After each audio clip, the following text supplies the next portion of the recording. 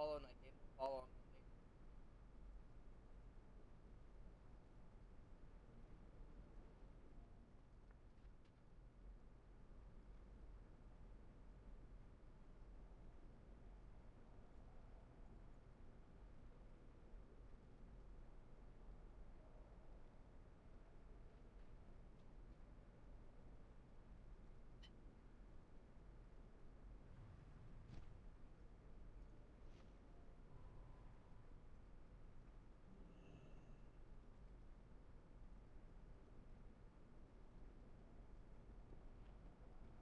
I have an extended supply of goods for outlanders.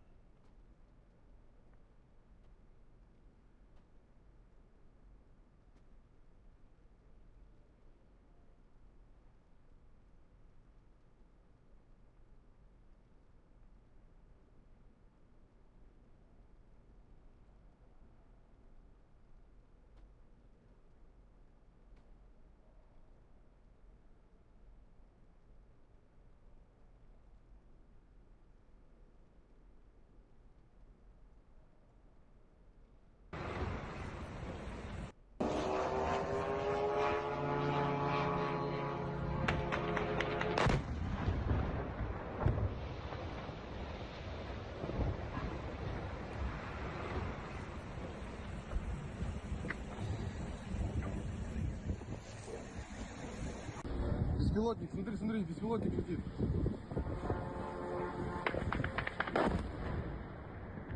Охренеть! Охренеть!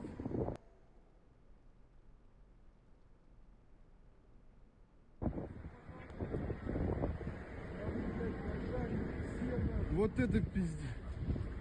Охренеть!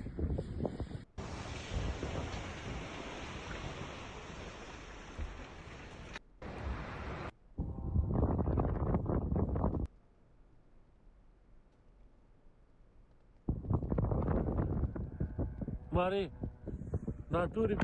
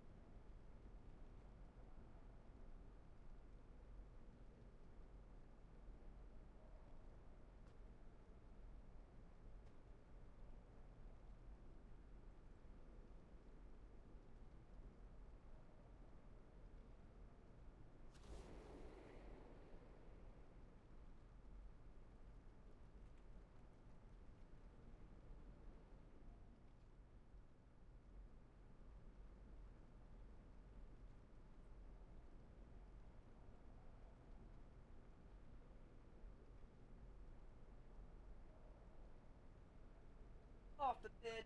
Dad, get down.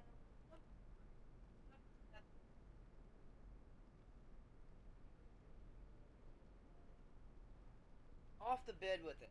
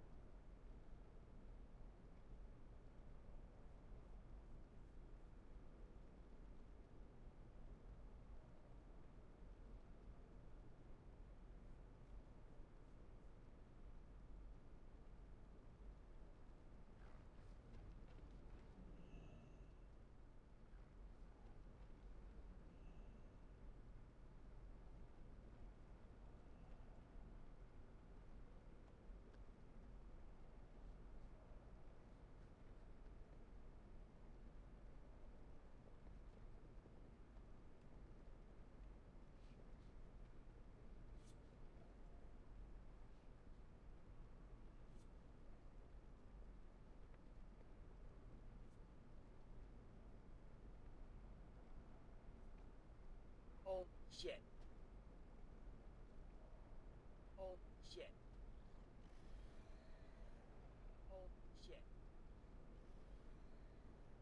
Holy shit. Holy shit.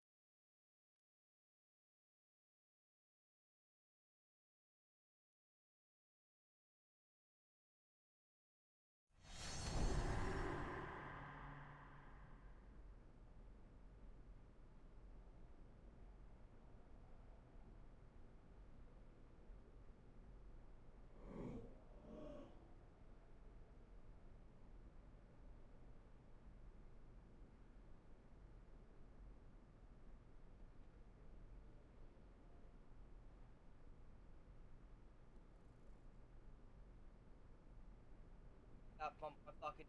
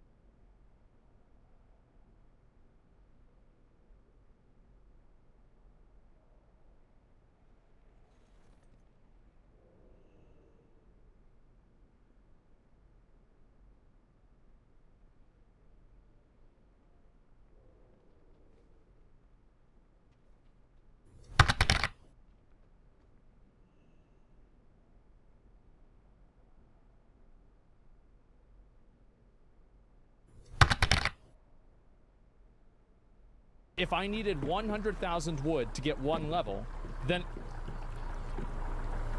What the f*** is going on?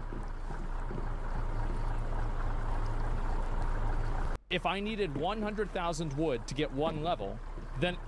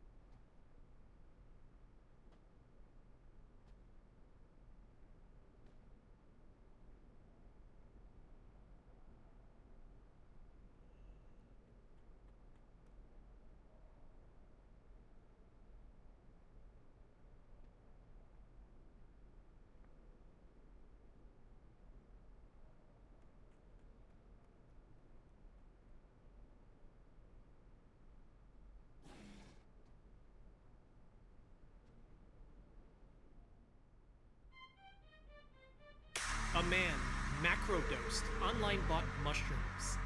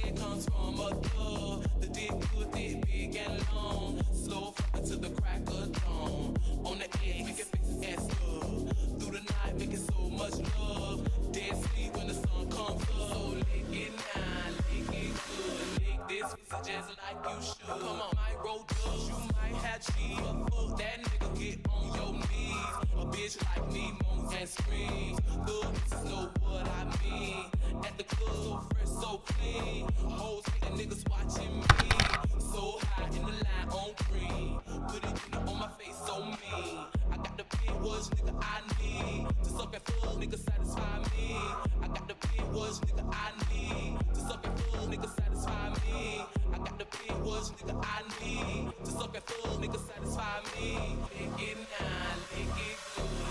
this just like you should. Come on.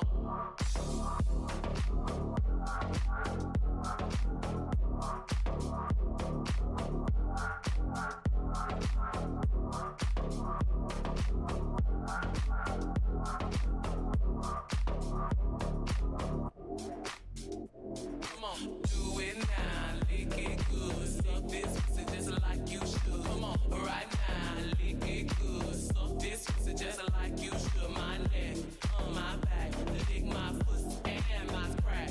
My neck, my back, lick my pussy and my crack. Come on. Come on. Come on. Come on. Come on. Come on. Come on. Come on. Come on. Come on.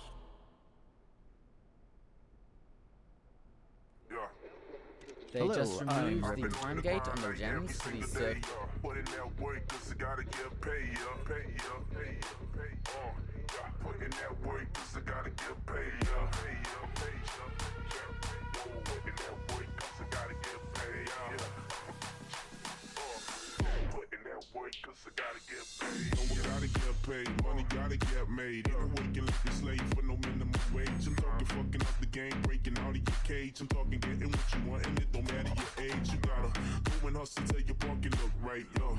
It ain't easy, gotta put up that fight, yo. And you ain't on what tomorrow look like, so putting that work all day and all night, I've been on the grind like every single day, yo. Putting that work, cause I gotta get paid, yo. Putting that work, cause I gotta get paid, yo. Putting that work, cause I gotta get paid, yo. And you ain't on what tomorrow look like, so putting that work all day and all night, Everybody trying to pull up in the freshest, Everybody want that name on top of guest list, Everybody want the Gucci tag on the shirt, but ain't everybody gonna put in that work. Gotta make that money stack, yeah, do this shit for really. Building house on the hill, sitting on a couple million. Just want some new rims on the coupe and a swerve. Putting that work all day and all night, Everybody trying to pull up in the freshest, Everybody want that name on top of guest list, Everybody want the Gucci tag on the shirt, but ain't everybody gonna put in that work. Gotta make that money stack, yeah, do this shit for really. Building house on the hill, sitting on a couple million. Just want some new rims on the coupe and a swerve. That work, cause I gotta get paid, I've been on the grind like every single day, Putting that work, cause I gotta get paid, Putting that work, cause I gotta get paid, Putting that work, cause I gotta get paid, Putting that work, cause I gotta get paid, No, we gotta get paid, money gotta get made. Ain't working like a slave for no minimum wage. I'm talking fucking up the game, breaking out of your cage. I'm talking getting what you want, and it don't matter your age. You gotta go and hustle till your pocket look right, yo. It ain't easy, gotta put up that fight, yo. And you ain't on what tomorrow look like, so putting that work all day and all night. We gotta get paid, money gotta get made. Ain't working like a slave for no minimum wage. You know we gotta get paid, money gotta get made. Ain't working like a slave for no minimum wage. You know we gotta get paid, money gotta get made. We gotta get paid, money gotta get made. We gotta get putting that work, cause I gotta get paid. We gotta get paid, money gotta get made. Ain't working like a slave for no minimum wage. I'm talking fucking up the game, breaking out of your cage. I'm talking getting what you want, and it don't matter your age. You gotta go and hustle till your pocket look right, yo. It ain't easy, gotta put up that fight, yo. And you ain't on what tomorrow look like, so putting that work all day and all night, Everybody trying to pull up in the freshest, Everybody want that name on top of guest list, Everybody want the Gucci tag on the shirt, but ain't everybody gonna put in that work. Gotta make that money stack, yeah, do this shit for really. Building house on the hill, sitting on a couple million. Just want some new rims on the coupe and a swerve. Putting that work all day and all night, We gotta get paid, money gotta get made. Ain't working like a slave for no minimum wage. We gotta get paid, money gotta get made. Ain't working like a slave for no minimum wage. We gotta get paid, money gotta get made. Ain't working like a slave for no minimum wage.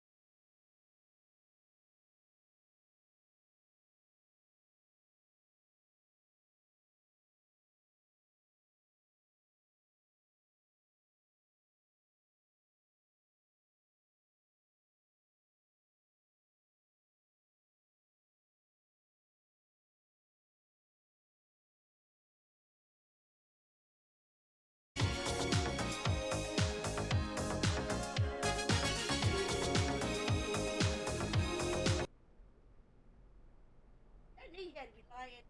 Shit pops. I ain't gonna.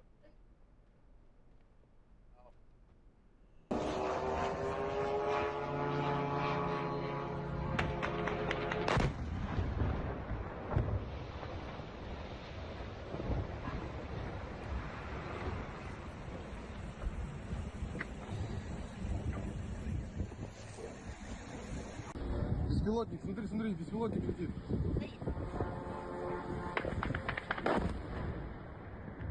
Охренеть!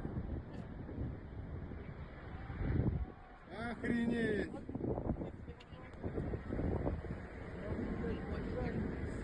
Вот это пиздец! Охренеть!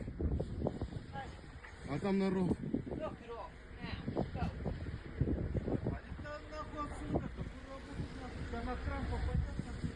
Там народ. Еще один. Туда. You look for a hitch. Go back. Yeah. Oh, okay. I can see. Yeah. Туда.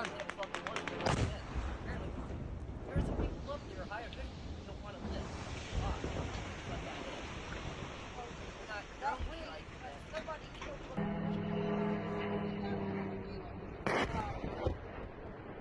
Right. Yeah, that was all one of the Facebook shit.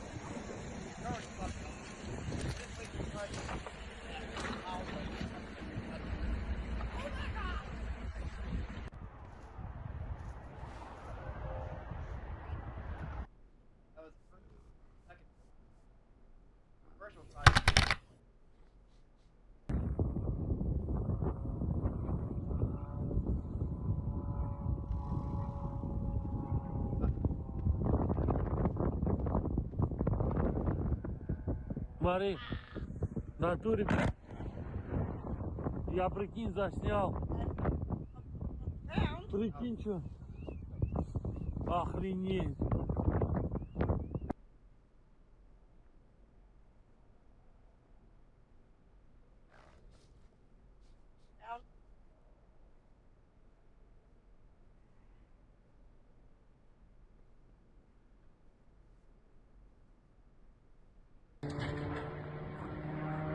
Да, ух, блин.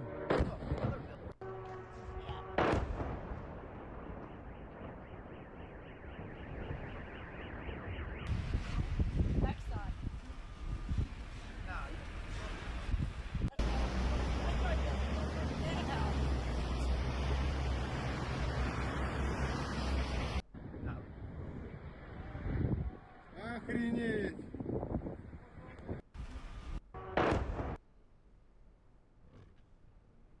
Да, ух, блин.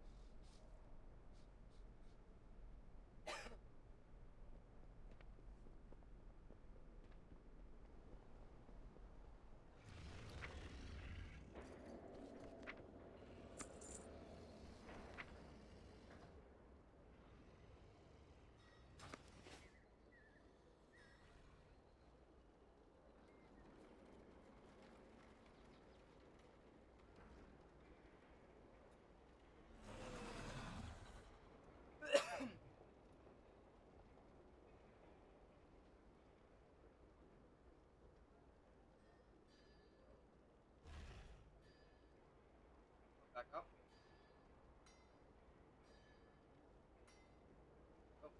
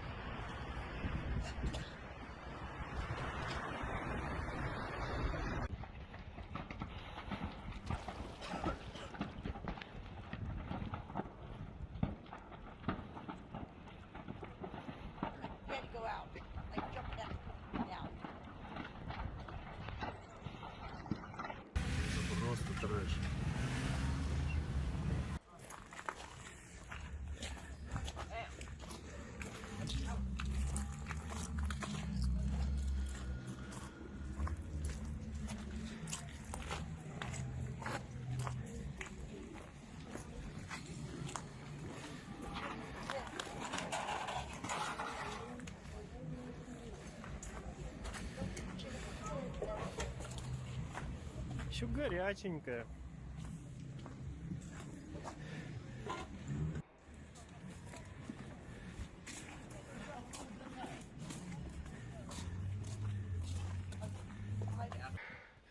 Пизда, Илька, пизда. Все нахуй, хлам. Вот пизда.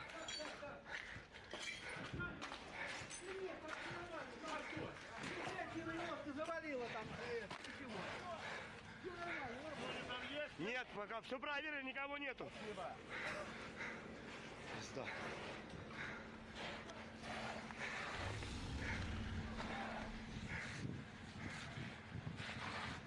Вот, пизда нахуй. Аминь нахуй.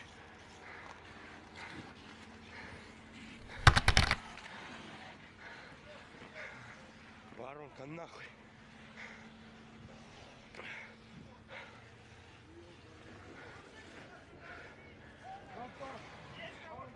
Не, пока нет, там никого нету, в здании никого нет. Никого нет. Только проверили, да. Ребята еще там все вышли.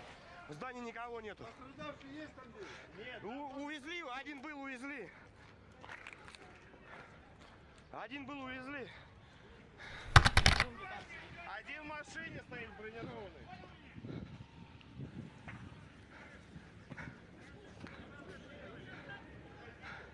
Все, что там есть, мы, блядь, оттуда вытащим.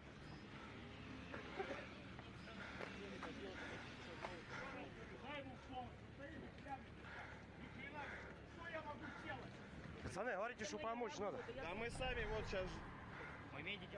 Да я понимаю. Да уебали, блядь, все кроме военных. Вот сюда здесь, он старший, блядь. Никто сюда не проходит. Все, блядь. Все понял.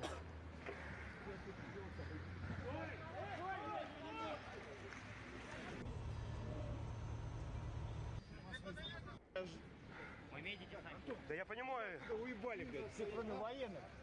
Вот сюда здесь, он старший, блядь. Никто сюда не проходит.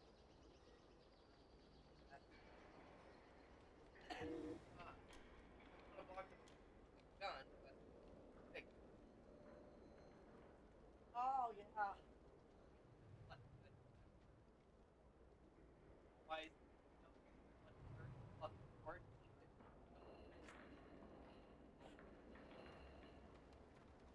Все, блядь. Все понял.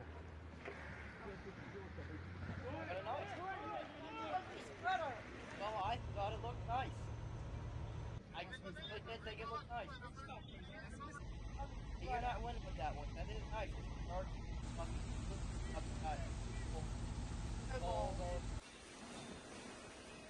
Yeah, you're like, wait, your nipple? Yeah, maybe just over a little bit. I don't know. I don't know what you're tonight.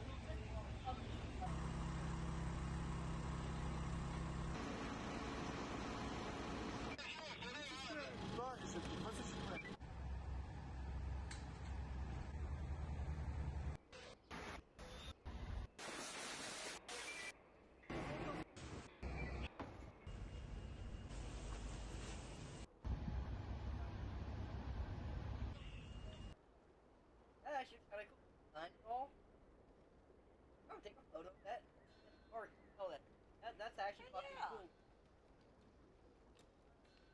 It's like hell is trying to come out of the wall. Hell.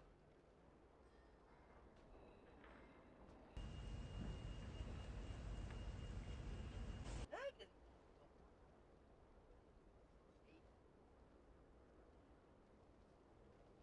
I know.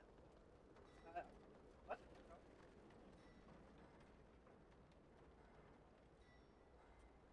don't know if I got hit. I'd rather fucking knock me. I'd fucking.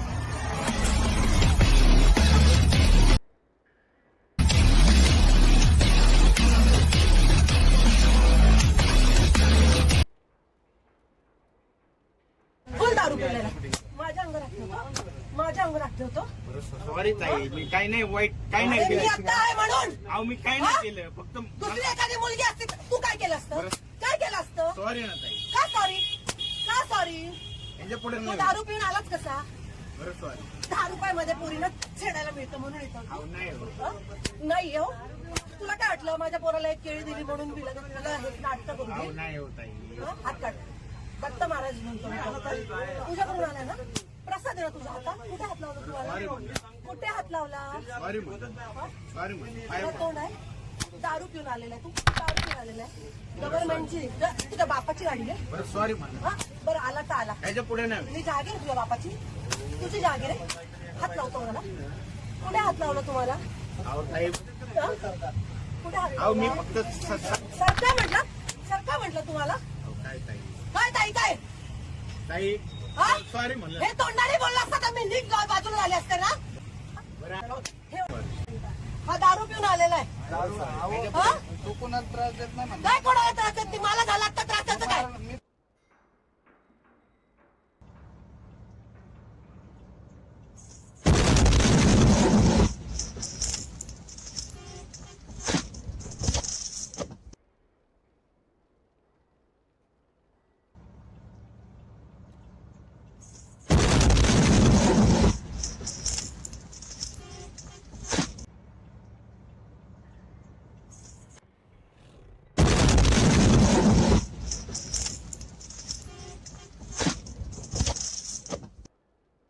This is an ancient survival skill that has turned into a competitive sport. In the Canary Islands, shepherds developed a unique technique called the shepherd's leap to navigate steep and rugged mountains. Using a long stick with a metal-tipped bottom, they leaped across rocky terrain. The metal tip helps the stick to anchor into the soft soil or cracks in the rock, providing stability for the jump. To make the stick easier to handle and prevent injuries, they apply goat fat to make it slippery. And at one point, this skill was at risk of fading away, but people have now turned it into a sport, keeping the skill alive. подохли, а я девочку, да, девочку. Дай мой хлеб, блядь. Это дай. Отдай куду. Отдай мой хлеб.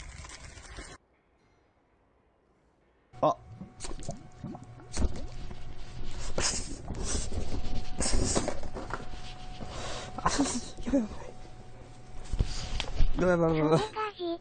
の芯と一緒。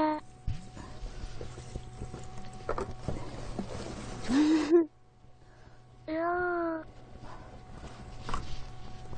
後ろー。後ろ後ろ後ろうおー。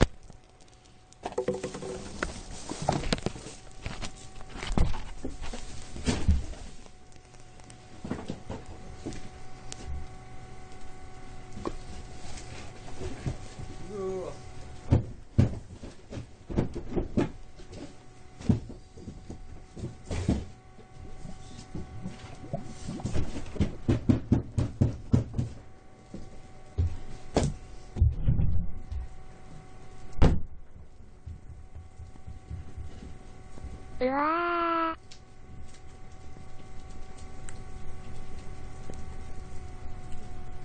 なぜそこに置いたし、うふ。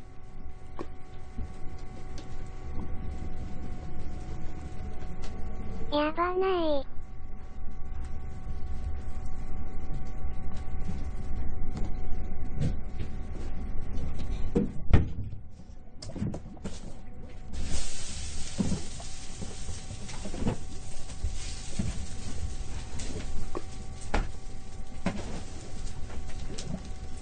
ことを消火器消火器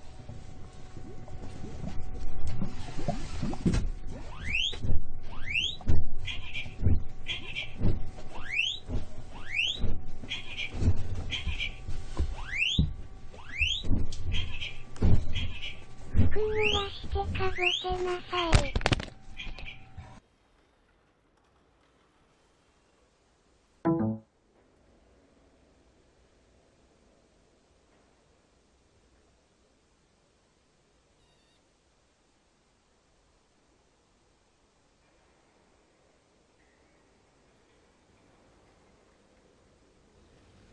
空気を遮断するんや。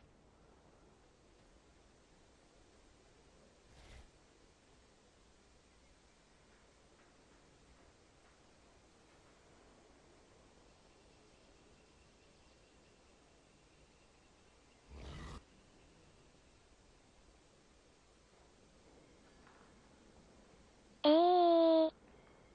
団そのままにしたらあかん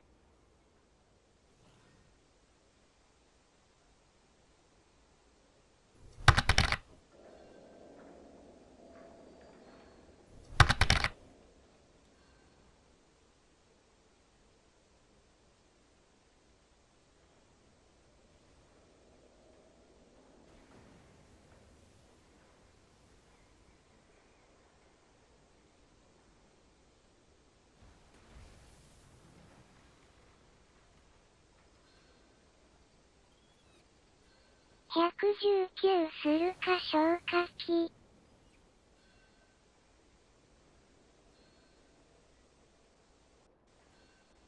早く。今来たけど。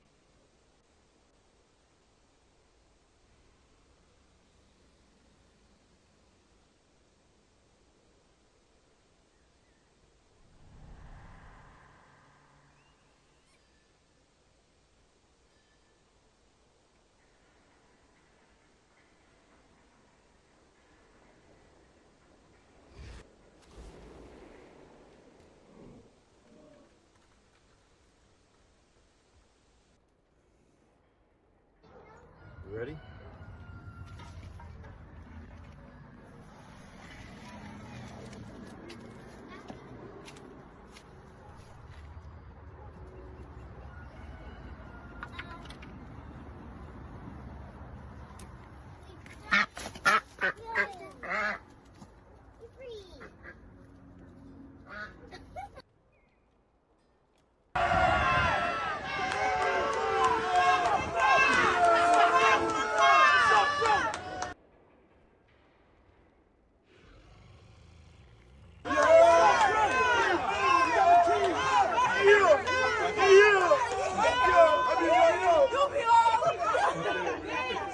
Yo, send this to the jails, y'all.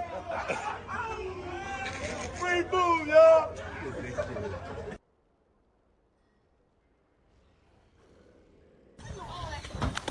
Ooh, he's coming back.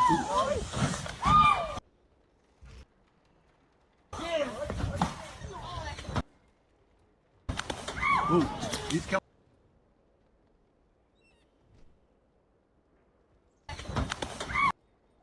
Ooh, he's coming back. Gator don't play no shit. You feel me?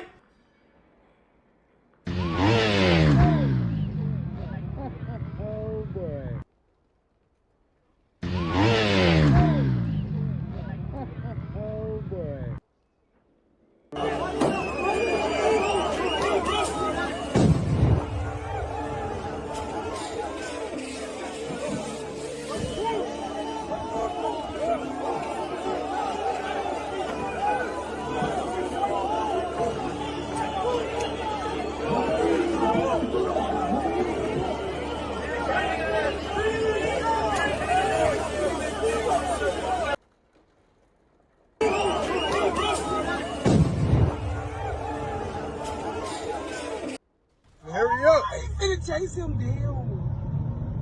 Oh, look at they cars. Oh my God. Look at his shit. It's still got shit Oh. He's trying to make him grab it. Oh my God. Damn. Damn.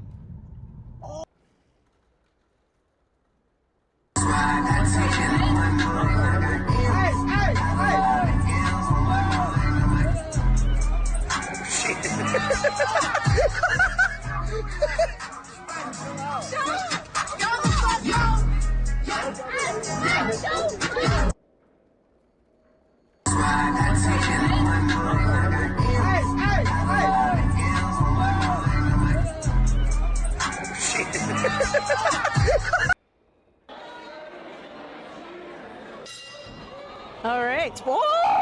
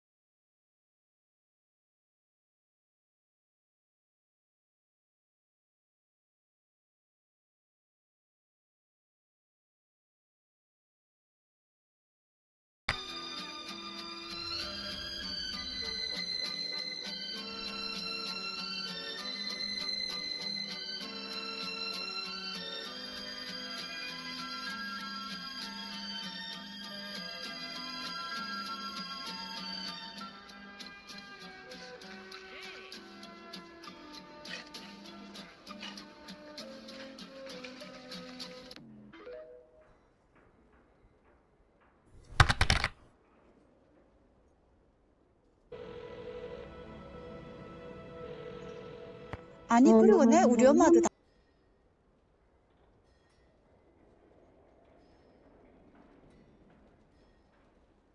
답답한 게 어떻게 알 수가 없는 상황으로 지금 나 할머니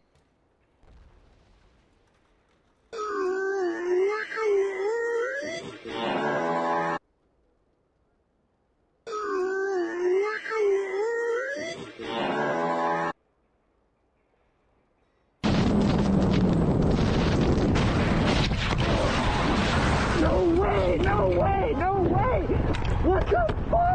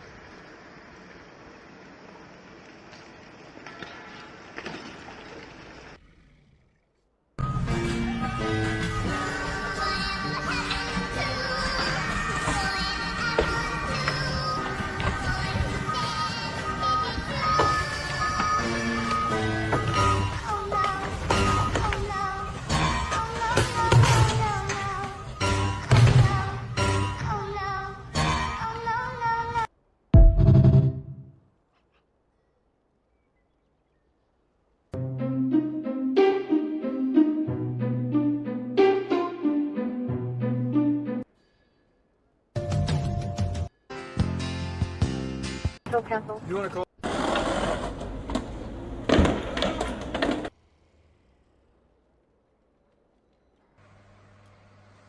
Довикаю, че в момента се засилва. Предупреждавам ви.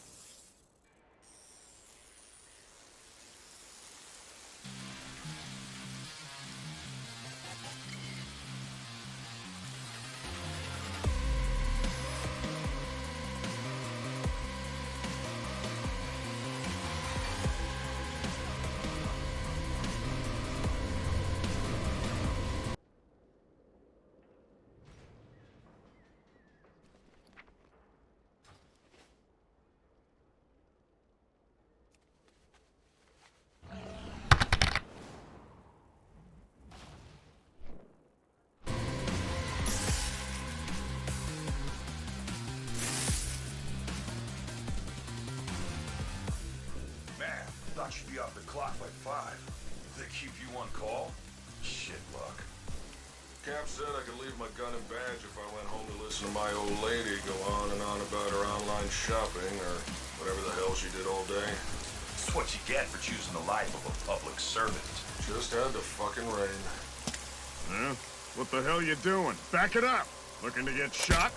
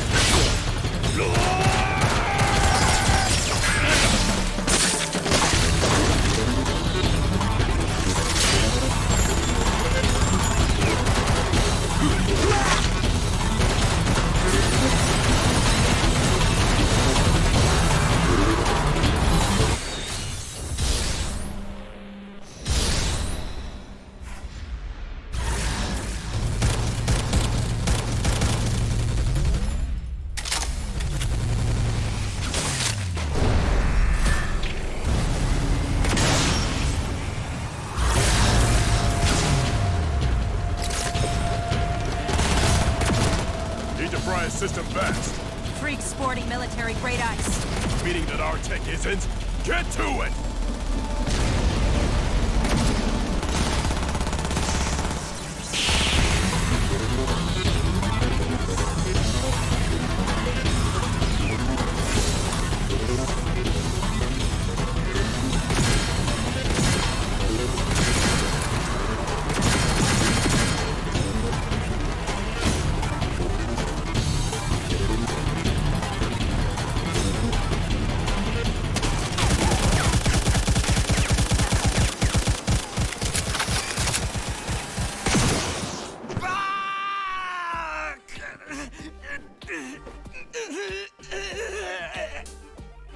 So, what do you think? Still warm, that? Couple hours old, lifted from the edge runner who scrolled it. Straight off the street.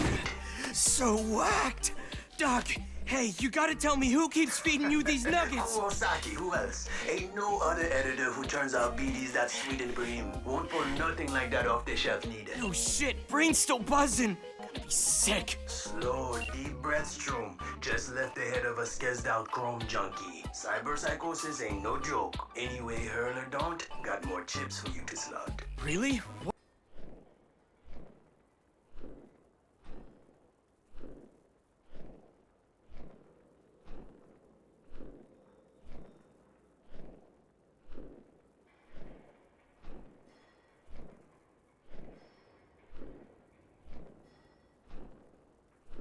What?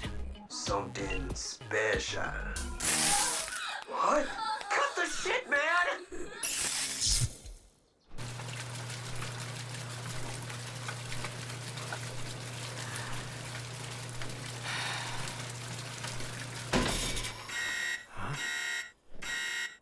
Cycle suspended due to insufficient funds. Jeez, not again. It was a tragic scene in Westbrook today when a corporate convoy was ambushed by 6 God, gang Mom. groups apparently supporting groups of urban mercenaries. Morning, mijo. If you keep sleeping on the couch like that, gonna get early onset arthritis. I know. Just dead after my night shift is all. You and the washing machine both. Get to re-up it? Yeah. I'll take care of it later, okay? Oh, Money, right. You mentioned a wreath update for class. That happened yet? When'd you say you need it? No, it's fine. Got Doc to handle it. What do you mean, handle it? I'm good. All set. Don't go cutting corners, D. Already cashed my paycheck. You'll get it updated right. Hear me? Mom, seriously, just feed the washer, all right? I forgot this time, I told you. Promise me you'll buy the update. Okay. And you're really going to school just like that? Uniform's soaked. A military-grade implant was found missing from the body of Lieutenant Colonel James Norris, shot dead by MaxTac last Mom, night. The NCAA you're on TV! Nova! Not Nova, David. A bloodbath. Go on, off to school. Bye. Love you, mijo.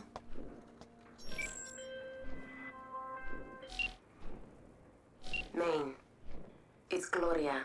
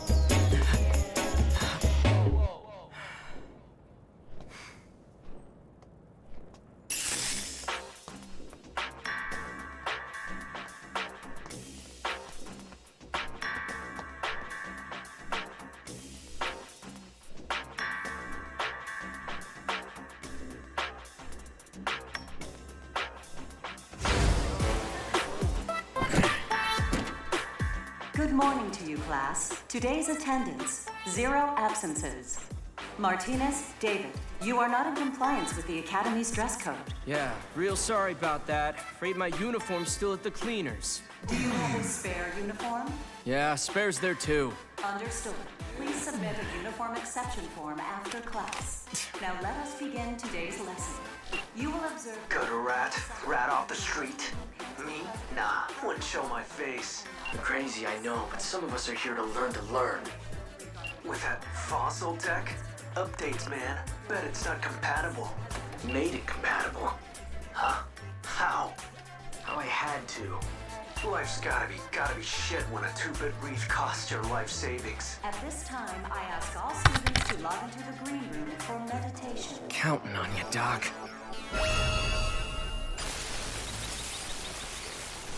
Seriously? More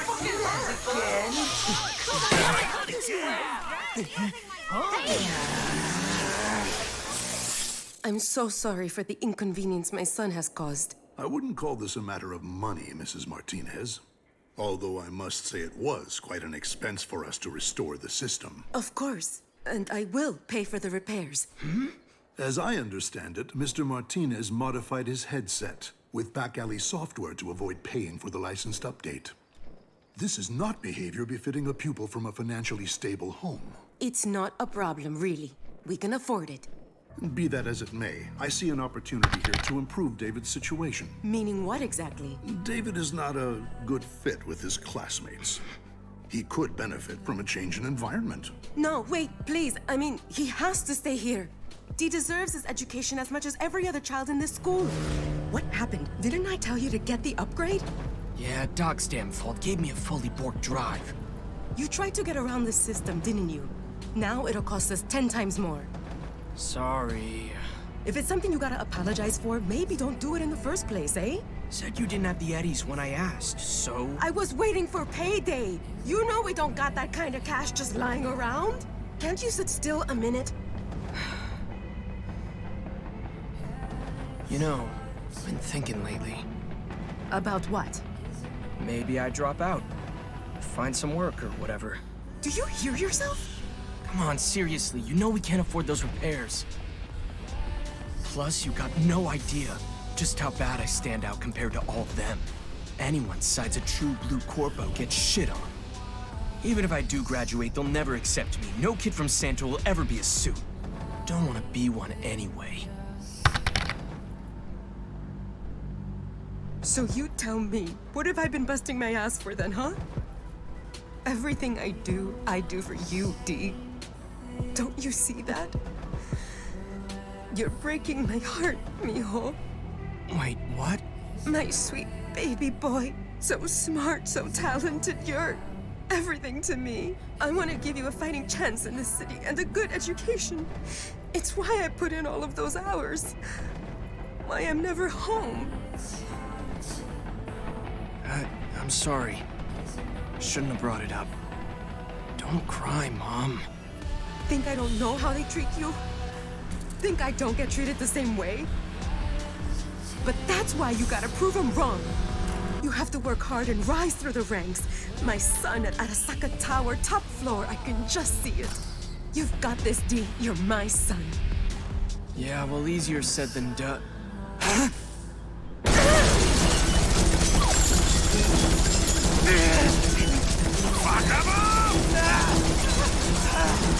Don't let him get away! Suit Slim is titanium plated! The hunt's on, my beast bros!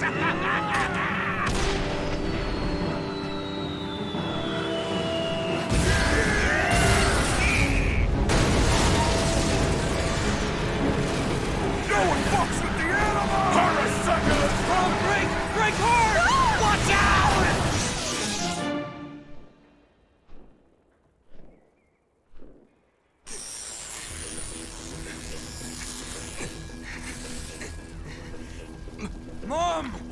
Mom!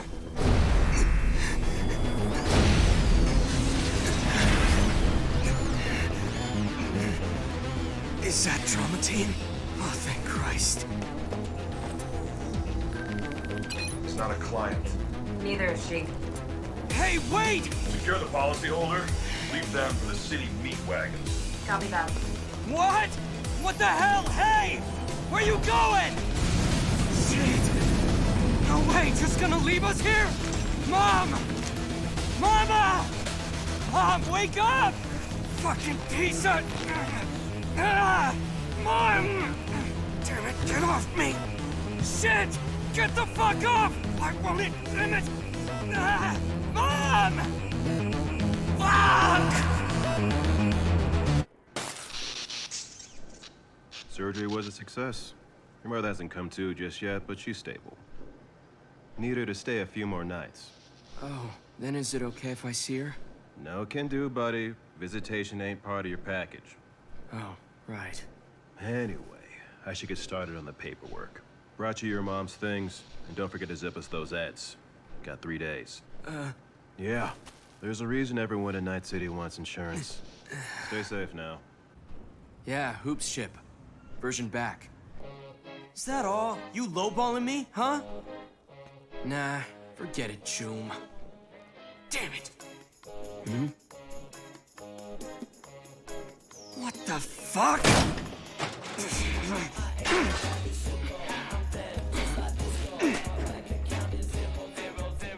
Another account? Christ. Just enough. She saved so much. Never knew. So that'd settle the medical. Still gotta cover rent. Huh? Doc, hey, you get the still I sent? Listen, don't think I've forgotten I owe you a kick in the nuts for that shoddy bootleg. But check this. Cyberware. Yeah, looks, military, doesn't it? How much you think it'd fetch? If I was interested and the price was right. Not selling, just want an estimate. Nah, fuck that noise. No way it's that cheap. Ah, come on, Choom. Whatever, wasn't selling anyways. By the way, don't expect me to push your XPDs at school anymore! Any pinchin' hack taking me for a gonk. A Sandevistan. No serial number and what? Military grade, this thing, really? It definitely ain't legal, but whatever. Whoa, what the hell are these specs?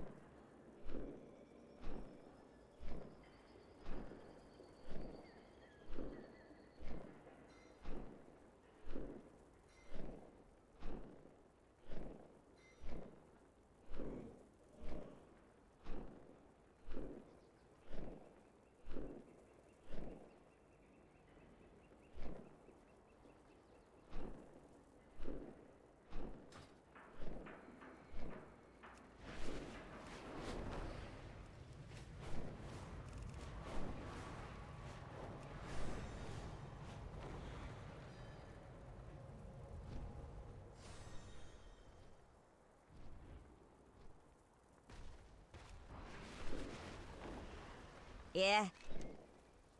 Quitting time.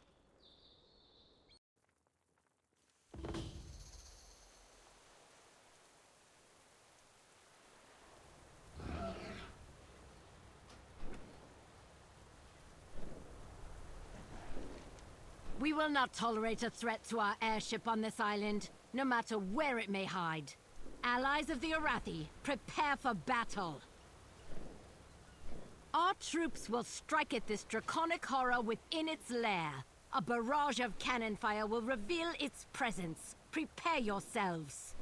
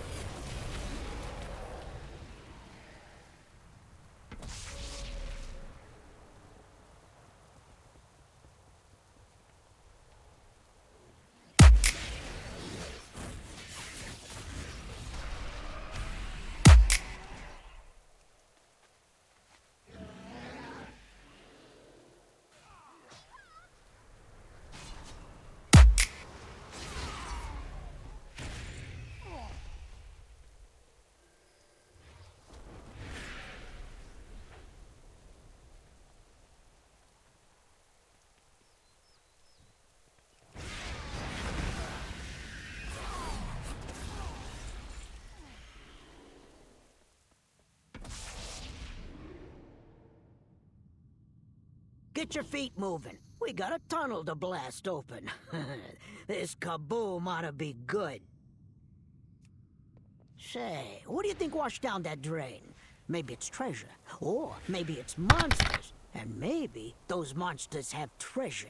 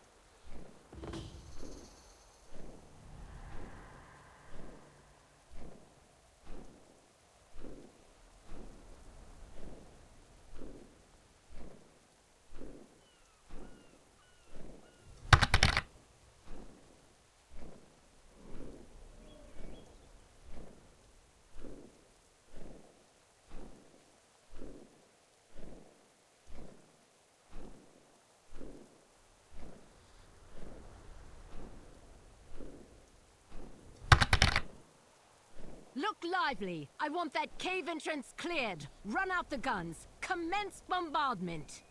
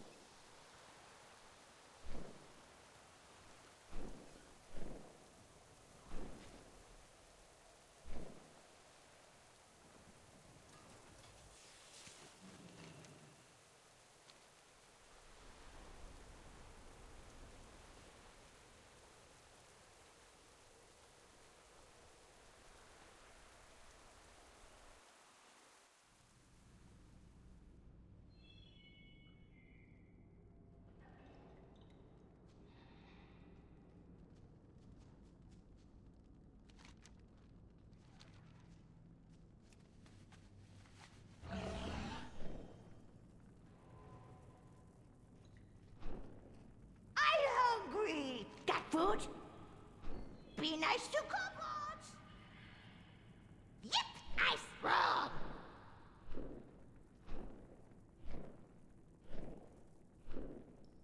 Keep bad things away.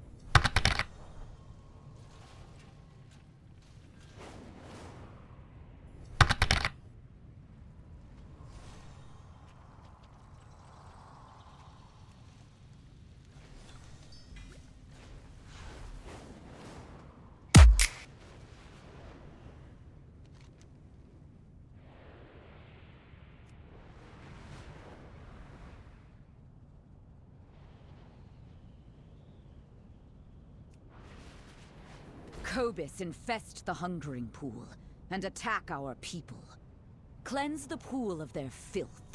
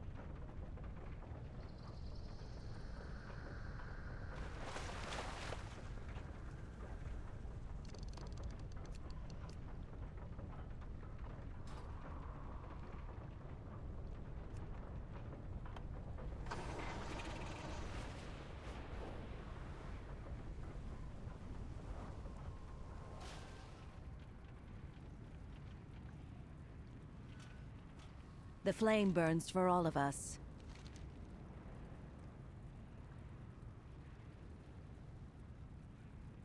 When the star shifts, seek shelter.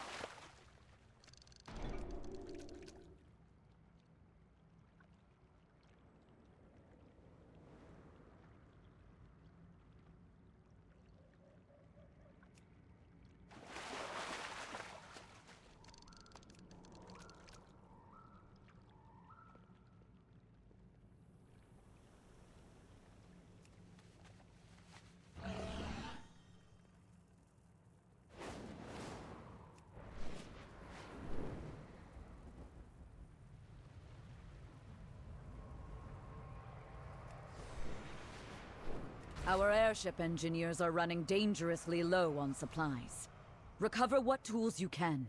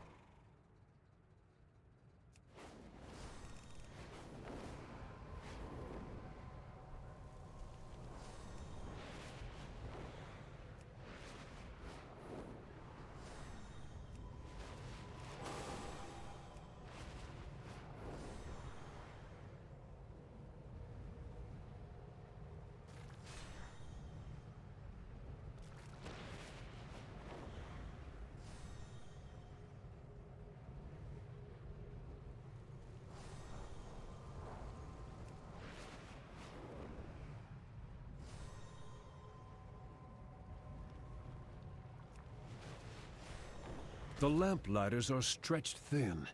For the Arathi to survive, we must settle in lands shadowed from Beladar's light. The darkness strikes out with threats not even our key flames can dispel. Aid us, outsider. Be our beacon in the darkness.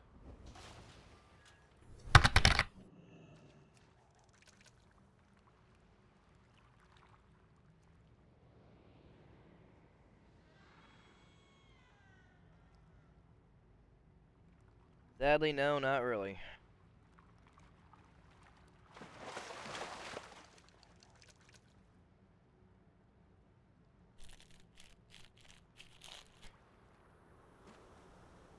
Fuck. These ones again?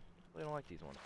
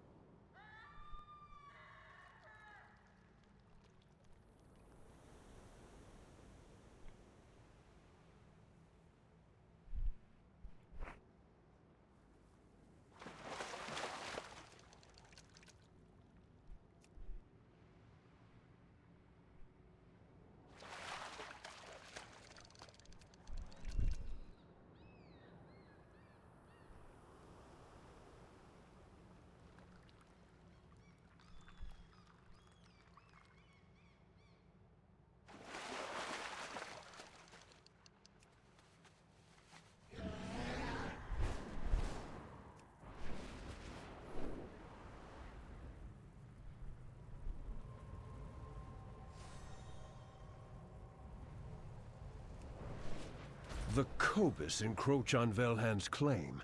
Protect the residents from their aggression.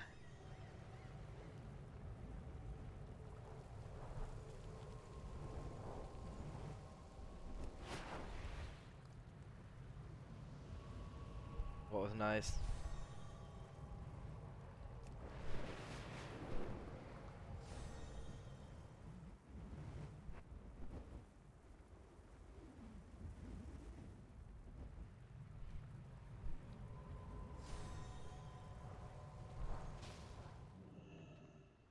What the fuck? Report it.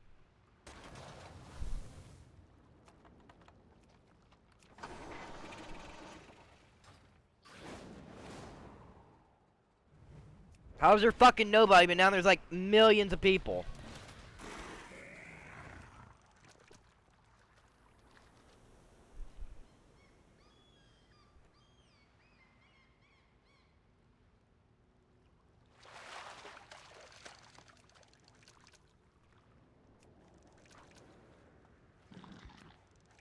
Jesus Christ, get in the fucking water.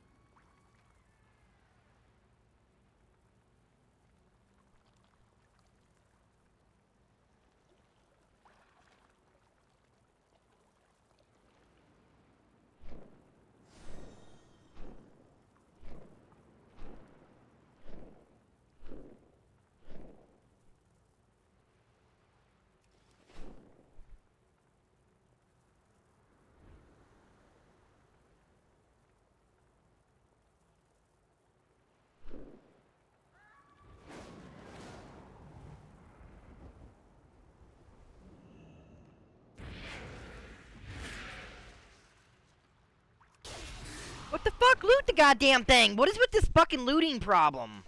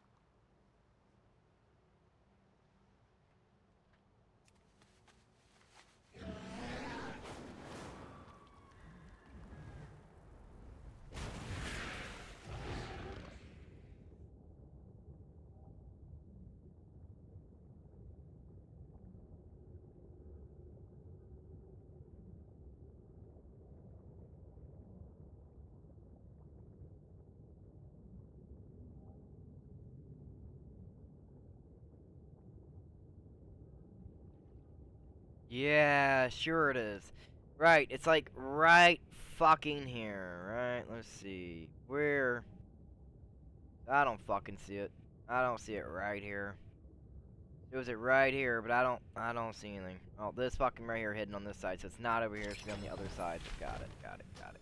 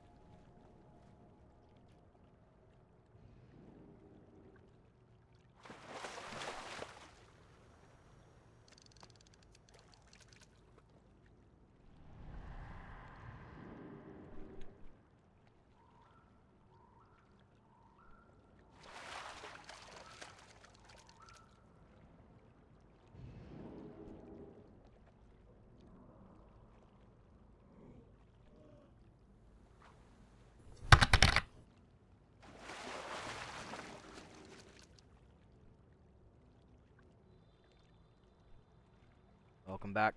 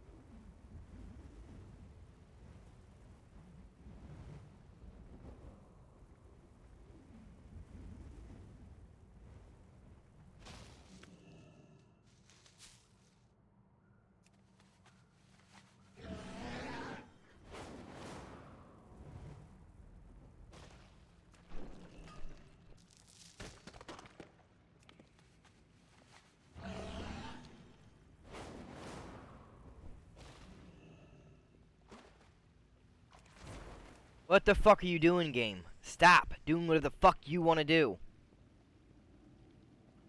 Hate when it does that crap.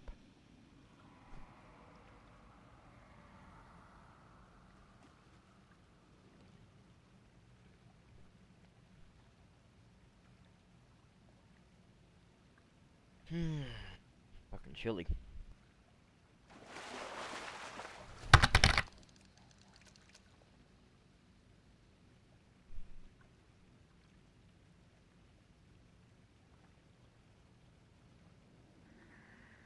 From people that I'm inspecting, you guys mostly have it. I'm looking around still.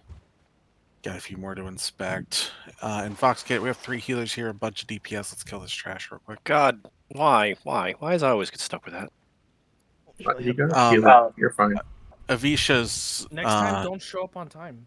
No, I didn't. No. He's probably cooking dinner now. Yeah. He's cooking.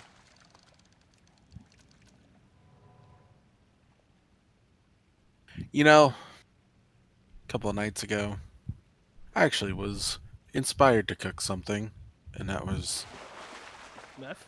And then he burnt his house down. I would have rather he cooked meth. Did your grandma kick you out of the kitchen? No. Sadly, when I actually get inspired to do it, they come to expect it more often because I'm not bad at it. Terrible at it. I have to be inspired to do it.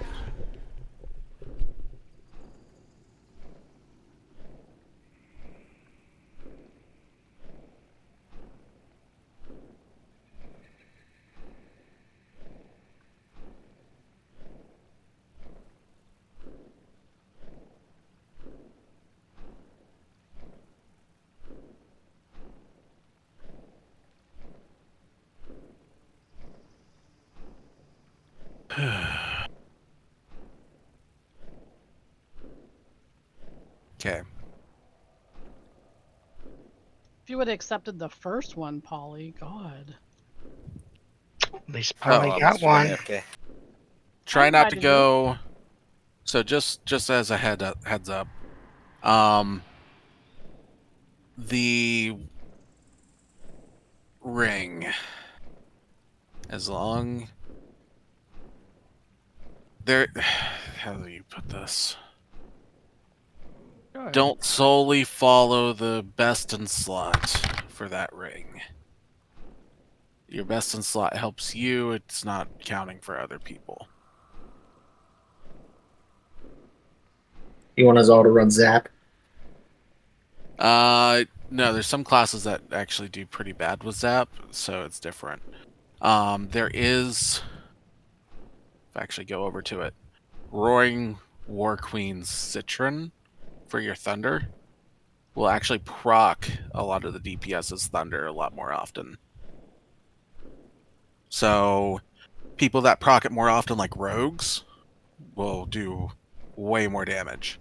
The idea ahead of time is the fact that we did 800,000 damage during just the shield phase alone, consistently, every single pull between 700k to 800k per second. Why was I the most damage on that trash? Through just the proc alone. I will start muting people. Sorry. So just through the procs alone, we got 800,000 damage on shield phases every single time. If those proc more often, DPS do more, we get past shield phase a lot faster. I gotta move him down.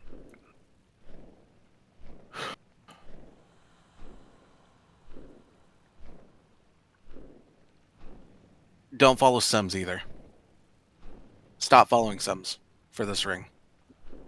I don't want to hear any more about your simming for the ring or anything else.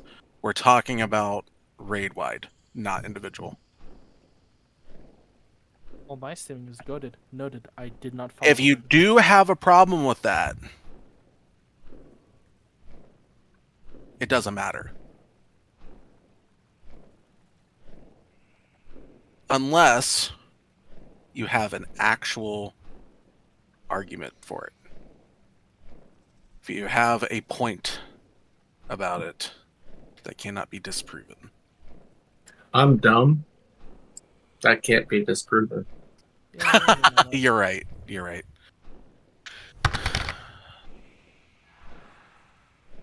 So if we ask for you to swap some gems over to help out the raid, we expect it to be done. Where's the website that you have to look at? For not raid-wide, but individual, yes, Melodora is correct. For raid-wide, you're probably going to do way more damage with the secondary stat. For you, for your class. Wowhead will have the baseline, but not the best situation for every raid. Correct, Poof. The idea is if we have the healers running where it procs it more often, which is Roaring. the Roaring War Queens. If we have healers running that in their Thunder slot, yes, that replaces your highest secondary. That replaces your secondary stat one. That replaces Stormbringers. Then your closest 4 DPS are going to proc Thunderous way more often. And so... Thunderlords. Yeah, Thunderlords. Yeah. And of course, when Lots dies, it's going to be a guaranteed proc. Sorry. Yes.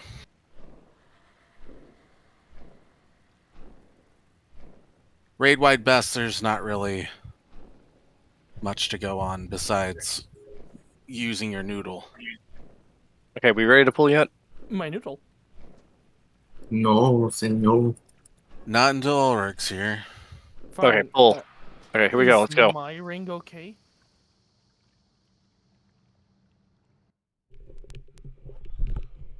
You got crackling, you're fine. I have Peppy on my head. We're good to go. That's my ring. Crackling, Phantom Dweller's fine. Those are the ones that are good for you. As long as you're not dying all the time, Fathom Dwellers is fine. If you're dying all the time because whatever.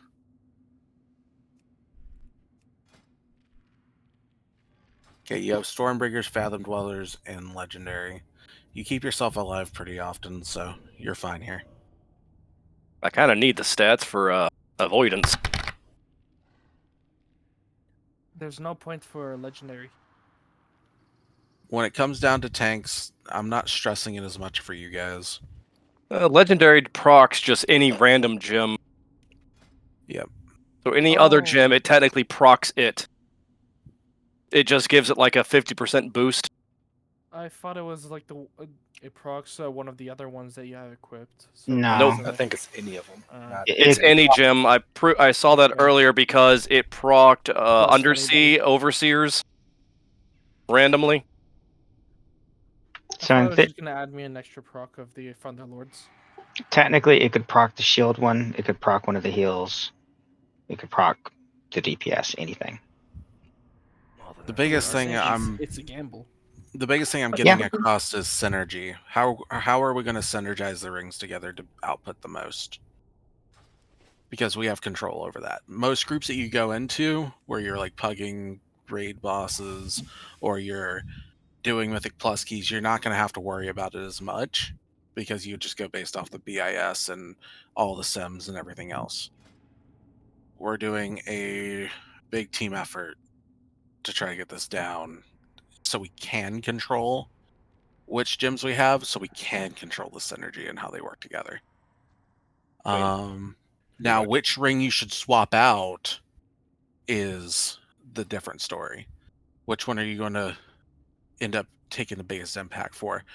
Again, tanks, as long as the biggest thing I'm concerned about is you staying alive throughout this entire thing. So if you survive better without the ring, you two not having it is more beneficial for you guys not to if you guys can't survive without it, like without your current rings. Yeah, I should be able to survive. I will survive. Let me see here.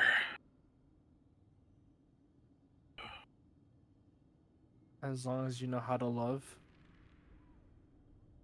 What is love? What is it good for? There you go. That was different songs. Baby, Good for heartbreak. Yeah. What is love? Well, first Don't my hurt brain me. went, oh yes, I need to go to this song, and then my brain said, oh fuck, I need to go to another song. So Make another closet. Warlock closet. Warlocks. What? Where? Oh. Warlock. I got 2 different songs stuck in multiple people's heads. Nope. Shut up.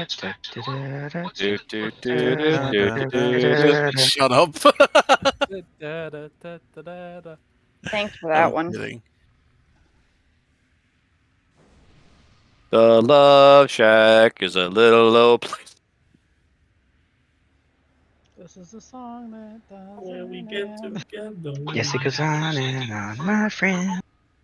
All right, we did have a good. Are we there yet? Now we did have a good raid yesterday. Let's do it again. But better. Cauldron, potion down. I understood the assignment. Who were we missing from yesterday? Because I think that there's multiple people missing. Oh, I forgot to buy the materials to make more food for me. Tell me when to put the potion down.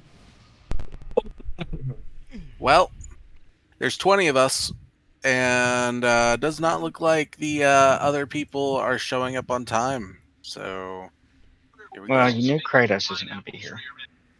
Kratos is right here. Yeah. Yeah. Right. I wish I Kratos thought was he here. he said he wasn't going to be here yesterday. I sure wish Kratos was here. We could use Kratos. Next week. Man, I wish Kratos was here. I don't know where the heck Kratos is. Fuck all of you. Spicy, okay. I could still hear his voice. Yeah, I can almost hear him. Potions are down. Thank you, Heart. What about I don't Flask? need potion. Lots will drop the flask. Let's drop the flask over here. Lots. Don't you worry about me. Did it always show charges before, or did they just start doing it?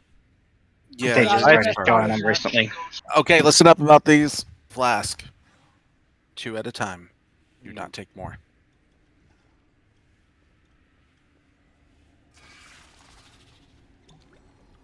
I had to say that quickly because we all started talking, and yeah, people will take more on accident. Well, someone asked a question. I know. And you know we all have to answer it at one time. That you do. Just like when someone says they're gonna start streaming for someone to watch. You gotta hear this noise. 40 times. Can we get mage food? Yeah, as soon as Yeah. I eat the hardy buff.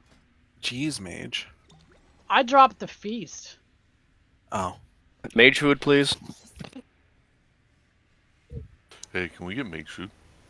Yeah, mage No. food. We get mage food. Nope, no mage food. Can we food the mage? There are 19 potions left. You can get up to 20. I only took 10. I probably could. Not even sure if it'll be useful. Oops. Mentioned that here. So I don't want some cheap maze food. I need you to upgrade your table. You upgrade my table. Isn't that just a glyph? It is. Yes. All right, there's 2 charges remaining. Who did not take their second one? Or who did not get one? Those are potions. No, those are flasks. Never mind. I took 3. Please take as many flasks, not flasks. You did well. Wait, you're allowed. Please take as many potions as humanly possible. There's 80 in there. Everybody should be able to take 20, like it's 80 stacks. So I press on it and then nothing even comes up. It says choose the flask, but there's nothing. you gotta to press. choose I it. had to. yeah, slash you have to reload. choose it. Yeah, you have to There's choose your nothing there. flask. Oh, No, reload. There's a bug. Yeah, you have to slash reload. Like it'll take up your entire UI, like horizontal or vertically, and the options will be like out of your screen, so you have to reload. Hey, there you go. You got it. Hey, you know, like I had that issue where I had to turn it off and turn it back on the other day. I had that too. Yeah. The true IT solution. There we go. Come on, guys. There is charges remaining of the potion cauldron. There's 20 people in here. Tanith is correct. It's 80 for 20 full stacks. That should be depleted.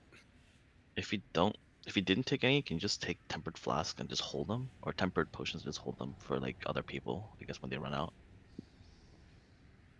Everybody should be using it, but I yes, got you're 20. right. One more person needs to take 4.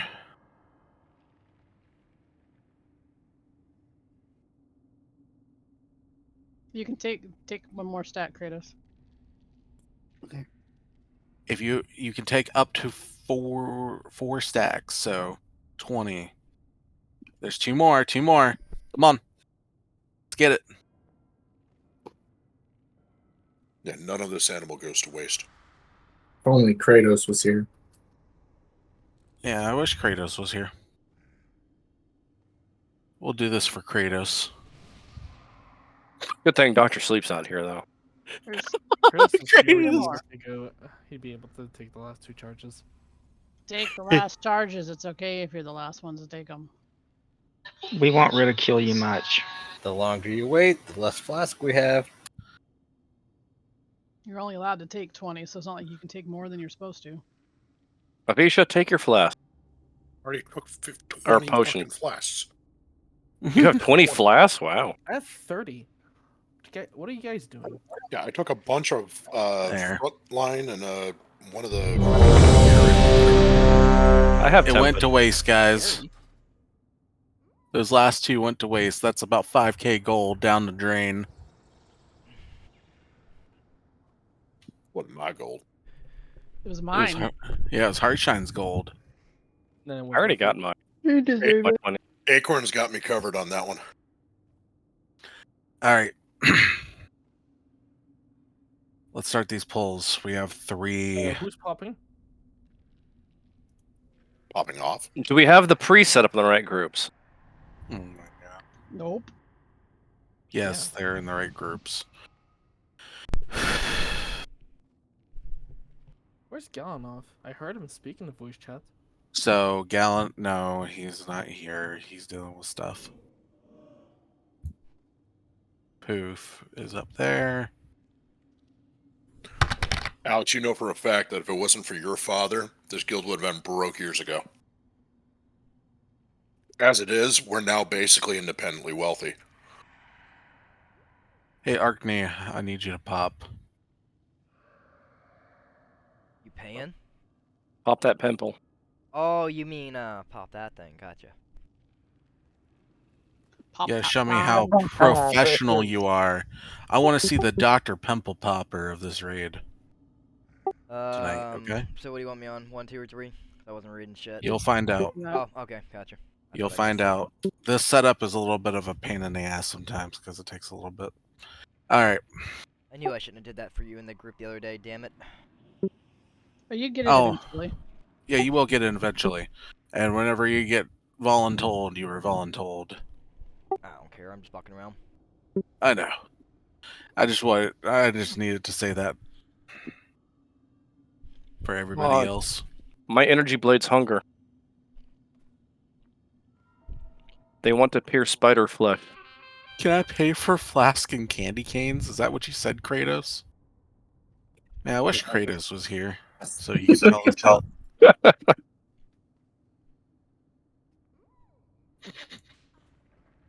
Hey, that's not the right person for that symbol. Well, he should get mad if I steal his moon. Oh my god. Isn't that right, Avish? No, because that's going to fuck us up. We're going to be on the wrong side again.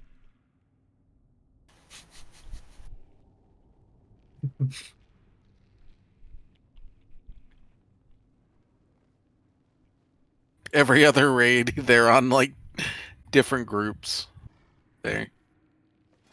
You got Fixed. evens again? No. Yes? No. Am I odds again, or am I still odds? You're odds. You're odds. You're odd, Avisha. You're very odd, Avisha. You should have listened to his whole question. Okay. Odds, you are on moon whenever we go up. Evens, you are on star whenever we go up. Odds, you're on the outside. Evens, you're on the inside. Baby. Arkney and Poof, your first pop. Kratos Aza, your second pop. Heart Tiara, your third pop. Kratos is here. Ah, I didn't know he was here. Where is he? And then lock cookies, please.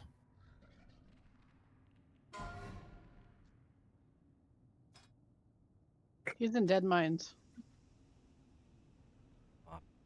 Kratos is in Dead Mines?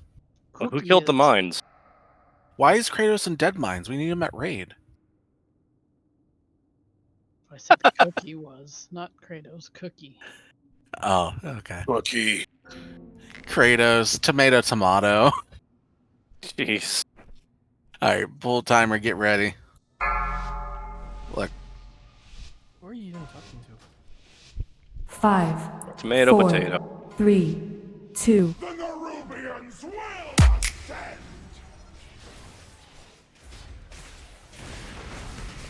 Get ready to move. Liquefied. First. Get to your sides. Hey, You look, should I have didn't get no more than 2 stacks, so I want odds. If you're in 1 and 3 out here. Watch your step.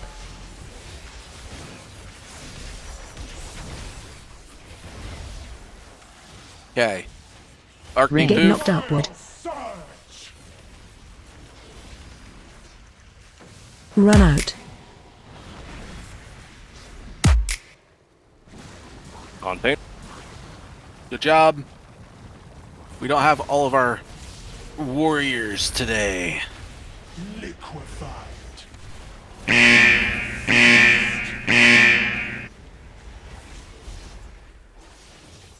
Root. Gonna heal Avish. If we overstack, I'll have let's do that.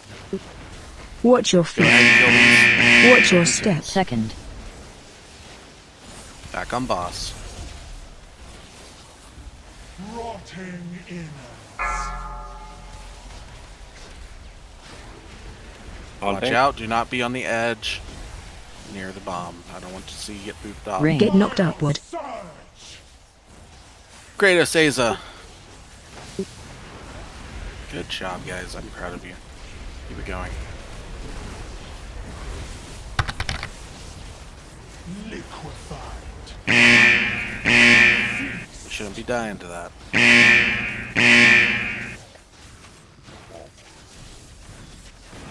Watch your step. Okay, after this, we're going to be dealing with roots. Make sure that we get right underneath the boss. Don't get Dryden just yet. Let's wait. Third. One death isn't horrible, but Silencer we will Watch your feet. because we'll have 3 stacks on this next. Oh, never mind, we should be fine. Watch your step. Ring. Get knocked upward. Odds behind. Yeah, let's go. To the middle. Not all the way to the middle. Watch Tiara. Phase change. They're low. Okay. Slam boss's shield. Shouldn't get a third pull in. If we get third pull in, get pulled in. Press the fucking button. What the fuck is hitting me? As soon as we're done here. Pulling in. Second pull. This is the last pull. Otherwise, get pulled in. Next one is we're getting pulled into the boss.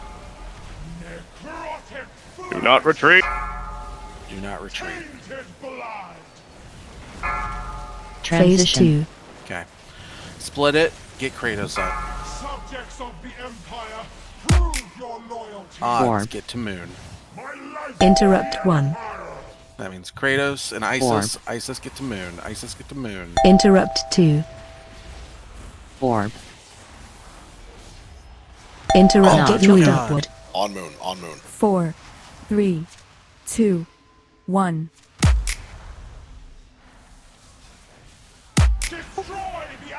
Slam it up there. Stay away from lines. Remember, over half, over half. Oh. Pulling in. Who tried to carry me forward? Stay away from lines.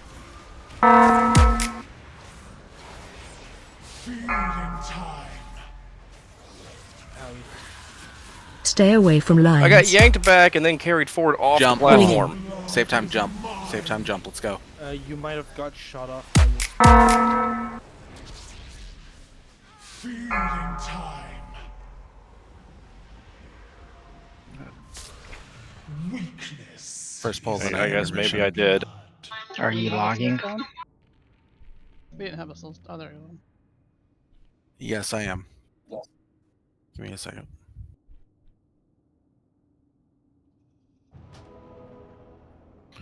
Why you say odd salt is stupid? Do you mean that like actually stupid, or it's like stupid crazy? It's insane. Yeah. Yeah. It is pretty good. That's a lot of healing. No, You are now the next Galanoth. There you go. The gem did the third damage, top damage of mine. Yep. It boosted Arkney up pretty high too. Thunderlords is crazy. Good God. Just saying. Yeah, I got it powered up. I'm also a mastery class, so I take a massive or a massive bonus off the other one that provides off of mastery. I'm sitting at 61% mastery. So it bumps that thing up a lot. Okay, checking something real quick. My legs are actually Taking having off some. legendary. Talking about that one right there. Yep. As you see, it takes benefits on a mastery class. I'm a mastery class. Now, why are we swapping the Roaring Queen's Citron baby oil?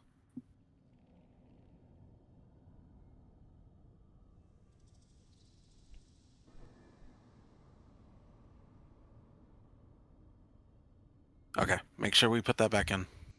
I'm looking at received items as well as we're going through. If there's a good reason for it, I don't mind it, but...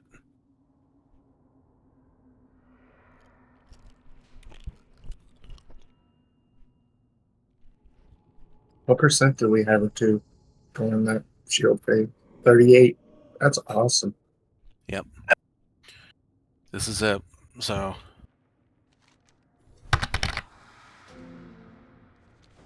A lot of people are supposed to have things in. Yeah. A lot of people are supposed to have the Thunderous or the other one. Maybe start sitting people when they don't have what they tell them to have. Maybe That's the actually do plan. something about it. If you don't do anything about it, they're not gonna ever fucking listen to you.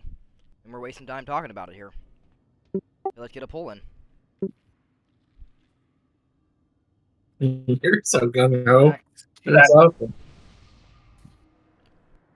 Well, I mean, it's the same thing we've been discussing for the last fucking 2 weeks here. You guys ain't still doing it. What does it matter? It's literally the same discussion we have for the last fucking few weeks. I'm getting sick of hearing about it. I do what I gotta do, and I came in only a few weeks ago, and I'm topping the damage chart. What the fuck is wrong with all y'all?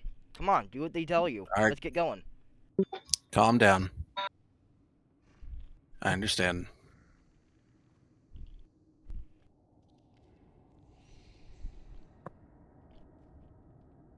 Fixing these. I mean, I've already killed the pug. I'm wasting my time here to help out. And you guys don't want to do anything? I mean, why am I here? Then feel free to leave. You can shut the fuck up.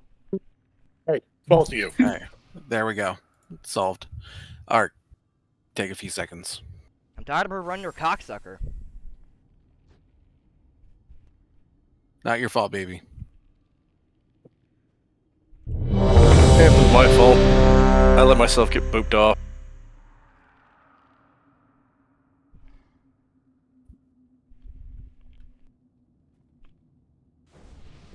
I got freaking think I have grabbed you there in the past, but I did not that time. So I got stinking 3 knockbacks I gotta worry about. you got the pull, the beam, and the kick. Mm-hmm. You just get ping-ponged. Pretty much.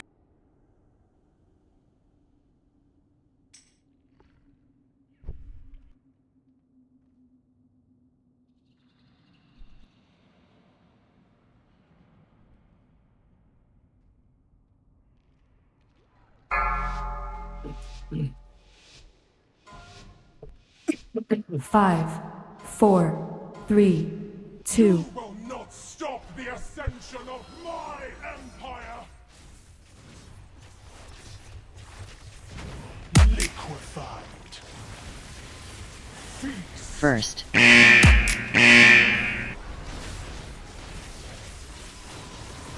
Rotting in. Watch your step.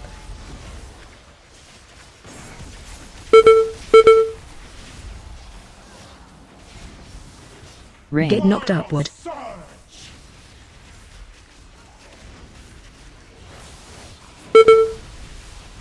Outside Oh shit. Oh shit, Kratos dead. What happened? I didn't realize he was here. Liquefied. Oh no, what happened there? Outside wasn't popped. All right. Good Ah. luck, Arkney. Stronger species prevails.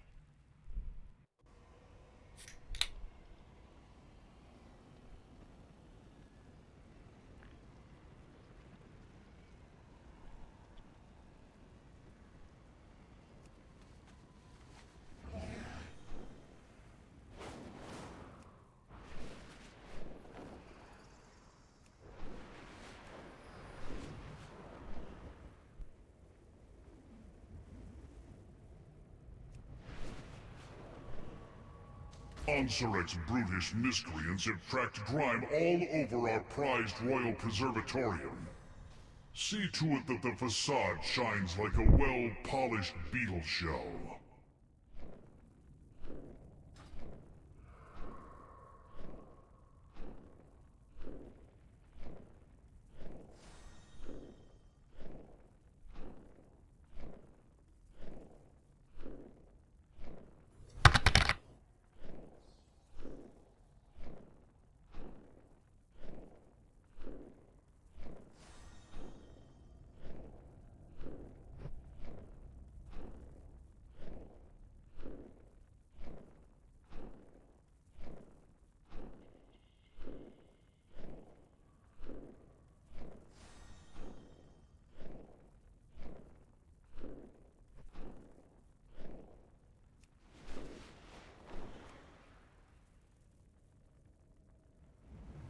Sympathetic vendors in the Umbral Bazaar have offered goods to support our cause. Go and gather them, but be discreet. Unless you'd like your appendages removed by force.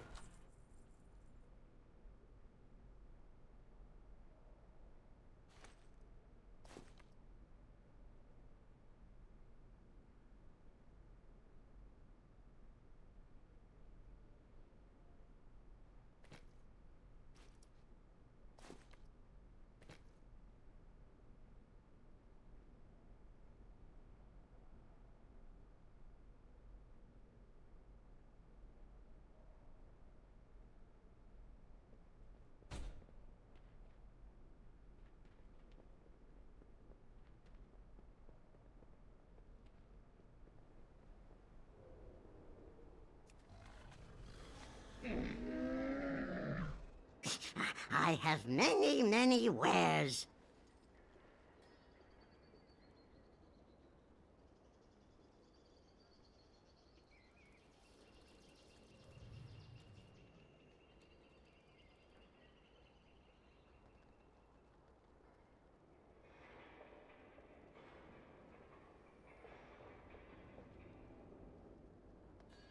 May your feet find good trails. How fare you? Stay vigilant.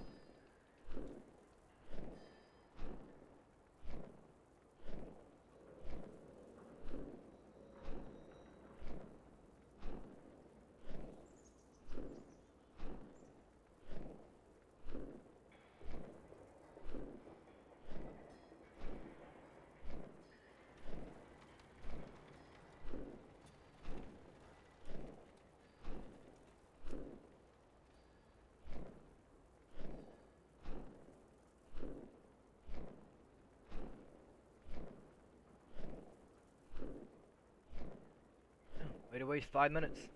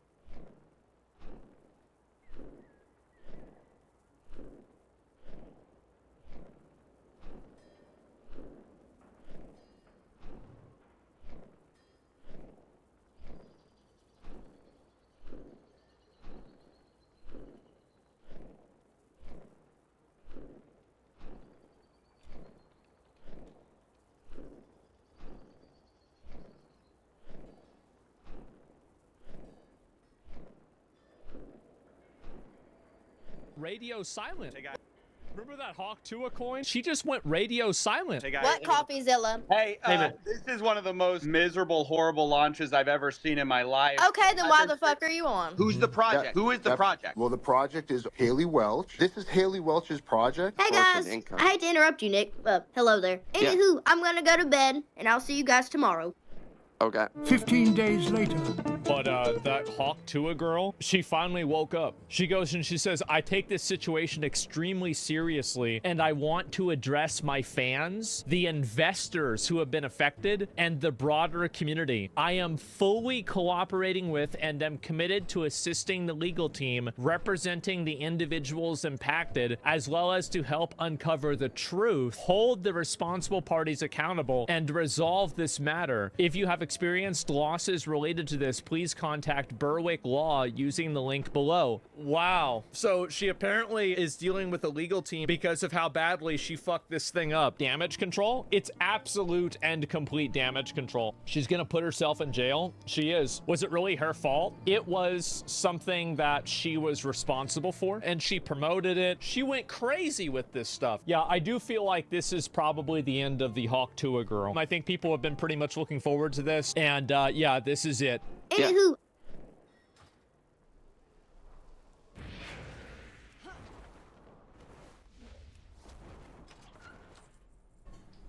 I don't think it's worth the risk. Oh, what? You think so? You really think so? You go though, because you kind of do this to yourself. You got hurt. Why would you? I would not do that. Oh, okay, Tilly.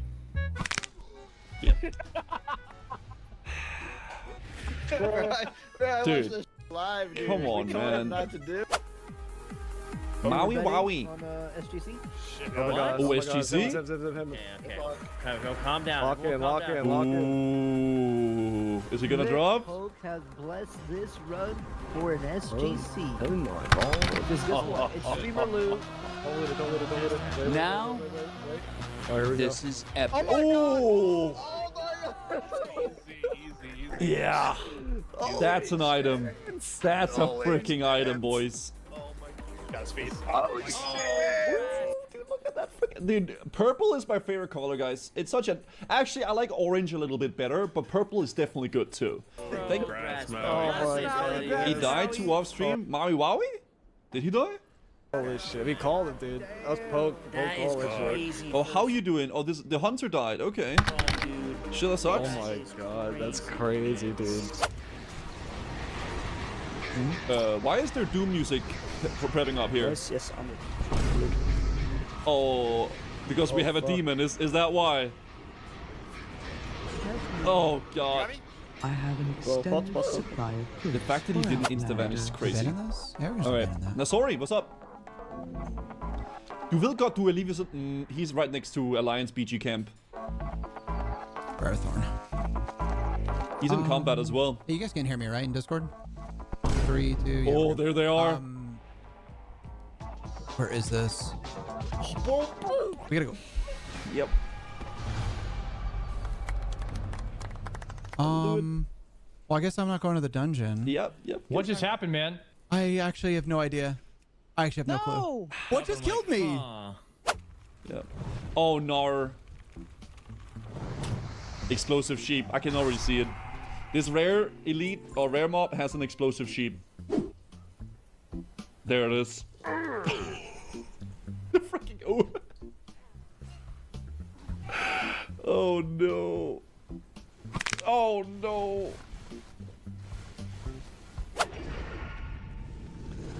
Health warning. Oh wait. Is this guy?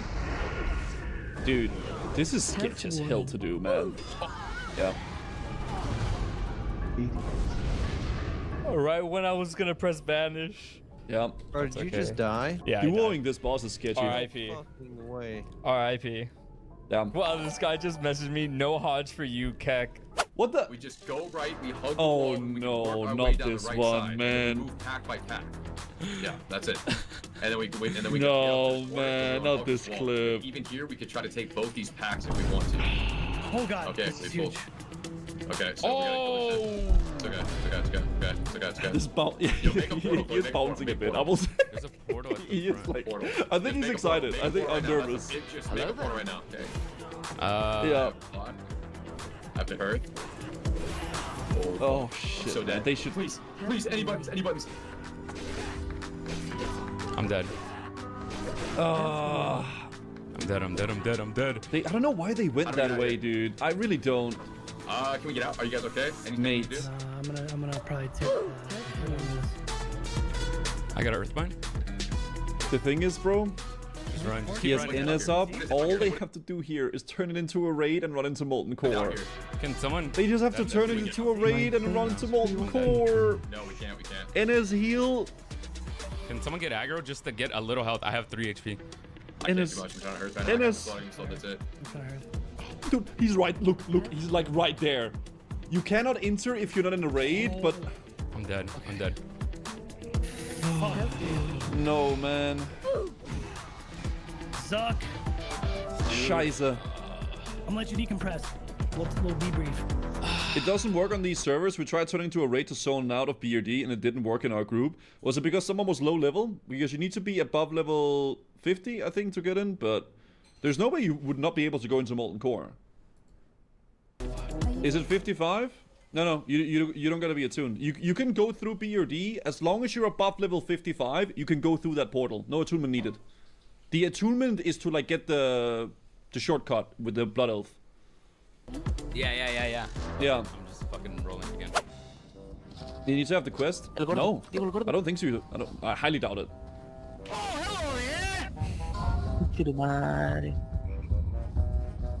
Puntos. Is he called? Wait, what language is this? He's called Puntos. What is that? What's that language? Is it Spanish or? No, por favor. No, Oh, Puntos. Oh, Puntos! Lay on hands. No, digo, tírate algo. Ay, Zugzag. Okay, wow. Oh, dude! Oh my god! It's a Petri recipe. I'm not joking. So the guild has Petri recipe. I'm not joking. I'm not No, joking. I thought he was in OnlyFans. Oh, he's playing with people in OnlyFans though. We gotta roll for it. Oh. Okay. This is like the most blessed run I've ever seen. Do I ninja? Damn. Fuck. Okay. Oh, galoots! Okay, so there's a 9% chance. Oh! No shot, he got it. Everything's coming up, Oscar. 3.3 thousand gold, by the way. Do you all see that price on the auction house? Okay. Oh, what? First knockback in 10 seconds. Is it a Femboy? Hung Femboy. Melee out. Melees go out. Stay out. I keep like falling down. Stay out. Oh, I was gonna. Oh. No. No. No. Oh.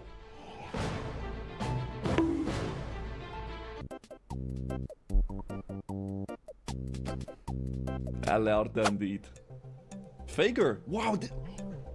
Faker's playing WoW? Oh yeah, let's see what Faker got here, boys. They're doing an escort that spawns there are 3 people. There's no shot they die here.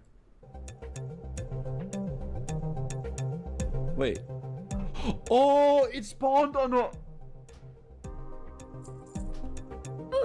It spawned on someone running by.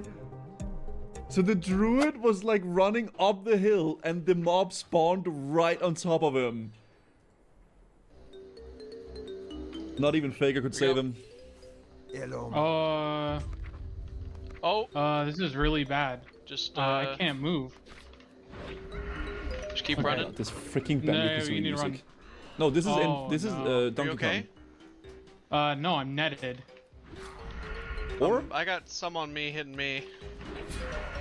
I'm Keep okay running. over here. Mm. Do you need help? Yeah, I'm probably dead. I got netted again. Donkey Kong, yeah. Tip is to serve you. Yeah, dude. Dude, this No, place no, is it's so over sketchy, here. bro. Oh no, dude, just keep healing. Just You're keep getting healing. triggered, Corla. I'll try to. Oh shit, dude. Do you have any Mole, bombs, thank you. son? No. Just keep running. I can't. I'm permanently netted. Oh. I can't. Just keep. I'm gonna bandage. Just keep I mean, healing he yourself. has mana though. I'm trying. I'll get the hunter to hit me. Oh, what a boy! What a boy! I think that's the hunters that net Yeah, actually. I hit one. Just keep running. Just keep running. Oh. I need to heal. I need to heal. Yeah, heal. Just keep running. Just keep running. Don't stop. Okay. I'll get Gouch, this guy. gouch, gouch. What a homie. What a Sap homie. him. Yep. Just keep going. You out of combat? Nope. Good nope. job, Mr. No, Rogue. no, no. Keep running. Okay, we're good. We're good now. Damn. Primordial. Dust Devil. How can you... I just realized he's a Tauren. Why the... I guess he's farming... why is he here? Hello there. Yeah, but you can just do the quest in... Oh, I guess he's already done that. The quest in freaking Hillspread for 5... Or Silver... Or Terrisfall Glades for 5 dust.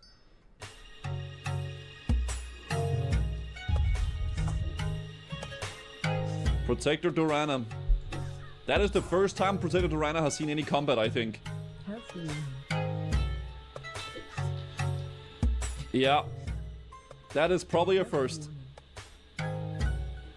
Oh my god. Wait, don't tell me. Okay, I thought he's gonna die to like an alliance or something. Bring mine to the right. Cyclone! Is this on Cyclone? Dude, I can already see OnlyFans going into Molten Core. Pick up the destroyer, pick up the destroyer. The destroyer's running. Oh god.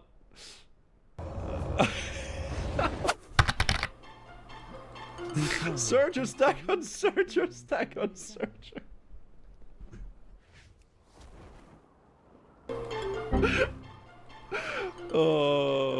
Okay.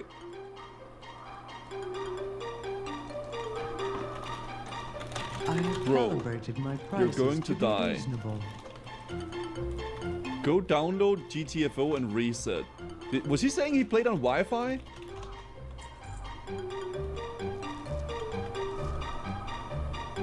Okay, word. No, he is called free Wi-Fi. Oh. Bro, are you actually... This guy wants to die, I think.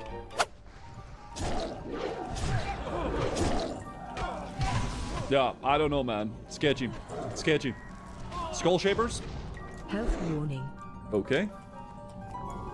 Oh, the Paladin is fully oom. I guess that's why they're wheeling it. Health warning. Oh god. Dude, either you... What is happening? Okay. They're good. Why?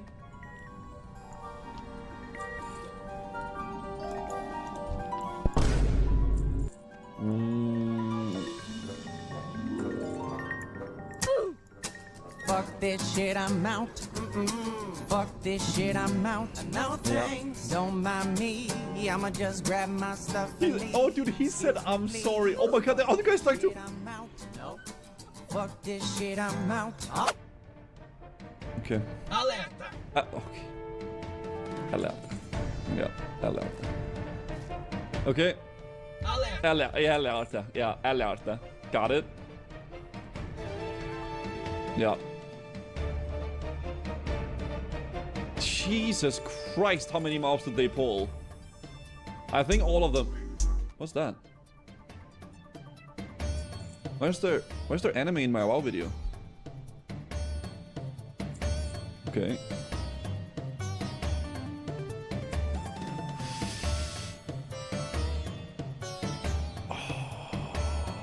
It's the login emote? Oh.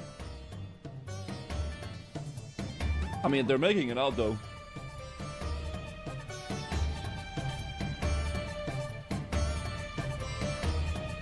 Okay. They're making it out. They're making it out. Even with a little bit, slight bit panic, I guess you could say. Just a slight little bit, right? Yeah. Okay. No, they're not making out. They're whatever. Okay. Let's see another Lyceum clip. Okay. Let's see another Lyceum. Oh. Oh my. Everything. Heal brain dead, dude. Oh my god, that mage is so hot. Look at that. And that's why you bring a mage. And that's why you bring a freaking mage. Yeah. He says, I'm out. Wait. Sorry, too much for me.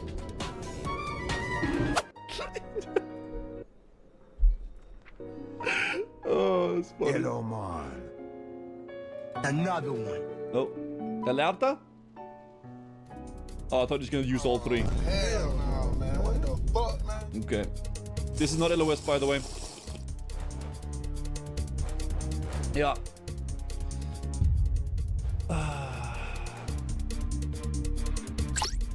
Blocks? Oh, he clicked off Fortitude accidentally.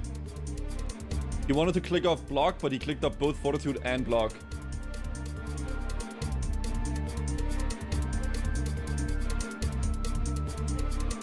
Dude, this place is so troll.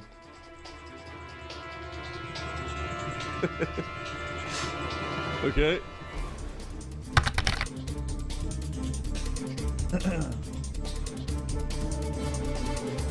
Shit.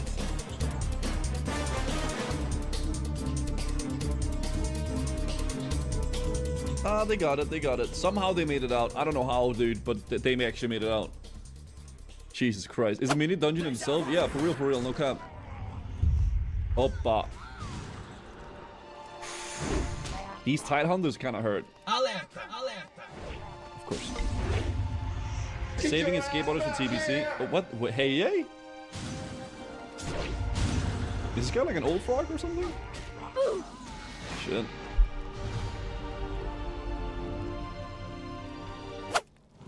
Mr. Gibbon.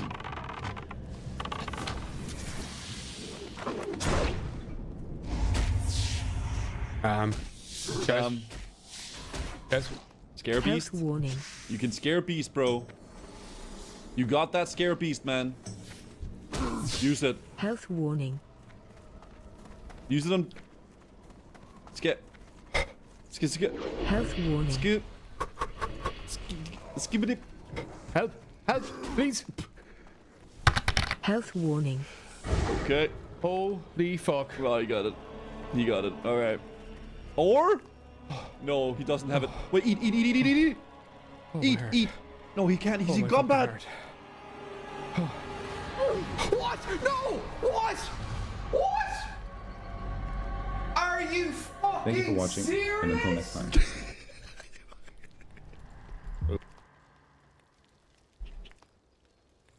I'm sorry for laughing, but that was funny.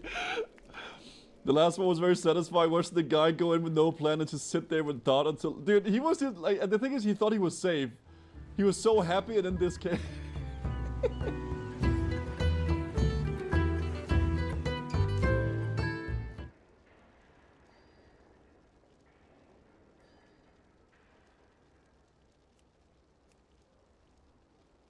I don't know why this keeps happening. People keep getting hired who want to physically assault the people that they're making products for. People are so mad about Siri. I don't even think, like, I've said this before, I don't even think she looks bad. It's not even a thing. They're doing it intentionally. Yes, what is going on with this? Hey, what's up, guys? Rick here. So today we're going to be talking about concerns that gamers have regarding CD Projekt Red, as well as their upcoming release of The Witcher 4. Yeah. Now, ever since the trailer for this game was released at the Game Awards, there's been a lot of discussion about the game. Obviously, it's a very successful franchise, but people are really talking about the choice of the main protagonist for this game, the latest Witcher, which is now Ciri. Right. Now, people are making a lot of different comments. We're going to focus on the lore-related concerns, but also people were criticizing the design saying she's more masculine, but also some people said it's fine and maybe she's just a little bit older in this game. I don't know. I don't really think it's like the biggest concern for them right now. They have a lot of... I don't think it's a big deal either. I really don't. I mean, I think people are really jumping the shark on this one. Like, just give it a little bit more time. Other issues facing not only this game, but also CD Projekt Red as a whole. But that didn't stop journalists from basically labeling her as the latest girl boss. You can see rock, paper, shotgun. Having Ciri as the Witcher 4 lead will help the game explore the Witcher world's sexism, says CD Projekt Red. It's also something of a Witcher origin story. See, like, the problem is that if I heard a company like Square Enix was trying to do this, or, I don't know, like, I'm trying to think of another company I think, like, tells really good stories, I think it would be fine.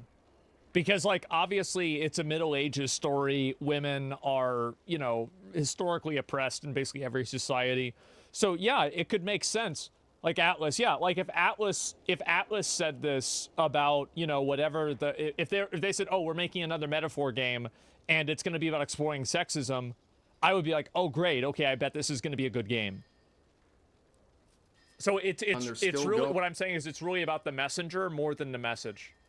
These days, with this headline saying having Ciri as the Witcher 4 lead will help the game explore the Witcher world's sexism, says CD Projekt Red. Now, I'm going to be very critical of CD Projekt Red in this video, but I got to defend them here because that is not what they said. That headline is very misleading. If you can read the quotes here, they mention nothing about combating sexism in the world. Just kind of an embarrassing article here, but let's go back to the concerns about the main protagonist here. And what a surprise. What a surprise that an article written is misleading. It is unbelievable to me how much people just put out bullshit like that without even trying. Like, you're just lying at the end of the day. You're just making up bullshit. Yeah, misrepresented clickbait article. I know, I read it. I saw this myself, what they said, and it had nothing to do with that. Real ones, okay? Despite how games journalists might frame some of this stuff, people are not concerned about a woman taking on this role in the game as the main protagonist. In fact, a lot of people... I think that some people are. People just liked Geralt and they wanted to play as him again. I don't really think it's that deep. They're like, well, I don't want to play as her, I want to play as the guy. Yeah, that's just... I really don't like why is she Witcher. I don't even think they're thinking about that. They're like, oh, well, what happened to the other character? I liked him. Yeah, it's really not that deep. Like, you're expecting everybody to understand, like, the deep lore behind why women can't be Witchers and, like, some fucking, like, thing, like, Trial of the Grasses. You think people know what the fuck that is? They have no idea. They're just like, oh, wow, what about the guy? I liked him. He was cool. Yeah, it enjoy matters. The character Ciri, especially based on Witcher 3, and I don't think a lot of people would have an issue with her having a big role in The Witcher 4. However, the fact that she's a Witcher is what's causing the controversy, because to many, it seems like it's violative of established lore. Now, I'm not some expert on Witcher-related lore, so correct me if I'm wrong about some things in the comments section, but it seems like very established lore that only men could be Witchers, that the task of going through the Trial of the Grasses is so physically brutal that a woman just physically could not make it through. That seems like that was a very established piece of lore, and a lot of people are saying that was my understanding as well. Now, I'm not a, you know, an expert in this kind of stuff, but that was also my understanding. Not true? Well, you can say it's not true, but think about it like this. If it's not true, then why do so many people think the exact same thing? Lucky doos. You like? There clearly had to have been a statement or something like that about this that gave people this impression. Violating that lore. Now, in response to that, there's been a lot of discussions and interviews by people at CD Projekt Red and on the team for this game, trying to dispel some of those lore-related concerns. We can see the director here, Kolemba, as well as the CD Projekt Red franchise and lore designer, Kane Maher, if I'm pronouncing that right. We'll talk about him later in the video, but they say outright that these changes to Ciri's character will not come at the expense of the series canon, but will instead represent a natural evolution of her character. And they go on to clarify 100% that she has in fact successfully completed the Trial of the Grasses. So she is a Witcher the same way her predecessors were, and there's no like pseudo Witcher status that she has. Sure. She outright completed the trial. So now you have to say, well, did they violate established lore? And based on this, they're trying to say that they're not. Yeah. And I don't really know. Like, this explanation really is lacking. And you think, why is this really an issue in the first place? And some of these concerns about the lore being switched around and rewritten to make this protagonist choice work. I think that Sapkowski wasn't happy about The Witcher 3 also. So, like, even this doesn't really set me off. He hated it, right?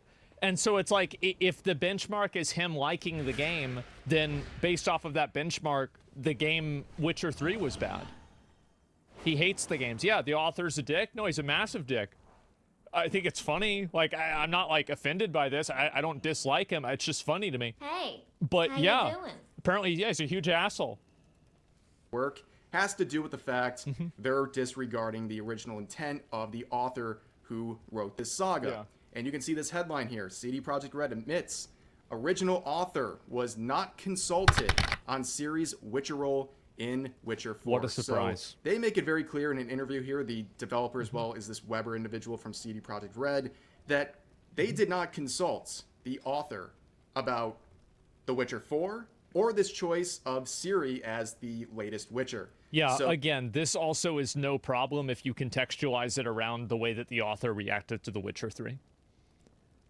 But, and this is like, again, in my opinion, it's like another time where like articles get written with like context omitted that ends up making it less problematic. So they're asked outright by this interviewer at a Eurogamer, has he explicitly said yes, that this choice is There were absolutely diversional off fine from and that books. she That's what I've could heard make too. it through the trial of the grasses?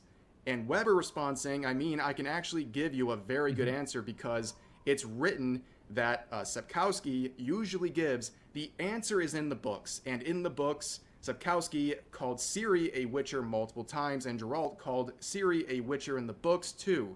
So I think that basically says what Sapkowski, the author, thinks about the topic. And I think that's a very lame answer. Okay, they're saying, I'm going to use the words of the original author to confirm what we're doing is right, but we also are just making up those words for him. He didn't actually talk to us. We didn't consult with him on the topic, so we're just going to infer what he might have thought about this subject.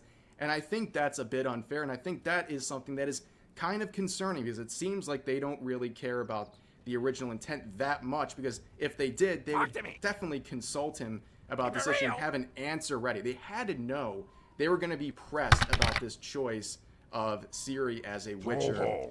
But anyways, I don't agree with this point personally, because a Witcher is a proper noun. It's like a title that means a specific thing inside of the lore.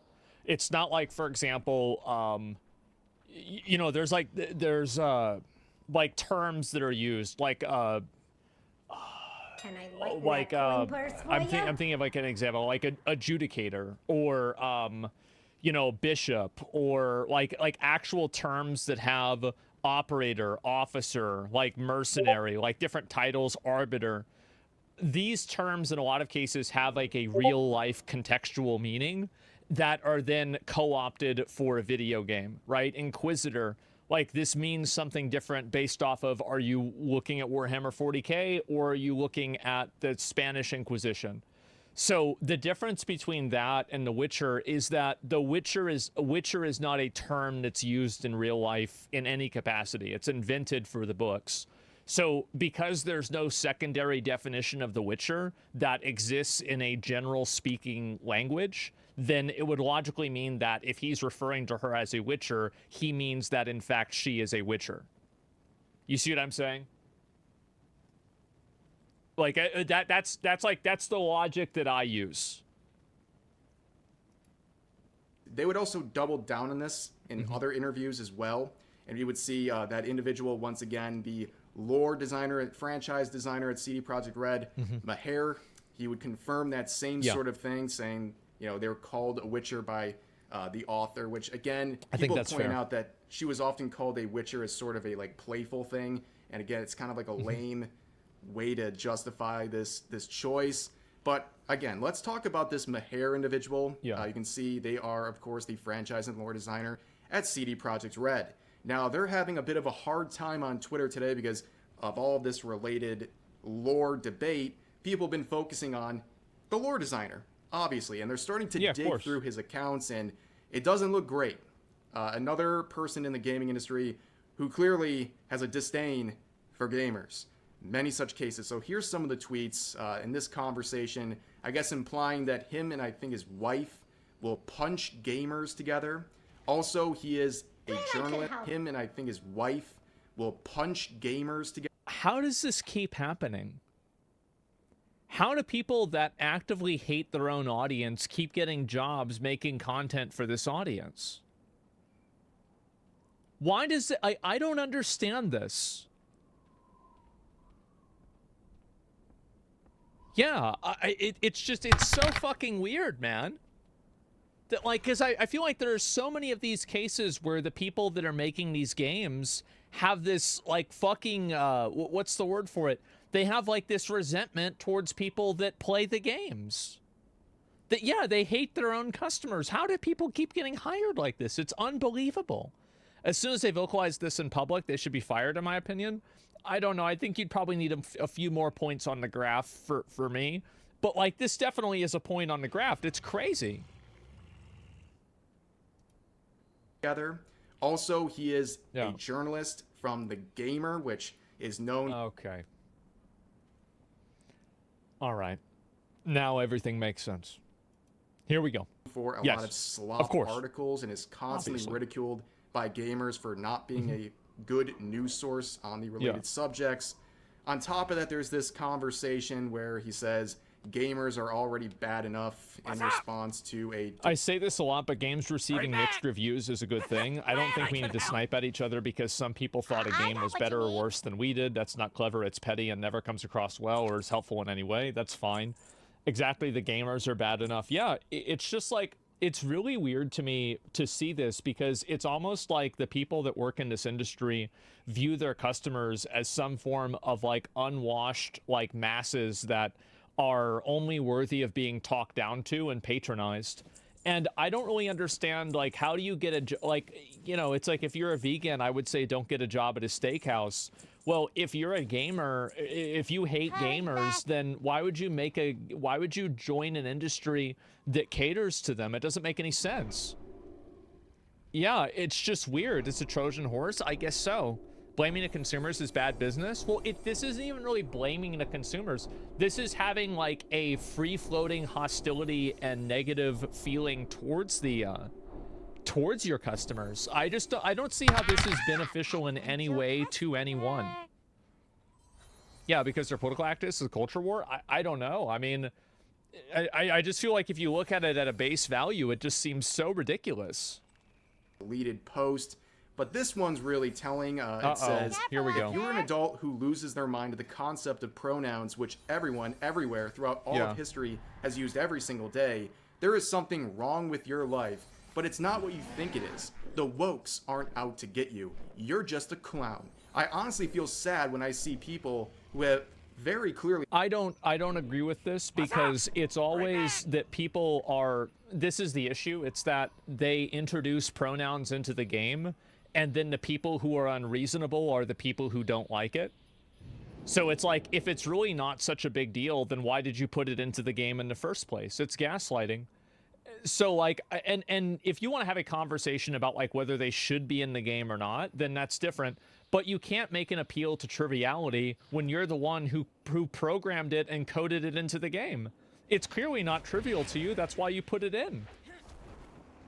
It's just, like... it's amazing to see such, like, a... just, like, a thoughtless argument being used. It's not about the programs, it's the compelling people to act in a certain way. Well, that's the thing, right? Is that the idea is that in order to create a I think the reason why people don't like pronouns is because it creates a soft expectation of compelled speech. Because now everybody has to assert what their pronouns is if other people are doing it, right? Remember like the AOC thing where she was like apologizing for not having pronouns in her bio? I think that's a really great example of it. So this is the reason why people don't like pronouns. And also another reason why people don't like pronouns is very simple, because most people, I would say like 80-90% of people think that there's two genders and that's it. And so why would you need a pronoun when there's only two of them? It's just that simple. So that's really also another big reason. 99%? I don't know about it in the West. I have no idea. They lost the ability to think because they have been swallowed whole by some insane or inane grift. It is absurd that people can be so far gone that they will publicly go berserk at the sight of the word they, or even just pronoun. Well, you put it in the game, so it matters a lot to you. I mean, I don't understand the logic. Like, what takes more work, writing a tweet or programming something into the game? Like, obviously programming something into the game takes a lot more work. So, like, how is it that these people are unreasonable and crazy when, yeah, it's an overstretch? Yeah, exactly, right? Does your email have he and they? I have no idea. Like, I've never used pronouns in my life. The minority opinion's trying to gaslight itself on the majority is trying to force itself on the majority while gaslighting him at the same time. Yeah, I think that it's a very weird situation. And I think the reason why people don't like pronouns is because it is fundamentally antithetical to observable reality. And I think also it's the passive social compelled speech. What do you need? Really a new or even worthwhile observation, but people online are way too obsessed with other people's lives and choices. Who gives a shit what anyone else is doing once they're content and not harming anyone? Let people be happy and mind your own business. I think that people would probably say that towards the people that are putting pronouns into the game. I think that's the whole point. It's that they never needed to be in the game in the first place, and everything was fine, and now you're putting them in the game, and people don't like that. I think that if you don't like pronoun, like, I would never not play a game because of pronouns, but if you don't want to play a game because of pronouns, you have every right to do that. And I think the problem that a lot of these people have is that they view the moral position of their argument to be able to supersede people's own, like, their free will. So, like, if you want to do this and you don't want to play a game with pronouns, you have every right to do that. And if enough people don't want to do that, then your game doesn't sell and your company goes out of business. Like, that's it. So, yeah, this guy is all about pronouns, clearly likes the use of the term they. And again, with the gaming industry right now, this is the type of stuff people don't want to hear about someone in charge of parts of a game, especially the lore of a game that is so anticipated, like The Witcher 4.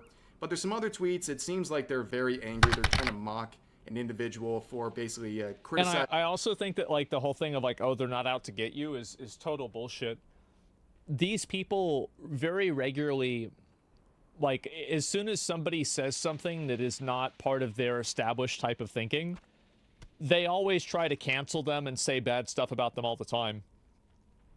They'll call somebody racist or sexist or homophobic or whatever, transphobic. Yeah. So no, these people are they're absolutely out to enforce their will and enforce their viewpoint onto other people. Exactly. Yeah, that's it. Ugly character designs. It seems like they don't like people doing that. On top of that, you can see this comment. I don't know what exactly he's referring to, but you can, on top of that, you can let me see here. Who's actually human? Woke mind virus strikes again. Yeah. So you're, like, making it a personal insult or whatever.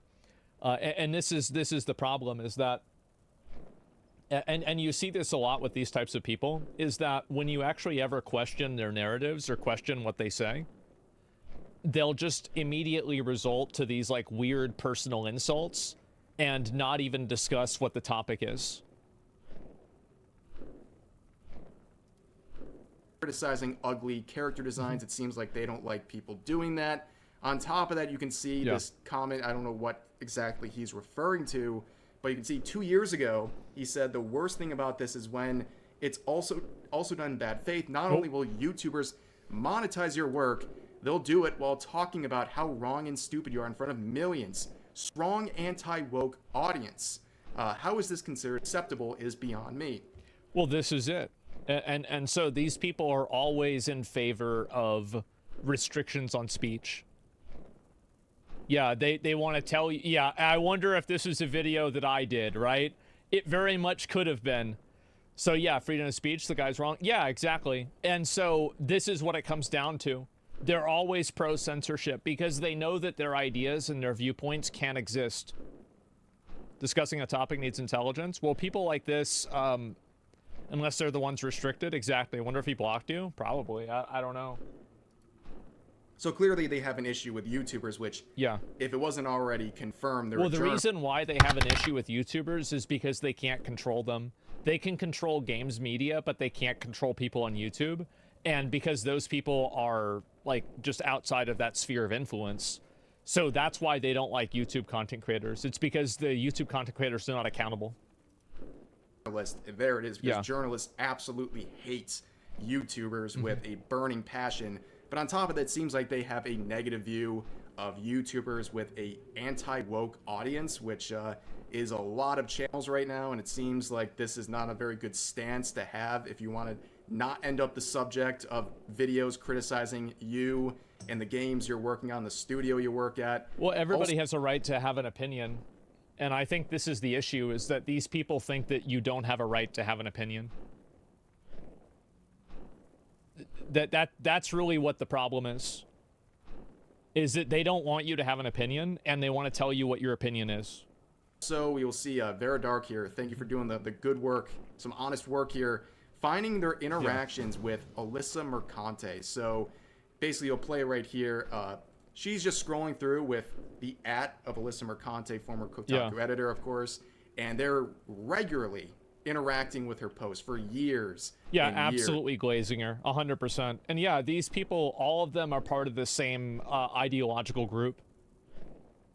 Yeah, these people are just a poison. Wherever they go, they just make it worse. That's it. They've been allowed to get away with it for so long, it's going to take a while for things to change. Well, here's really the issue. It's that a lot of these people, I think if enough people complain about it, it will go away. Because at a certain point, like, all of the companies that are doing these things, they don't really care about any of these social issues at all. They're just trying to go where they think the most people are. So if you can make them think that this isn't the right way to go, then they'll go somewhere else. Studios are full of people like him? Yeah, but the studios are being run by people that are not like him. And honestly, if you're the kind of person who's regularly interacting with someone like Alyssa Mercante and you're in the gaming industry, that is a really bad look. Let's just be honest about that. On top of that, let's see here that this isn't the first time that we've had someone at CD Projekt Red lashing out. In fact, it's not the second time. It's not even the third time. It's happened multiple times. And only a few weeks ago, the CD Projekt Red senior experienced designer was mocking a fan who was worried about DEI-related concerns. This was the initial interaction. IGN posting this Witcher 4 preview here, where this individual said, "I'm not excited over it, and the Witcher series is one of my favorite game series. CD Projekt Red is too deep into DEI, ESG bullshit," where this person goes, the laughing mouth emoji and a clown emoji. So this person at CD Projekt Red, at the very least, calling this person a clown for pointing out DEI concerns. And based on how you interpret this emoji here, you might... I mean, it's obvious he's calling him a clown, right? I mean, obviously is. That's fine, right? But if there's too many clowns, you've got to realize maybe it's worth building a circus. That's the issue. It's that, yes, you might disagree with these people or whatever, definitely, sure. But the problem is if there's too many of them, uh-oh, you've got a problem. Yeah, I'm sorry, but people will still buy it. I think that, I mean, if you want my honest opinion, I think that the entire controversy with The Witcher 4 is overblown. I think it's totally overblown, but this is like a separate problem from the actual game itself. So like the game having Siri as a main protagonist, I don't really think matters a whole lot. I don't really care about that. But I think the issue is more that like it's like an ongoing pattern that I think has been happening. Yo, of course, Chromie Time and Party Sync. Now you guys know me, I am all about two things. I'm about the lore and I'm about the leveling, and this Azurite essences and Azurite future is doomed. Hey, thanks a lot, Chromie. Thanks a lot. Done this before. A couple of times. This is take 12 now, Chromie. But the other person in my group, CopSync, is a tune that I made on a free account. And with free accounts, you can now level up to level 20. So you can totally do this. Just make a second account. As well, allied races are unlocked on the free accounts as well. So have fun with that. You have access to everything. So CopSync is level 10. So CopSync is now in Chromie Time. See this because I can only record one version of Warcraft at a time, but CopSync can talk to Chromie. Select the timeline. Let's select Legion. Yeah. So CopSync is now in Chromie Time for Legion. I am not in Chromie Time still. This, stuff is still not scaling to me outside of course, the current expansion. However, there's a little button here called Party Sync. And all you got to do is click on that. And of course, my alt on the other account has set up to automatically accept any such invitations. So start up Party Sync. Oh, look at that, we're synced. Oh, look, Draenor scales 10 to 50. Outland scales 10 to 50. Pandaria scales 10 to 50. Broken Isle scales 10 to 50. Northrend does. So does Zandalar and Kaltiris. Oh my, I'm in Chromie Time. But Cop, I hear you say, you can't exactly follow them along in their quest line. They've got a breadcrumb quest to fight the Legion that you don't have to start. How would you ever possibly quest with them? That's what the War Chief's command works for. You go, you click Fight the Legion. Warriors of the Horde. Get your axes And we are both on the quest. We can do it from the beginning together. Alright? So there I am in Chromie Time as a level 50, not being kicked out. That's just amazing. Now, one of the problems with Party Sync before the pre-patch hit was when you synced with someone who was much lower than you, you would lose a bunch of set up to automatically accept any such invitations. So start up Party Sync. Oh, look at that, we're synced.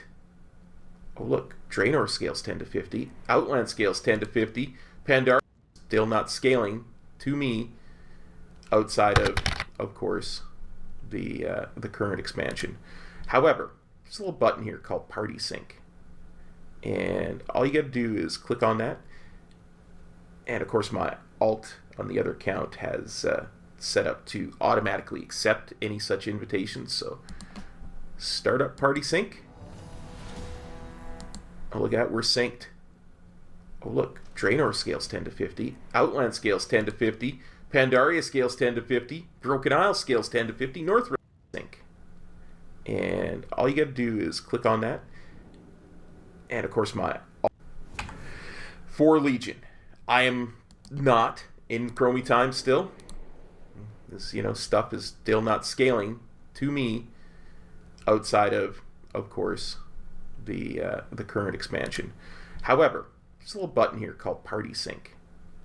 And all you got to do is click on that. And of course, my alt on the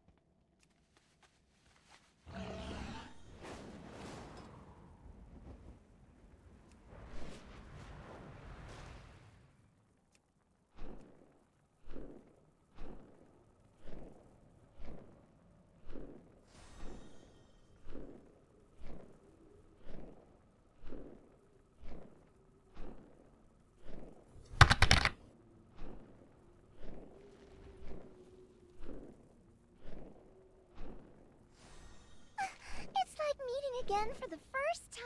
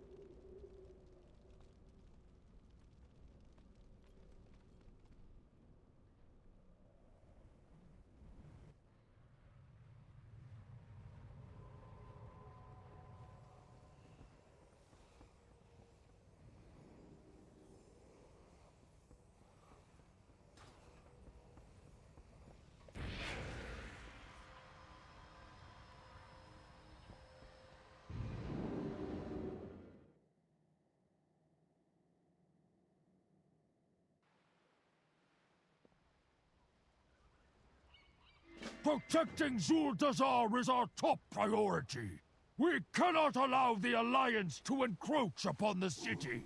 Push them back to their boots.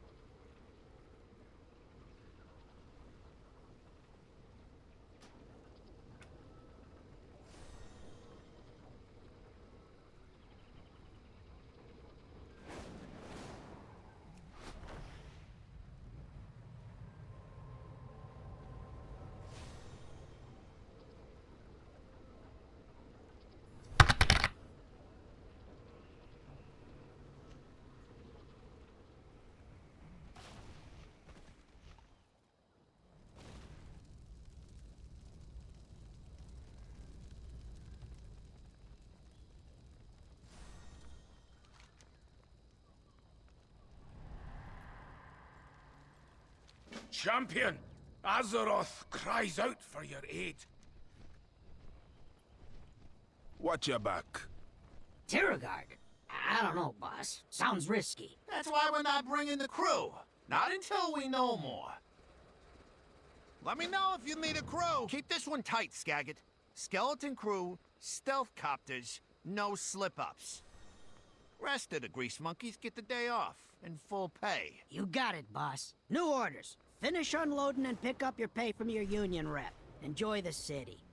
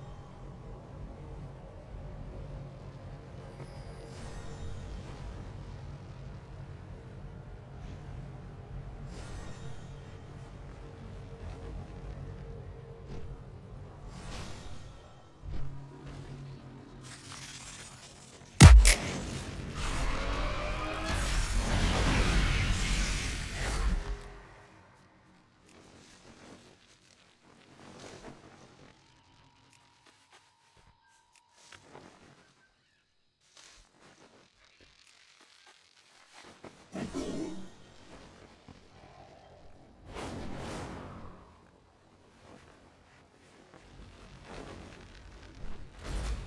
hunt begins.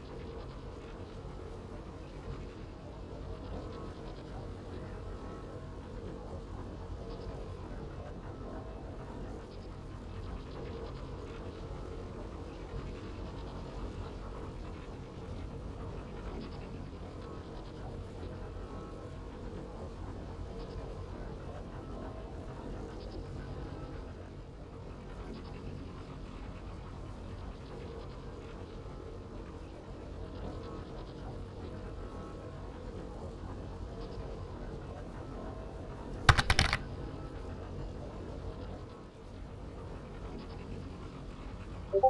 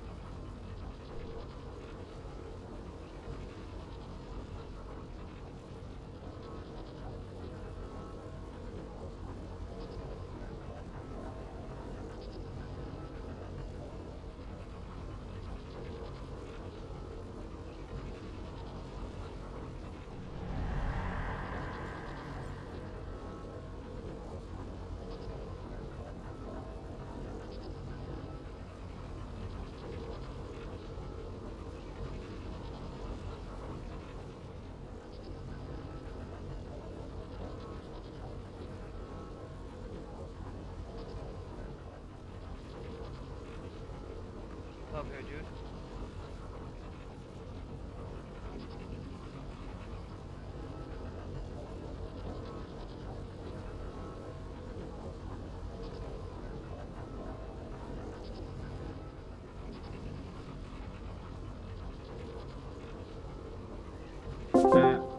Oh, hi, Ark. What did you want to talk about? What's up, bud? So, I don't know, a few things, and, I mean, I'm gonna ask them, and it is what it is. So, the other day, you said that people don't really care about the DPS gap. I think that's entirely wrong, and I'm one of them. I think that I mean, otherwise you wouldn't be trying to push for Mythic if you wouldn't have people trying to do this. There are clearly people who need to either be booted or talked to or brought up, otherwise they're literally wasting everybody's time here. Drayden and Doom Weaker are literally two of the biggest cases I can see of this one. Like, honestly, with their DPS being in literally subpar of the tanks 90% of the time, even going back and looking at logs, I have them literally brought up right now, that's unacceptable. There are people who literally are higher item level than me, and let's be honest, I've even got multiple websites brought up right now who do show that I'm one of the bottom tier of the classes, and I'm beating everybody. No, there's a clear problem here. People are not trying their effort. People aren't taking 20 minutes to go farm a Mythic Plus. People aren't literally, the same thing you're bitching about every fucking week is enchanting and gemming. Nobody's doing that shit, and we're wasting time with that crap. Like, is something actually going to be done with this, or am I just wasting my time here? Because, I mean, sure, I may not want to burst into Mythics like hardcore, but it doesn't mean I want to fucking drag my knuckles on fucking Queen for 30 or 3 hours why people can't figure out where they need to be standing on the platform not to get pulled off. So, for all that... Hold on. I'm not asking you, I'm talking to you, Kaya, but thank you. So, do you think that there's nothing being done about it? Honestly, in the last few weeks I've been here, it's the same people, same thing you've been saying. I mean, other than you guys giving out some enchants and stuff. No, not really much. It doesn't seem that way from my point of view. Okay. Do you think other people are frustrated just as much as you are? I think the better 7 to 8 people in the guild are, and those are the ones who probably want to push Mythic. And those are the ones that are hounding your ass about it. I think that the majority of people, probably even closer to half the people, really don't give a fuck. If I'm being entirely honest. So, every week, we analyze logs. We analyze where the biggest issues are, and we fix the biggest issues. There's a lot of things that go into benching somebody in this type of guild. On Heroic, it's a little bit more difficult. The level of effort that is required is different. You mean the effort where they can't read a Discord and do what you tell them to do? You would think. So, if they are not watching the fight, I've benched 3 people already. I know you don't really, you haven't really seen it, but I've benched already 3 people. I've benched Liddy. I keep track of when you ask people to leave out, yeah. Okay? I ask those types of people to leave because they're actively killing everybody in the ring more so than the others. The others are actively trying to learn the fight, actively trying, and everybody does learn at a different pace than others. And that patience is very difficult to have. But at the end of the day, this is also a raid of friends working together. So there is a little bit more of a leniency towards something like that than anything else. Now, the effort part, if they actively refuse to get the rings, they actively say, no, I'm not doing it. Most of the time they're talking and they'll actually say, hey, Yukaya, I'm sorry that I don't have the 11%. I have 9%. And that's because I only have one tune that I can use in order to progress this because I have all the shit I'm going on in real life because it's getting close to the holidays, everything else. That, you know what? Fine. See, though, that just sounds like laziness to me because I came in lesser time than I think everybody else in this guild. I think I'm the newest person in the guild that came back since I've had lesser time to farm, potentially. And maybe I'm wrong on this. Maybe somebody came in on an alt or something like that. I don't know. Maybe someone's brand new. I don't know. But I know I'm fairly newer back to the game. And that sounds like bullshit to me because even without multiple tunes, I would have had 11% plus extras just by running in an LFR. Acorn was gone for 2 months, for example, from the game. I was also gone for a week and a half for suspension, and only been in for 3. But 2 months is a little bit different on trying to get your Severed Strands buff. It dropped, and he had to go across overseas. He wasn't able to join, for example. But that guy, he puts in the most effort that I've seen almost anybody put into with the time that he's had, and he even offered to step out today. When he didn't know any of the fight mechanics coming back, he actively worked with me on trying to figure out the mechanics, and he got the mechanics down, but his DPS was still low. Is it an active issue? Sure. But is it being resolved step by step? Of course. There's only how many? Let's see, people dying all the time. There's about 5 people that die all the time right off the rip. That is exactly what I got in my notes right here, too. 5 to 7 people that die quite a bit often on simple stuff. Mm-hmm. What could be going on with each one of them? I mean, I hope it's not Mickey D's Wi-Fi, but other than that, I feel like they're watching YouTube on the left or right monitor. No. There's different things. Some of them could probably benefit for something like GSE. I mean, if anybody ever needs help with it, I am a proactive user on it. I write scripts with it for other, profiles. I may not know the best way of, your characters up, but I can definitely help people with this shit, and it does make stuff easier. The biggest thing I need for you to understand is we're actively watching and we know that there's problems going on, but we're doing everything in our power to try to help resolve it without treating people like shit.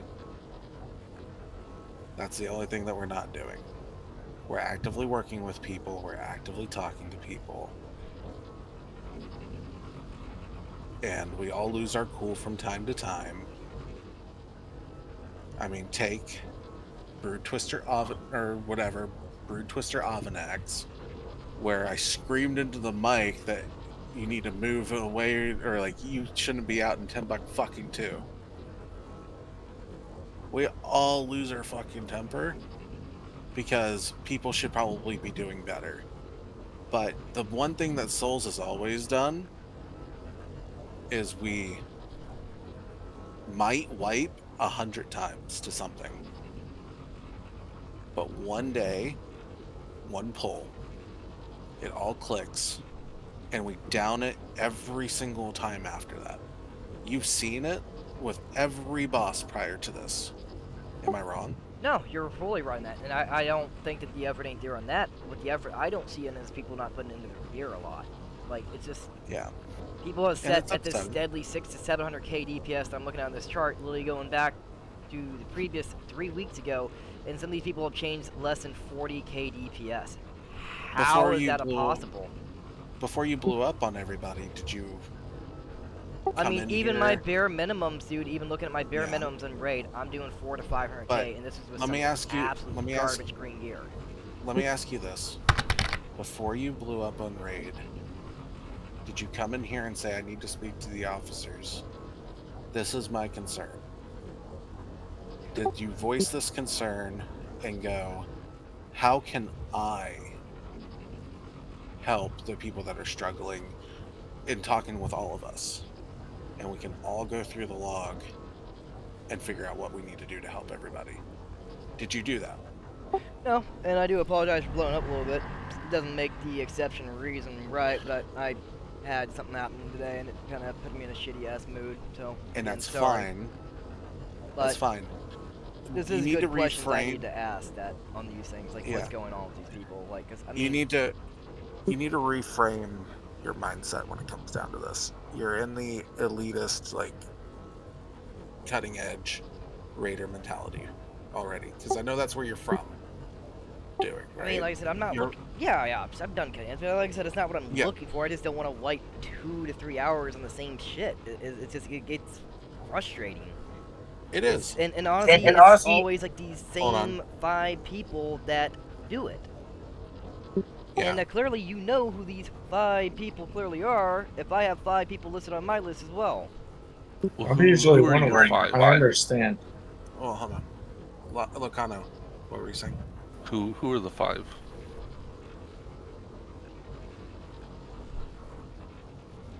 Let's go over each one.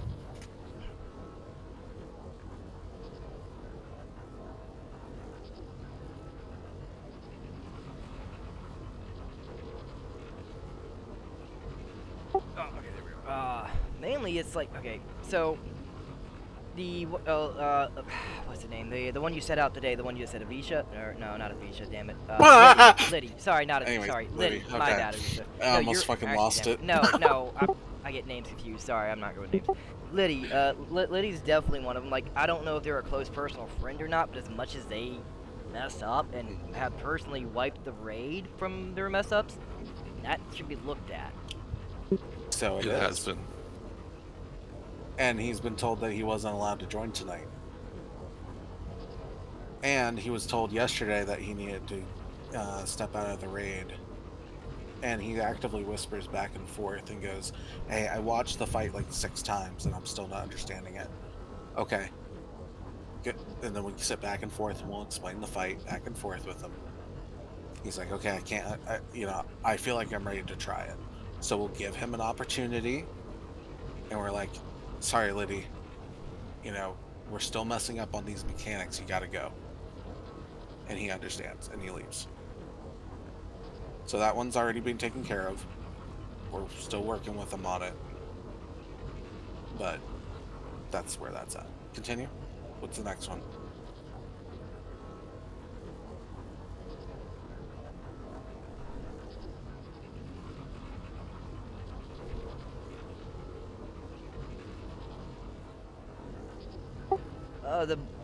The warrior is the second one that's really concerned, who's also really low damage. Dryden, D-R-I-D-E-N. Dryden's completely brand new to raiding for this season. Severed Strand's buff is kind of low because he hasn't really raided until he raided with us. He's learning, picking up most of the fights pretty well, but he needs some DPS rotation help that we've been whispering. And I know a bit about Warrior, and I know that he's doing stuff wrong. I can help him out a little bit if you send him my way. I'm willing to help out with that if he's willing to take the help. Right, but check this out. I cannot help him with, not moving out and stuff and just standing there. He does, honestly, like, I've seen him literally just stand in poison for more than 4 seconds. Like, I'm counting 1 Mississippi, 2 Mississippi, 3 Mississippi, 4, oh, he's dead. Yep. So, I want you to take this as food for thought. And I know you really want to, implement some help to people, but how do you expect anybody to want your help when you actively just shit on all of them in raid? nobody's going to be receptive to what you say. True, but tonight was the only time I've done that. Other than that, I mean, most of the time, Right. like, nobody's even looked for help. But So people- how are people gonna get better if they don't even look for help? But people will always take the first negative thing you do, no matter how much good you do. This was the most recent thing in their minds. Also, a fair note for Dryden. He is Australian from Oceanic, so there is a delay. Delay, okay, so I can understand that. I mean, at most, I play with them, so that's about a 200 to 375 ms delay. So that's pretty bad on the maximum end if it's on a really bad area on the southern end of Australia. Yeah, you could be looking at 1,000 ms, if not 2. And trust me, I've had a pretty fucking rough day too.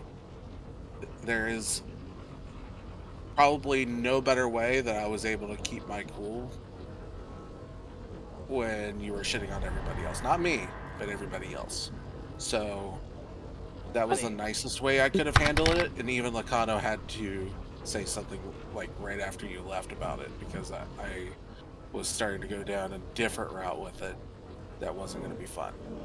So Lacano actually stuck up for you, so thank him. I do appreciate it. All the raiders that we keep. He is Strong. not. Hold on. He is not. Don't take that as he agrees with your action. He's giving you the benefit of the doubt because No, I don't even agree with my everybody has a rough day. That's the only thing. Lots, I know you want to say something. I'll try to let you speak here in a second, but we'll go ahead and go from here. What is your next person? It would be Warlock, Ragix. These are the three actually Ragic? I have. Yeah, Ragic. Like I've seen him literally stand in shit and not move too. Like that's a little like so those are two of the bigger concerners in my fucking problem with them too. Was that they just I've seen them both literally almost even hold hands at times, which is also concerning for him being a warlock. That he's that close to a warrior and up into melee at times, which I believe is what's getting him killed as well. I don't understand the full reasons of why he wants to stand up with melee and hold their butt cheeks. He can't be doing that. Okay. Lacano, if you want to go ahead and handle that one. But honestly, before that, Ragic was actually second highest DPS in the last mythic fight we just did. On a mythic pool. Yeah, and Ragic's Really good. I mean, I don't think that he's got bad DPS. I just see him do a lot of stuff that gets him killed more often than not that he could just not do. Or literally just stop casting and move. There is a long story between a few players in here. Ragic is the longest standing guild member besides me. I'd like to throw it in here. I have no personal problem with these people. To be honest, I don't even fucking know them. And on some bosses, he does stand probably where he shouldn't. But we all do. Yeah. But and some more than others. Where I'm getting at is if you saw the Ragic from 3 or 4 seasons ago, you would see an entirely different Ragic, where Ragic just constantly just gets blasted and doesn't do half of the DPS that he does now. Yep. The thing is that people like Ragic, Kratos, Pav, they actively message, they actively work their hardest to see where they can improve, and they are some of the slowest learners. I'm not going to say that they pick up on things super fast. It takes them so many seasons to get on their feet on something in comparison to somebody like me or Amma or Lots, where we're like, we see a mechanic and we can instantly get it. It takes them a while, and that's fine. As long as they're actively working on trying to get better at it, I have no problem. If it takes them 10 seasons to become the best that they can be, that's the important part, right? Ragic, I know you have no frame of reference to where Ragic was originally, but Ragic is 100 times better of a player now than he was back then. Well, that's at least nice to hear that they can improve. I have to actually just see them that they're in here as well. Yes. So, I mean, I would say this if Ragic wasn't in here. There is improvement, but you won't see it overnight. And there, in anything, you'll probably see that with everybody. You won't see it overnight. We're not like a super elitist mythic guild. This is where I'm basically going with this part, alright? You need to reframe your state of mind on it. We are a group of friends trying to accomplish one goal. And we're working together as a group of friends. If that group of friends goes into Mythic, we're going into Mythic. Do I personally think that Souls should be doing Mythic? Probably not.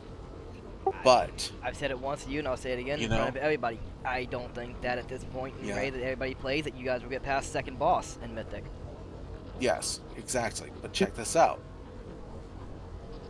As a role for not just the raid lead, but as a guild master, as a community leader, my goal is to put people where they want to go, help people get to their goal by almost any means necessary. If that means having them slam their teeth into a boss over and over again so they get the idea that they're not ready for something, that's fine. I will spend my entire night, but nothing in this entire guild or raid is ever a waste of time because we're doing it together. We're working together. So there needs to be sort of like a mindset change there. There could be still like these talks where you come in and you're like, I feel like these people are really struggling. How can we help them? But at the end of the day, Souls is a group of friends and not a cutting edge raiding guild. Does that make sense? Well, yeah, that's also the reason why I joined it. I even told you before I had no really expectations wanting to go into Mythic. But at the same point, I didn't really, I don't know. It seems like, honestly, some of the better echelon of the players in this guild want to go to Mythic. And I get that most of the middle majority of people think they want to go into Mythic, but they don't probably know what the hell they're in store for. And the bottom tier of people definitely want to go into Mythic because they don't know what the hell they're in store for. Yes. It's teaching them where we're at currently, and if they really want to accomplish that goal, they have to put in some extra effort.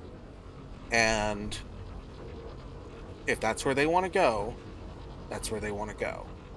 But there's a reason why I offer guild repairs. There's a reason why I offer, I bust my ass every single day to make sure that everything is taken care of as far as mats and resources. Last night was the first time I was like, all right, guys, we need to group together to try to provide mats as a team. I've been providing it every single day since the season began, just for us to wipe on the same bosses over and over again. Don't you think I would be a little bit agitated? Yeah. I mean, at that point, I think I told everybody bring your own food and flasks. I have spent over, if we take every week of the season, probably millions of gold. Before we get too far away from Ragic, looking at the death log for Queen, Ragic only had 2 deaths that were early. Not saying that he didn't stand and stuff, but he at least used like defensive lock rocks and stuff to stay alive for the most part. And there was only 2 pulls that were super early deaths. I mean, to be fair, I wasn't only talking about Queen, but I just use the Queen as an example for like the platform. Yeah, so am I. It's just my bad. Yeah. The other one that really does concern me though is our healer, the Meladorn. Like okay. Anyways, I mean, I know they're in here too. Like, I don't know. I haven't played a Holy Pally in a bit, but I mean, looking back at some of our priests and logs, they got the highest death count. So we were talking about that earlier today about Meladoria's higher deaths, but Meladora typically will perform really well. There seems to be some mechanics that they're struggling with, but we'll end up working with that with them. But and they're improving, but it's like at a of course it's a slow rate, but I mean, I they'll feel end up like these auto gyms are helping out a lot. I feel like some of the times they're kind of getting too much into healing and they don't kind of pay attention. It's a distraction feature. You know, they're worried too much about someone else's health and then they get cocked on their own. Yeah, they probably get caught mid-cast. Why don't you call it lots? What the fuck? You too. Yeah. I mean, as long as you're an average amount of deaths compared to everybody else in the last time that I got unlogged here. Even me, I have the same amount as you. Ark already called me out in the beginning, but do you know what augmentation does? Augmentation Invoker? Yeah, I have one. I have an 80 and a 69 twink. And if you're looking for the best, this skill is not for you. No, yeah. It's not. We're tight. Did I ever looking for the best? I didn't say that. I said if you're looking for the best.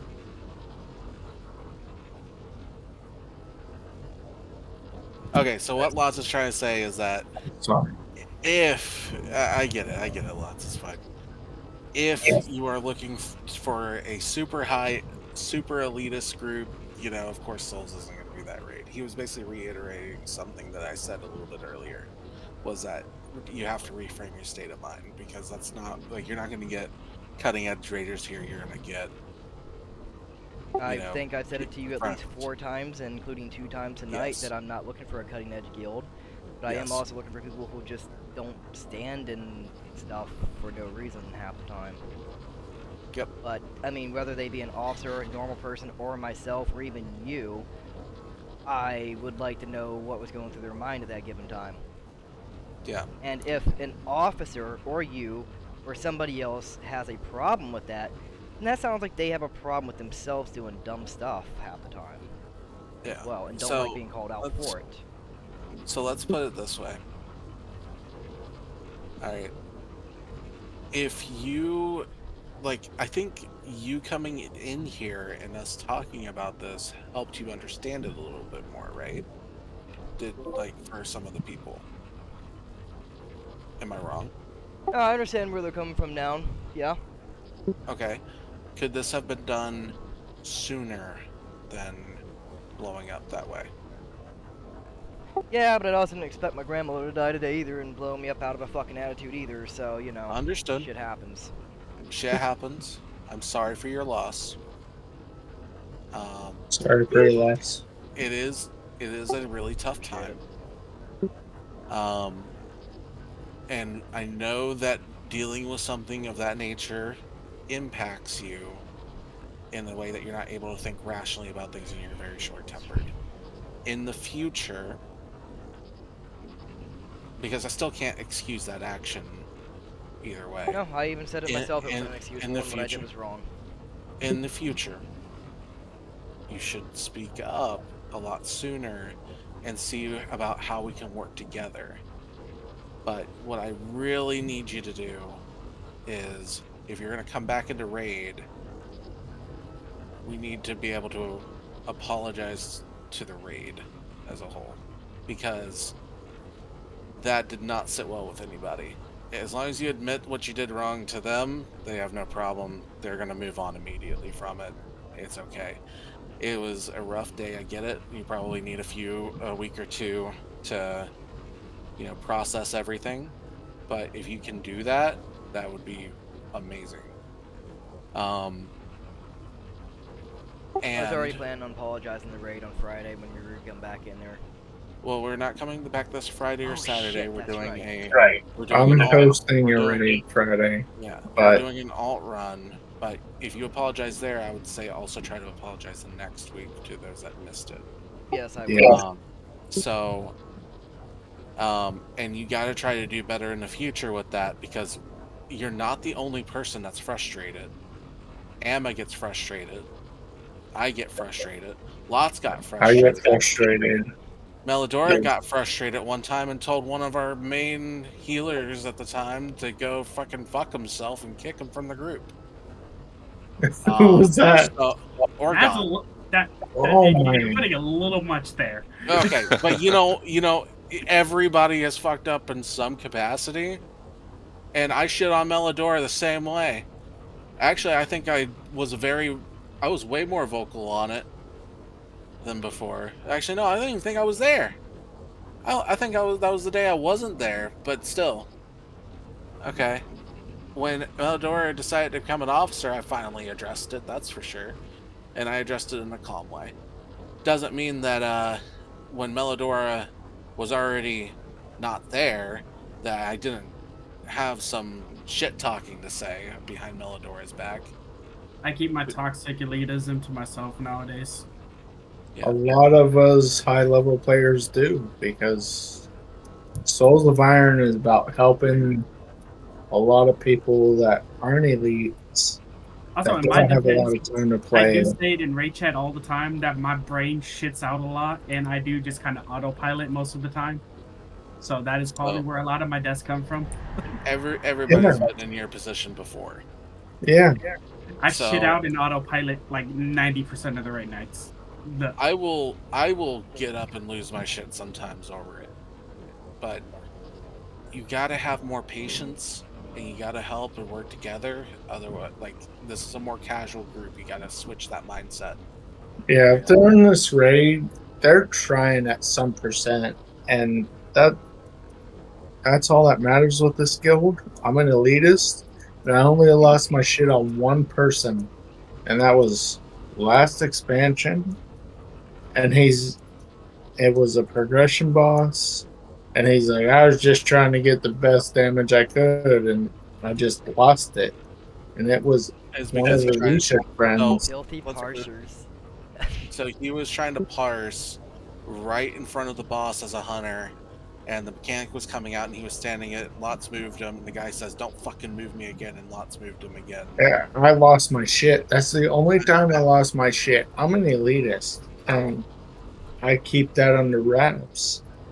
But in this guild and in this raid, that's the only time I actually used my angry voice, and it was rough.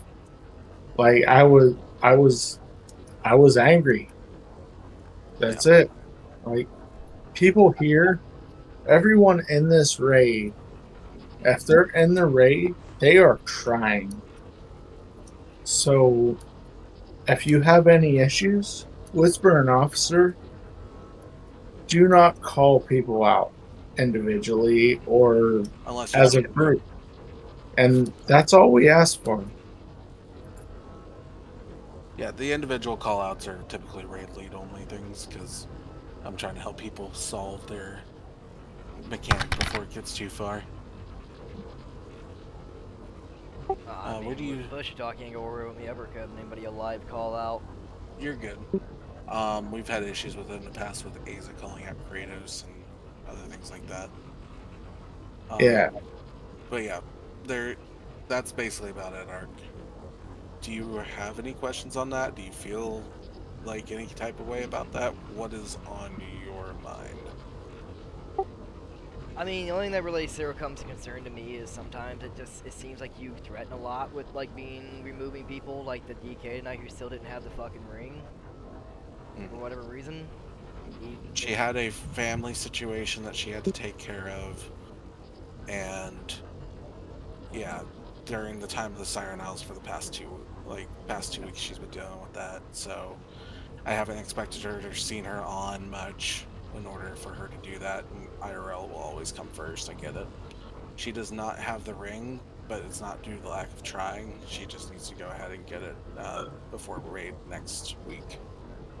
Then this sounds shitty as it sounds here, but I'm gonna say it anyways. Then you need to stop making those threats that make you look extremely weak in front of everybody.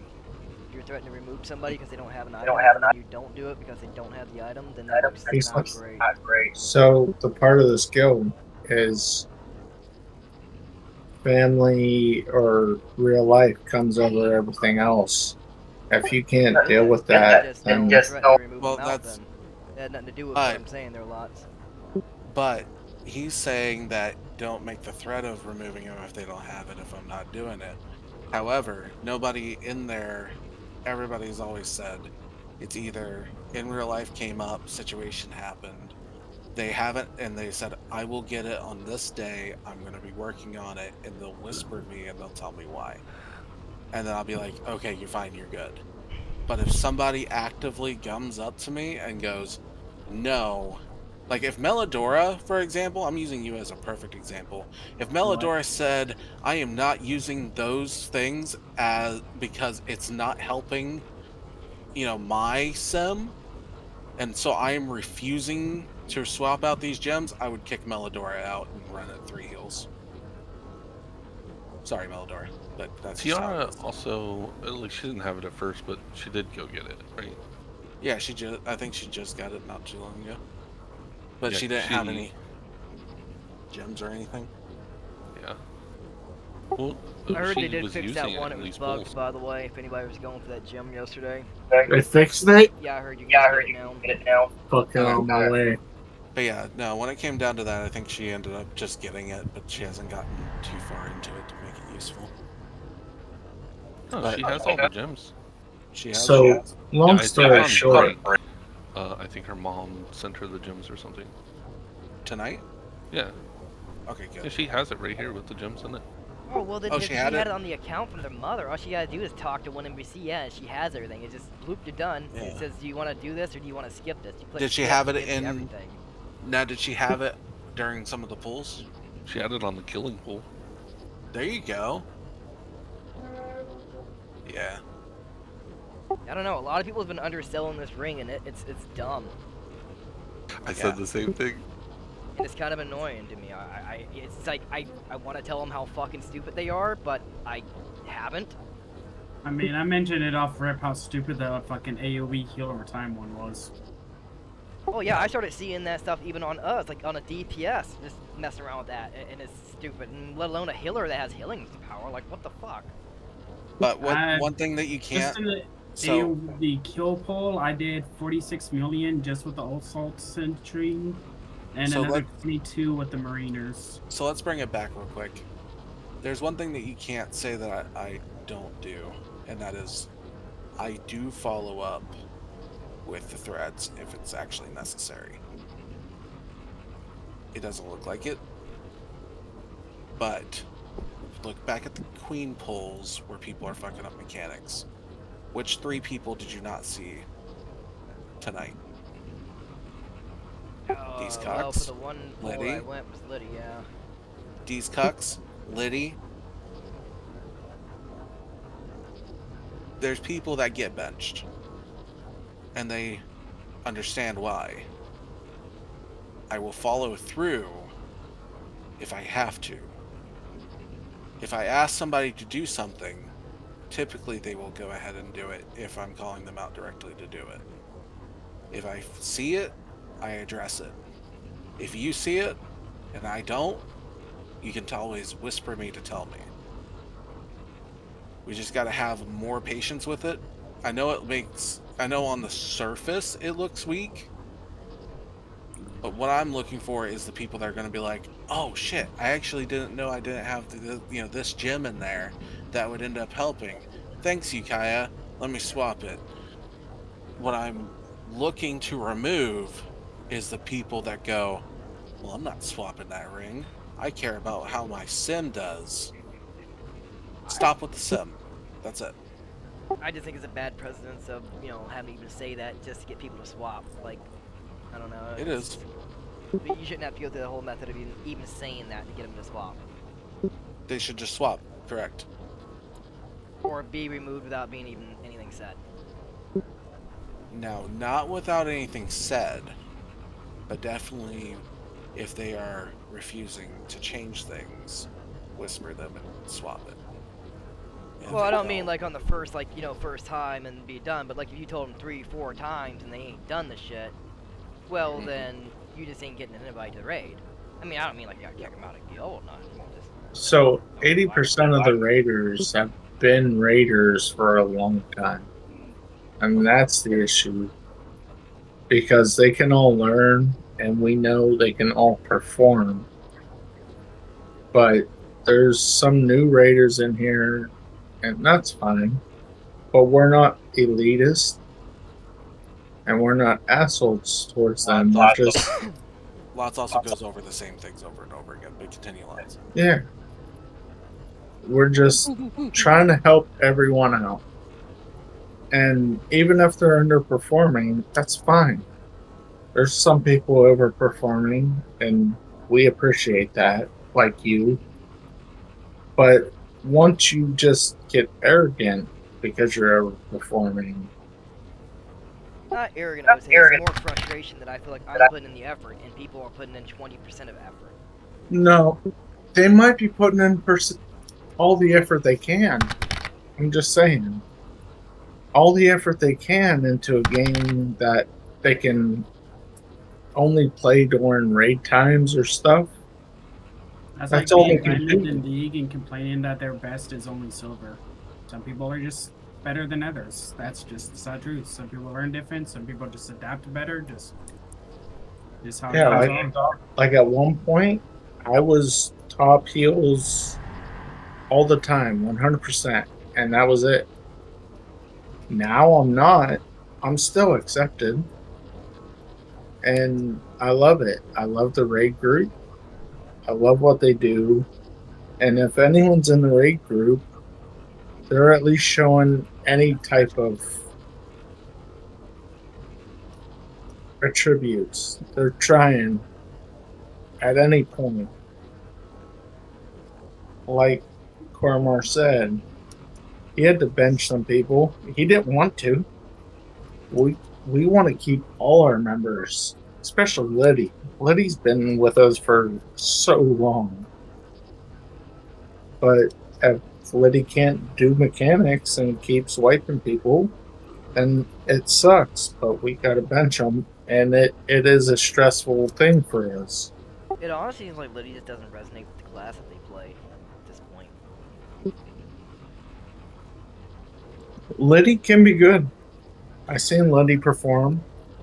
That's what I'm saying. They should try a different class or something at this point, because I don't know, it just doesn't feel like they click with their class very well. There's a lot of people that don't have the time for that shit, and that's what we stand for. If you try and you're doing what you need to be doing, and it sucks we had to bench Liddy, and I'm sorry that's the only reference I have, but if it was me, I wouldn't have benched Liddy because they've been with us forever, and but that's the guild we are, and if you can't deal with the underperforming people, then I don't know what's going on. Because our raid is our raid, and like I said, 85 to 90% is been with us forever. They try as much as they can. Then, yeah. Okay. Thank you, lots. Alright, so check this out. If you're having a bad day, like today, again, sorry for your loss. If you're having a bad day like today, it's probably best you don't raid on those days. Right? If you're gonna, like, completely, like, if you're on edge. It's probably healthier for you that way. But you gotta watch how that happens. You understand that, Art? You gotta watch and how your emotions impact yourself. Yeah, I'm gonna say not necessarily that you shouldn't raid, because it is a good escape, like playing the game. But maybe just like mute yourself, just message Ukai and be like, a shitty day, I'm just not gonna talk, I'm just gonna keep to myself. Are you there, Art? Yeah, I'm here. Okay. But this time is fixable. Next time you come in and you attack other raiders that way. We're gonna kick your shins. We're gonna kick your shins verbally. But I mean, no. You probably won't have a easier time next time with it. Is that understood? I understand. Like I said, I will apologize next time we get all together in the raid and formed, and I'll public apologize to everybody. Yeah, Put it even on if I Discord, but I really doubt that people are gonna pay attention to Discord. nobody really reads it. You see half the shit that I put on there? That's my point being. Yeah. When I put shit on there and I say, "Oh, guys, I'm sorry. I've been dealing with a whole shit ton of stuff, and you know, maybe I've been a little bit harsh." Like nobody's fucking reading that. I read everything you post. Yeah, but you read everything I post, but not everybody does. I literally this entire Discord every day. But when it comes down to people that, when I say do this or you probably need to get out due to lack of effort, that is more so people understand how serious I am about it and how adamant I am about it. And if you do get called out for it and you still refuse, then yeah, I'm definitely booting. But if you get called out for it and you go, "Oh shit, I'm sorry," or like, "Oh shit, I didn't know I had it. Let me see if I can, you know, whatever." Or even, "Oh, I didn't really want to put it on, but okay, fine, I'll put it on." Like, something's better than nothing, right? It's just that stuff that's basically where it's at. But definitely whisper me next time. Or him or me or any of the other officers. I'm not an officer, but if you whisper me, I will get it to an officer for you guy. Yeah. Alright, Ark. That's it for tonight. That's all I have to say. Sorry for your loss. Sorry for your loss. Honestly, We more all of the like fucking you. paperwork and everything, because apparently I got left with everything to do for the paperwork. I don't know fucking why, but yeah. Well, good luck with that. If you need somebody to talk to about it, let me know. But I'm moving you. Alright.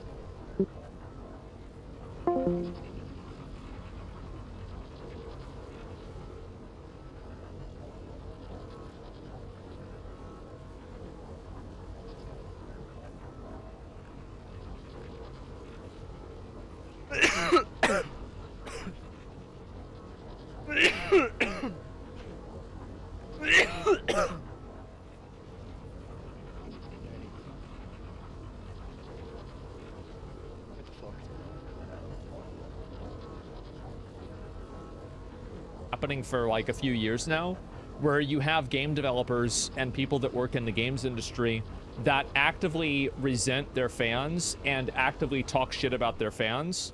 And I think that you're seeing the result of that in games that are coming out in order to spite this audience of people, and those games are failing. So I think that's really what the big difference is.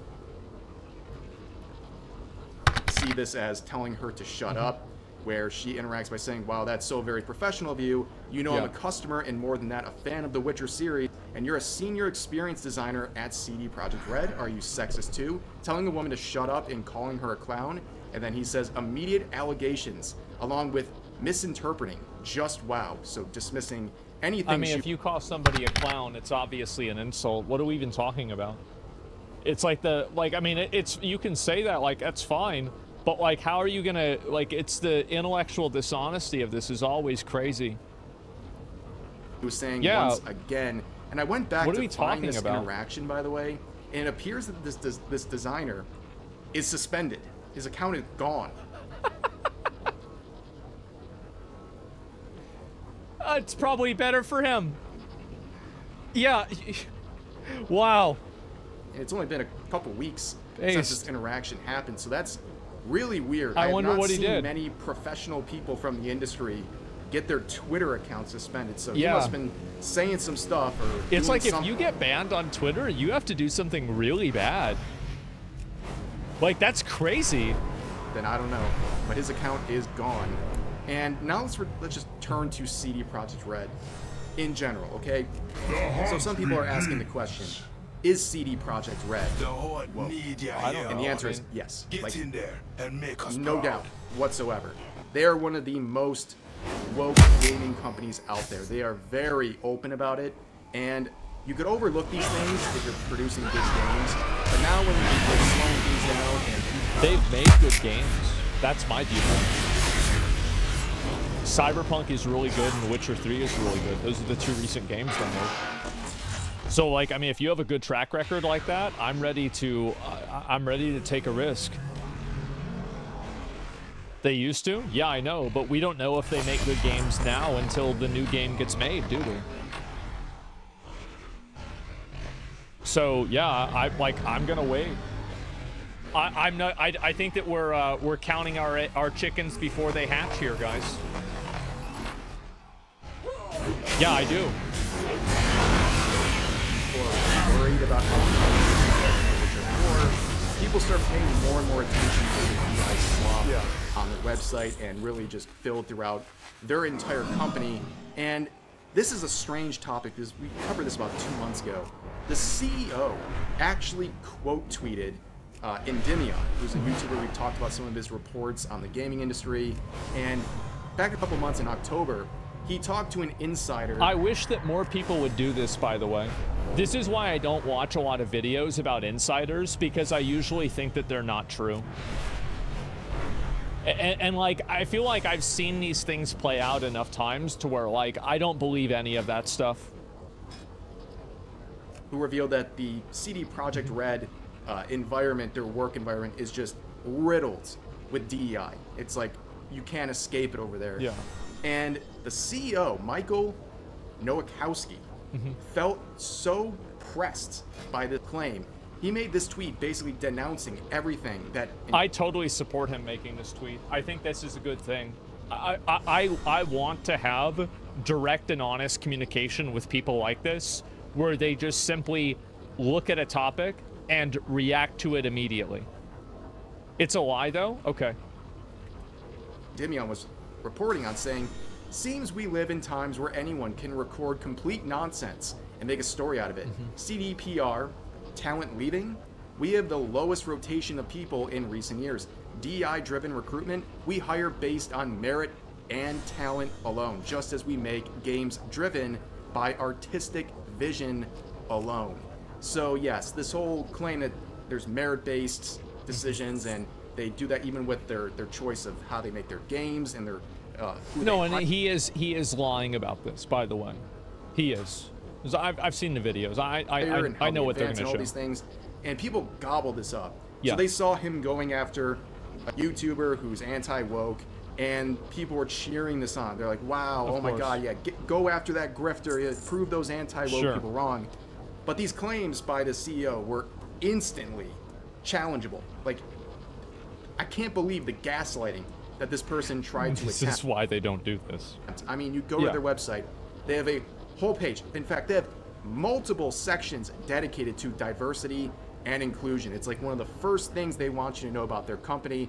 And you talk about merit-based, they have programs where they outright state that being a woman in the company will help you advance faster. They also have a program, Girls in the Game, that is only open to women. Men are not allowed to. Girls in the Game. Well, here's really, I mean, all you have to do is you just read this right here. We're committed to creating small immersive worlds that provide gamers high quality entertainment, which is why we try to create realities that are credible and internally consistent. So, like, how are you going to say that you're doing it for creative reasons when you're listing out all of the ways that this ideology permeates your game? Like, it's just, yeah, I mean, it's just lying, right? A program, Girls in the Game, that is only open to women. Men are not allowed to apply for this. So again, it's crazy to me that people have this, like, I really wish that guys took this more seriously. I think most guys don't really care a lot about this, but they had this program since Witcher 2. Well, yeah, sure.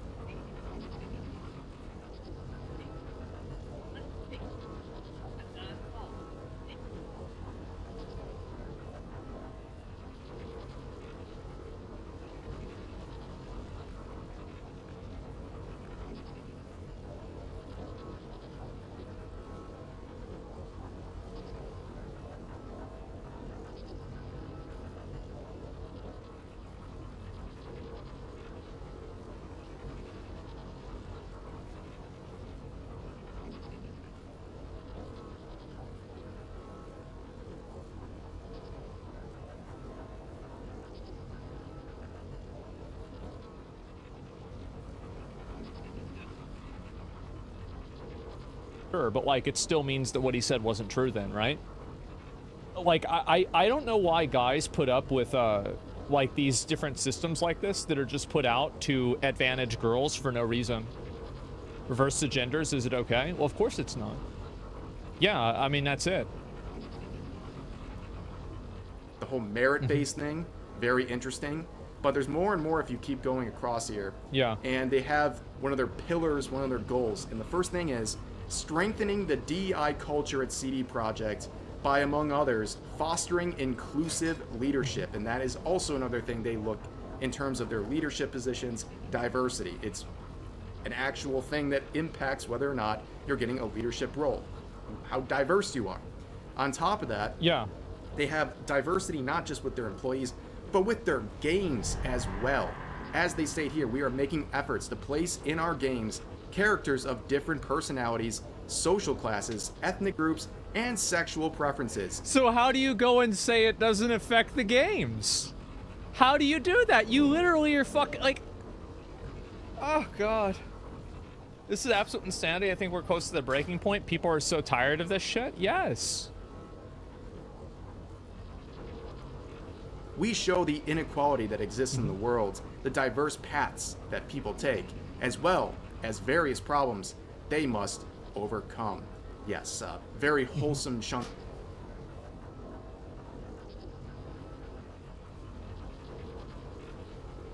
Yes, I'm sure gamers will go wild over such and a lot of people, somebody in chat said, well, this is in Cyberpunk 2077, and it's good. I think that that's a great point. That's a great counterpoint. But the issue is that it's also at their workplace. Like, I can't see a single reason why giving a person an advantage in a workplace because of an immutable characteristic like ethnicity or gender or sexual orientation is a good thing. Like, I think that, yeah, sure. Like with the games, it's fine. Who cares? It made me almost shed a tear, ladies and gentlemen.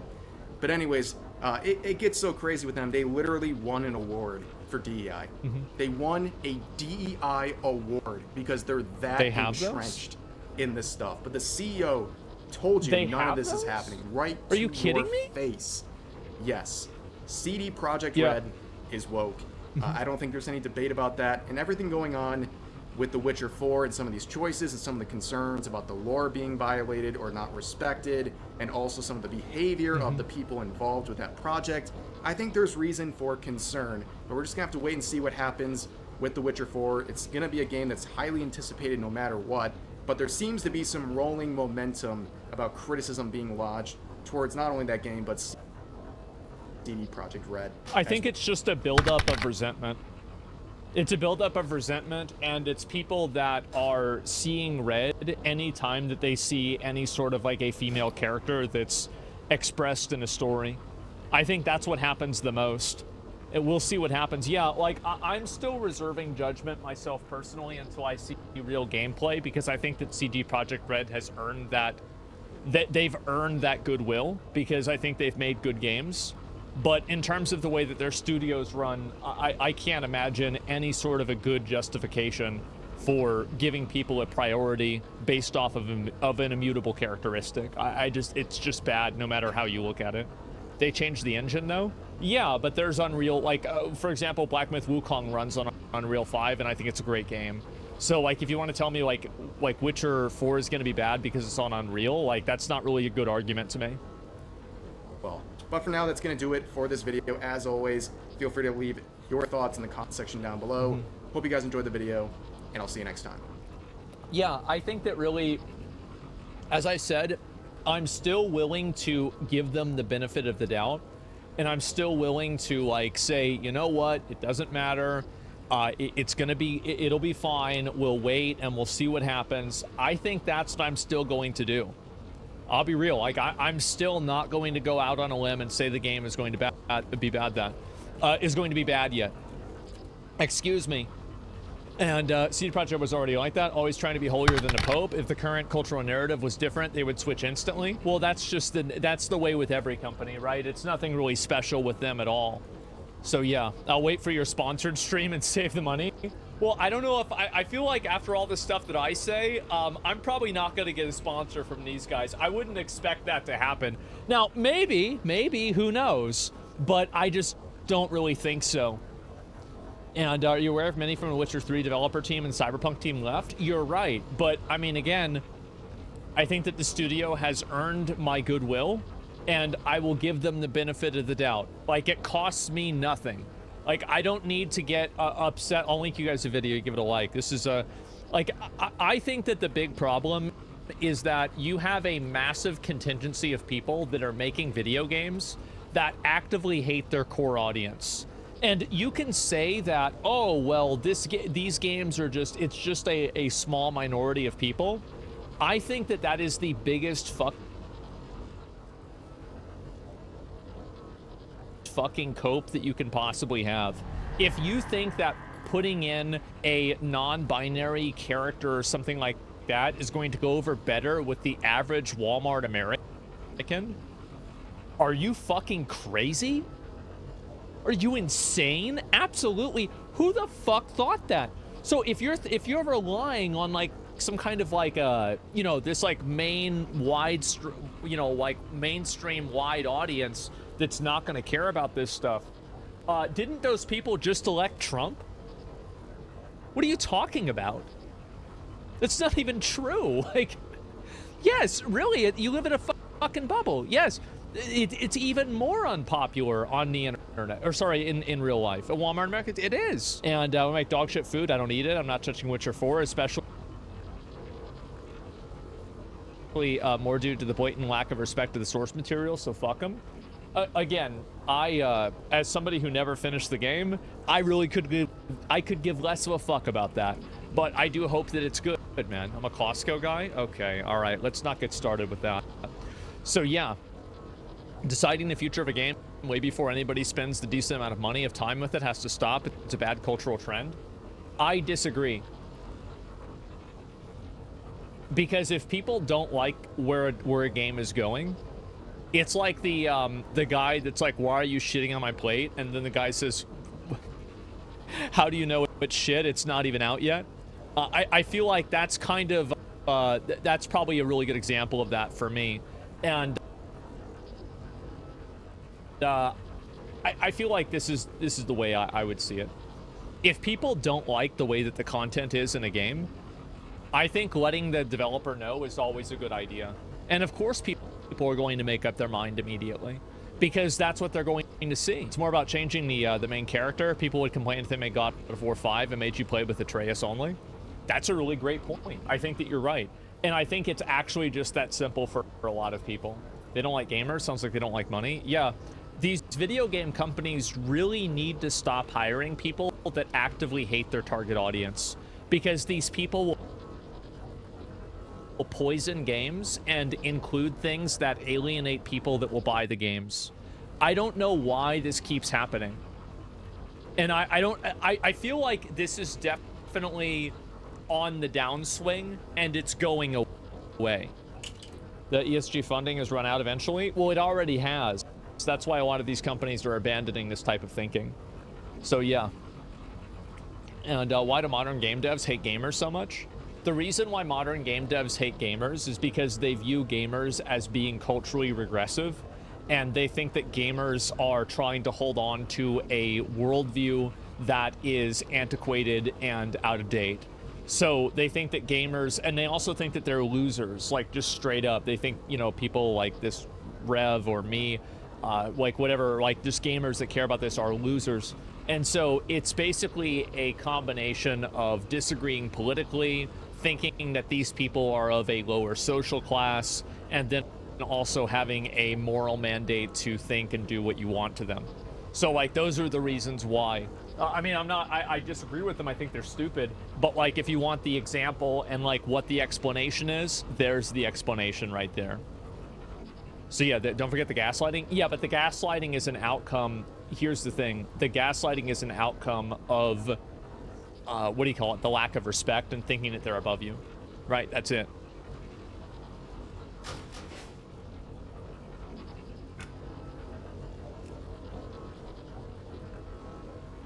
Being anti-Ubisoft makes you far right. Man, that's crazy. Where do these people come from?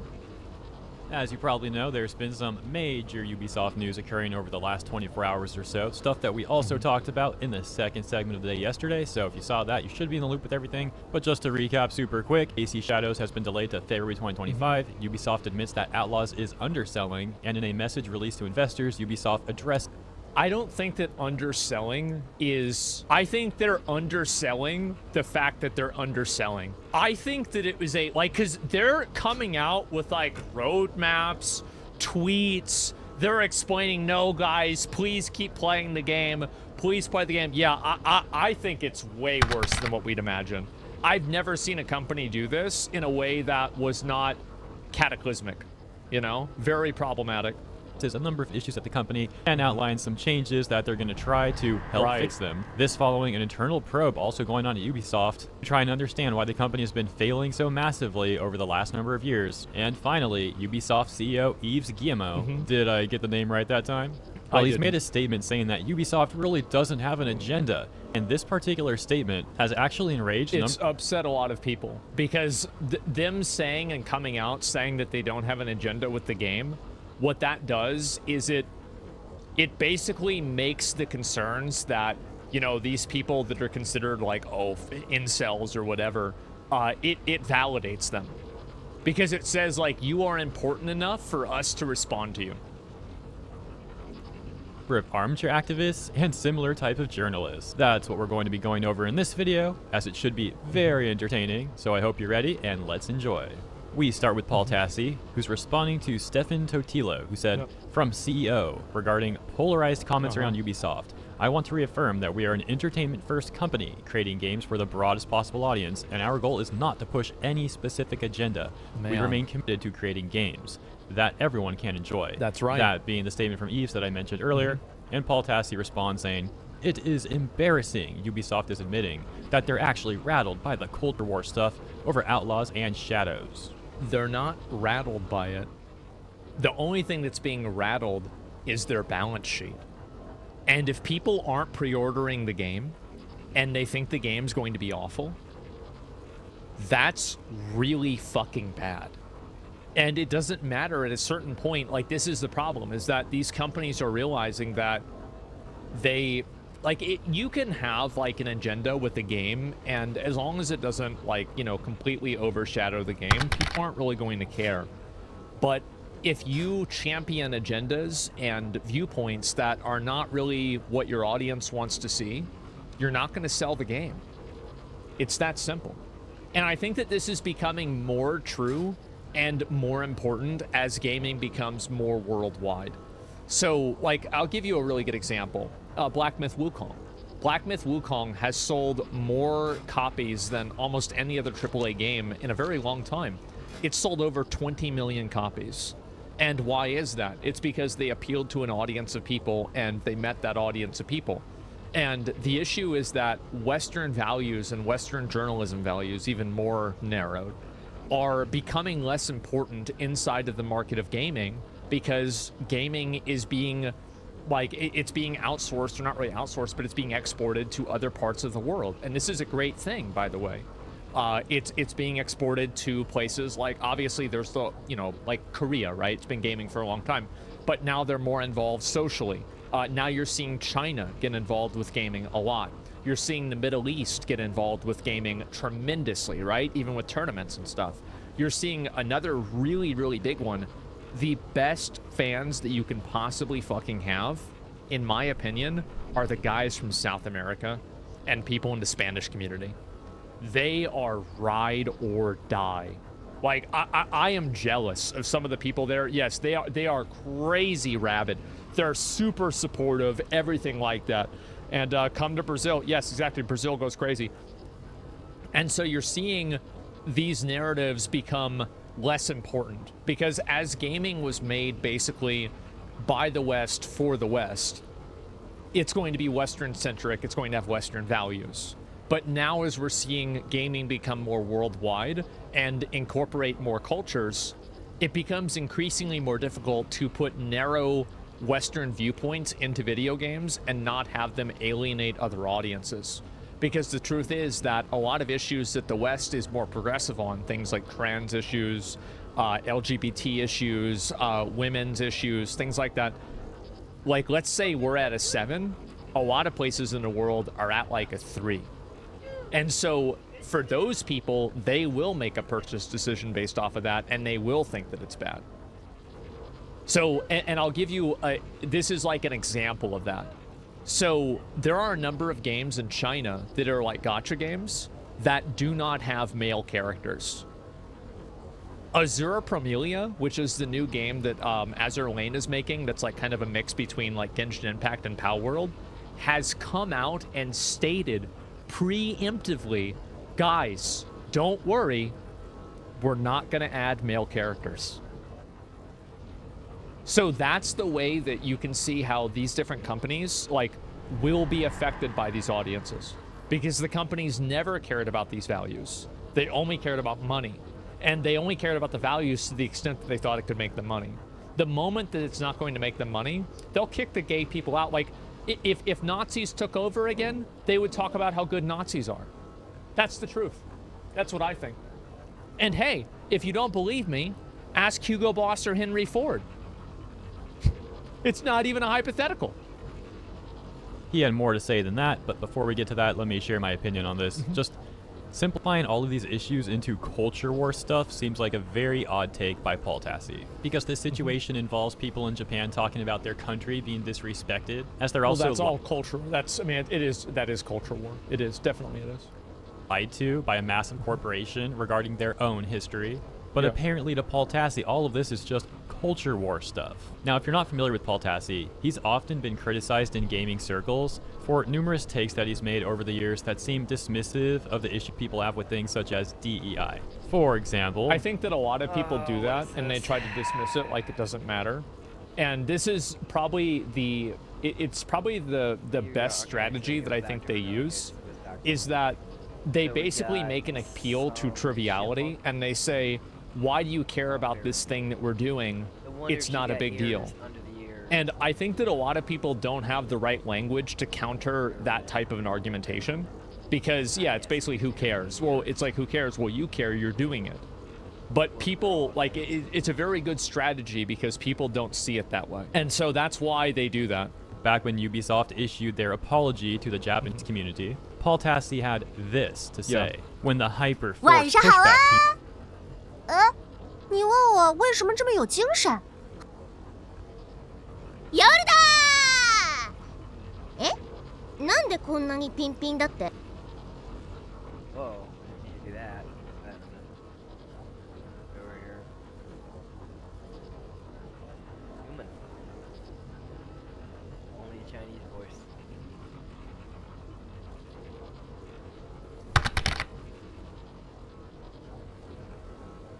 I think it's okay. It's just I do it for fun here and there. 何かあったらすぐにあなたのそばに駆けつけます。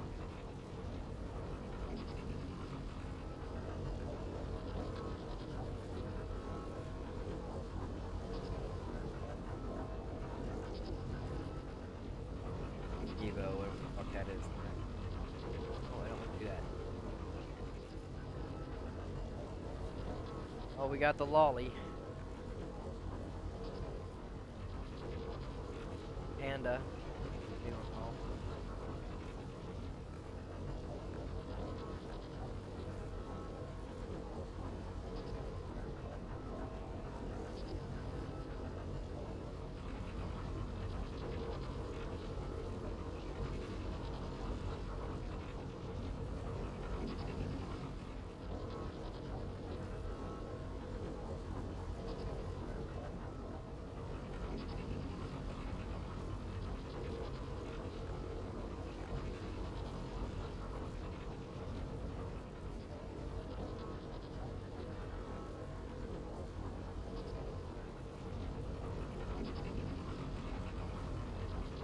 This AI?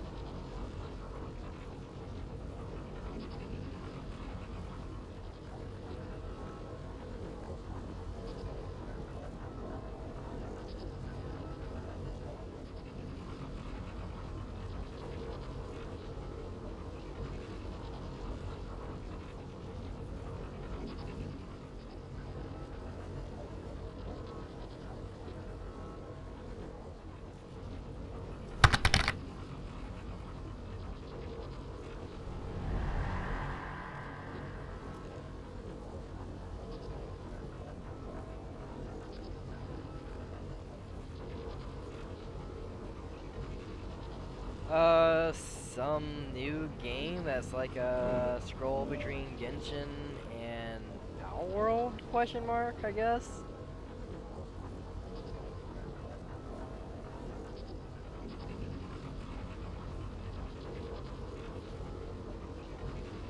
That's a pretty tree. I always want to play it just to see the tree.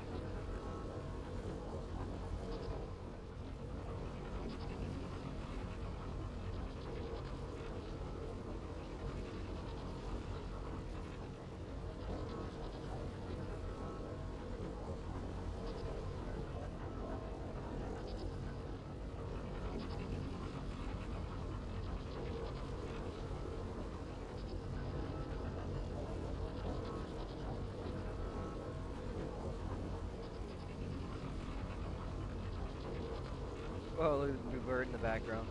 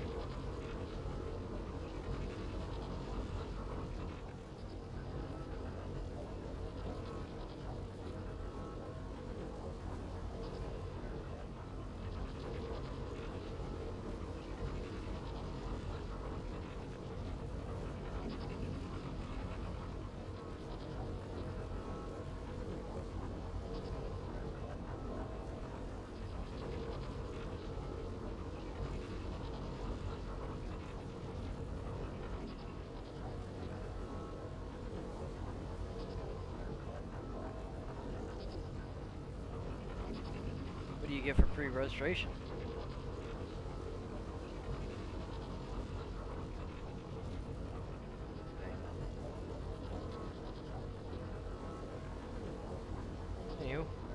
Your game is the not Japanese culture war talking point of you putting a DI samurai in your game. I would not engage with these people at all. You have to, and this is the thing, is that if there's enough people like this, you have to engage with them. Like, I bet a lot of the people in China that are making Azur Lane think that it's retarded that they won't buy, you know, they won't buy characters that are male characters, and they're gonna quit the game over that. But at the end of the day, the customer is never wrong. If the customer decides collectively that they don't want this in a game, then that's it. That's all there is to it. There's not, it doesn't matter like what you think or like how you think it should be or anything like that. You either make a product and you appeal to a market or you don't. And if there's enough people who don't like something and they make that, like for example, like I'm trying to think like a good example of this. Like gay inclusion, right? You're not going to just convince the Middle East to be okay with this because culturally that's not what they like, right? They're not into that. So guess what? If you're making a game for that company or for that place in the world, for that audience, and you put that in the game, you will not sell your game. That's it. It doesn't matter what your values are. It matters what their values are. And there's not an equal footing here. The customer has all of the power, and the company only has the power to meet the customer's demand. That's all there is to it.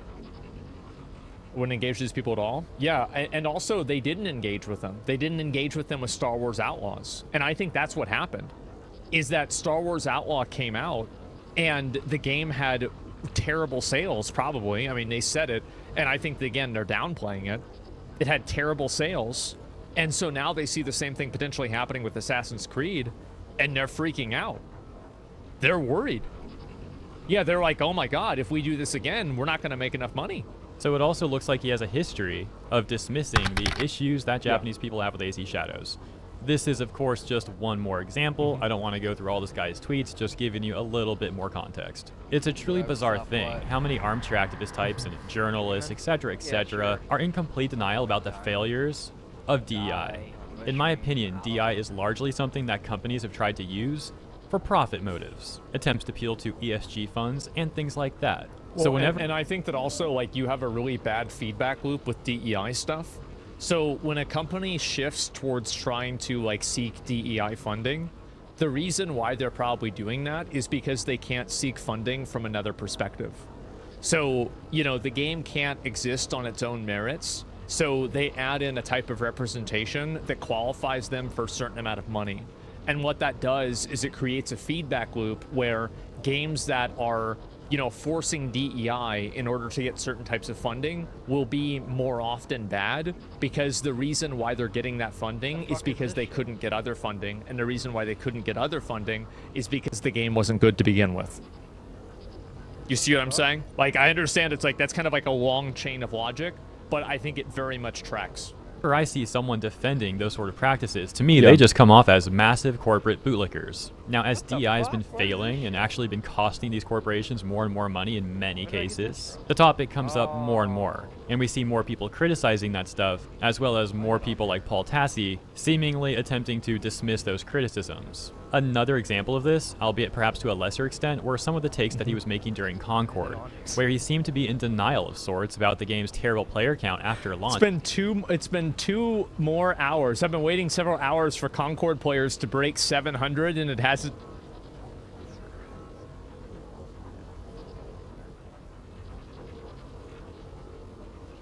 Come on, man, you could do it. Hello everyone, this is your daily dose of internet. Grandpa had his solar glasses on.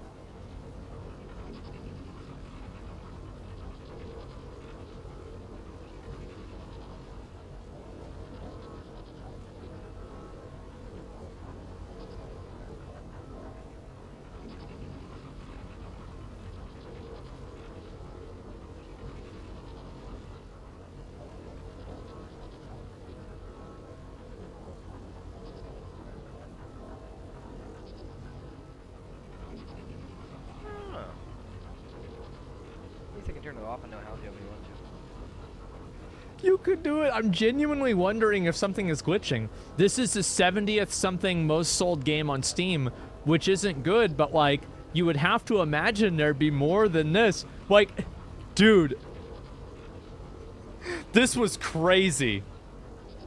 It's a glitch, man.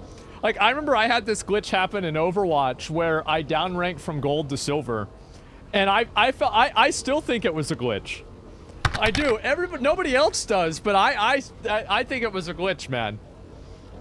Just wondering if it was even just a glitch or something. Yeah. It's like it's impossible for some people to admit the issues with the character roster, and how practices such as DEI largely contributed to a number of issues. I knew this wouldn't go well, but it's legitimately weird. Suicide Squad launched with 20x more players. I'm actually wondering if there's something else going on. The timing is weird too. Like, it peaked early afternoon and didn't even add a couple hundred players after work and school in America. I don't get it. I do. How is it that everybody understands this but him? Everybody understands, like, and this is the thing, right? Is like, if you bury your head in the sand long enough, you think that's the way the world is. But no, people didn't like it. That's why. Game. Now, I'm not saying that all of the issues with Concord were simply DI related. For example, the price point in the saturated market, sure, these were also contributing factors to Concord's massive failure, but when you see people ignoring the DI related issues as well, it comes off as ignorant or bad faith. And for those that don't know, the person Paul Tassi was talking to in those screenshots, Gene Park, who was also seemingly in denial in their own way, claims to be affiliated with the Washington Post. Anyways, back to the... I think Gene puts out some pretty decent content. I think I follow him on Twitter. I like him. Yeah, I like Paul too. I just... I really... You gotta come to Jesus with this shit, man. You like Paul? No, I think he's had... The thing is that I might disagree with him on his opinion and like his viewpoint on this stuff, but I think he's had good takes on other games and good takes on other topics. So like, to me, it's like, I don't I don't really think of it like, oh, there's one thing that this person has that's bad. And so, like, example, I think his opinion on seasons with Diablo 4 was really good. And I also liked what he said about, I think was it Destiny 2? I'm trying to remember. Give me a second. About Pal World and, like, the way that Pal World's, player numbers were. So, like, that's 2 examples that I can come up with right off the top of my head. Yeah, sure. Current news with Ubisoft and Paul Tassie's takes on this stuff going on right now, he added this to his other tweet, saying, Outlaws could have starred a guy who looks like Han Solo, and Shadows could have starred a guy who looks like Jin Sakai, and I do not think it would meaningfully change the fortunes of either of those games. Who knows? I think this would be a larger contributing factor Yeah. to AC Shadows. Star Wars Outlaws has a number of other issues aside from people just not liking the MC. For example, a lot of people said that the gameplay was just boring, especially the stealth segments, which is a large part of the game, and that you didn't feel all that much like an outlaw. Like, you were very limited in the so-called immoral stuff that you could do in the game itself. Exactly, and I think that's really the problem, is that a lot of times, like, the female protagonist, you know, like, black protagonist is not really the main issue. It's that ideology that causes people to make decisions like that permeates the rest of the game. So, like, for example, with Star Wars Outlaws, how you can't kill the animals, but you can pet them, and you can only steal from police officers. Like, the problem is not, like, that there's that one thing. The problem is that one thing is an indicator for a worldview that the game is developed around, and that worldview creates a very flaccid experience. That's really what it is. It's lack of focus on what's important, right? Yeah, exactly. But, like, that's just one point of an indicator, right? Maybe Disney didn't allow it. I don't know what the reason is for it. All I'm saying is that it's not good. Of course, there's also been numerous glitches, and these are just a few brief examples of some of the issues that people have with Star Wars Outlaws. But for Paul Tassi to suggest that having an actual Japanese male lead for AC Shadows wouldn't meaningfully change the fortune of the game seems like an absolutely insane thing to say. And once again... Yeah, again, like, look at Black Myth Wukong, right? The game farmed and, like, you know, respected Chinese culture, and it got 2 million concurrent players. On a spawn to come by. Absolutely, appealing to an audience of people will get you to have those people play the game. It's not even a question. Yeah, China loved it. Yeah, they did, obviously. So 2.5? It was a lot. And it also seems dismissive towards the issues that many people in Japan, many Japanese people, have with the game. It's really odd that Paul Tassi seems to have a recurring theme where he's very dismissive towards the issues that Japanese people have towards AC Shadows. I think that the reason why is that a lot of the people that are Japanese that have problems with Assassin's Creed Shadows are living in Wisconsin, and they live in Massachusetts, or they live in Florida, and they have Google Translate, and they say, you know, I'm not Japanese, but I think this is bad. So that's the reason why, but I think in general, a lot of journalists have tried to compartmentalize and act like the concerns that people have over games like this aren't valid and they're not meaningful. And I think that in doing so, they've damaged their own reputations. It's like, basically, like, you can be, you know, behind a burning building and be like, yeah, everything's fine, this is great. And at a certain point, it becomes so obvious what the elephant in the room is that the people that are not talking about it seem delusional. I think there's other issues that AC Shadows has. I mean, there's clearly other reasons why Ubisoft delayed the game. The probability of them changing Yasuke at this point seems near 0%. So there's probably other things that they're trying to polish, which also falls in line with the other parts of the statement. Which, by the way, is absolutely necessary. Like, it was, the game was awful. It looked awful. Like, I think that, again, people get focused on, like, oh, Black Samurai, oh, bad. Look at the combat portions of the game. Oh, the floating doors, yes! As I said, guys, that is not even going to be in the top 10 problems with this game when it comes out. That they made. Also, as I mentioned yesterday, there's also just a general negative perception and a loss of goodwill that Ubisoft has had. So perhaps they're going to try and spend the next few months trying to recover some goodwill at least before releasing AC Shadows. The point I'm making here is there's other issues going on with AC Shadows besides just Yasuke. But again, Yasuke is certainly a huge factor. It's the easiest thing that people can say. it's the easiest thing that people can latch onto and be like, wow. Like, it's the same thing. Remember what I said before about how, like, the reason why identity politics is so popular is because it's very easy to go, oh, well, I think that men shouldn't go in the women's bathroom. Well, well, if you're black and, oh, God, but they're white, I'm black, oh, God. And, like, identity politics, well, women should not be able to do this. Like, what the fuck are you doing? But the fact is that that type of thinking is the most... It is the most common. It is the lowest common denominator. And because it's the lowest common denominator, it's going to get the most people. So that's why everything is reduced down to identity politics. It's because identity politics has no barrier to entry of understanding it. Whereas, like, you know, seeing physics in games, understanding, like, are these items from actually this period in the game? You know, like, what about this combat thing? There's, like, more barriers to entry there. It's more accessible. Yeah, like, this literally is face value. So it's simple. It's easily weaponized, and it's weaponized to the largest mass of people.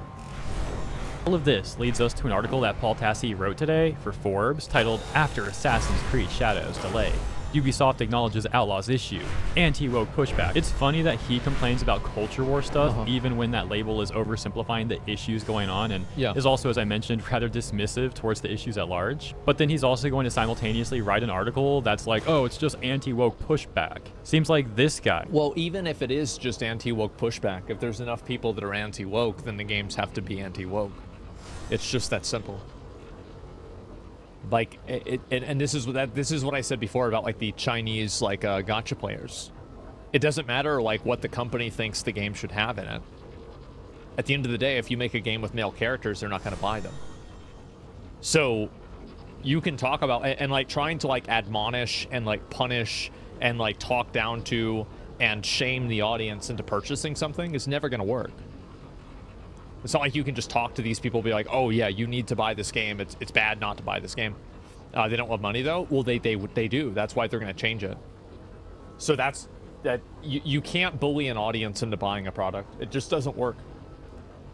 Is actually propagating culture war stuff, if anything. The article goes over some of the stuff that we've already covered here in this video and others, so I'm skipping all that. And let's check out this section where he writes, then Ubisoft surprisingly tacitly acknowledged the narrative that its games have become too woke or agenda driven, according to a segment of the internet. And posting that statement from Eves where he denies Ubisoft having any specific agenda. He then writes, while Ubisoft already apologized to its Japanese audiences over some questionable promotional materials for Shadows, the pushback was also about the inclusion of Yasuke as one of the two leads, a legendary black samurai, where there was an ensuing debate of whether he was actually a samurai, and a stated idea that it shouldn't be starring him at all. It's pretty funny that despite all of the evidence coming out that Yasuke really wasn't... Well, I mean, the legendary black... And this is the problem, right? Is, like, this type of writing, legendary black samurai, I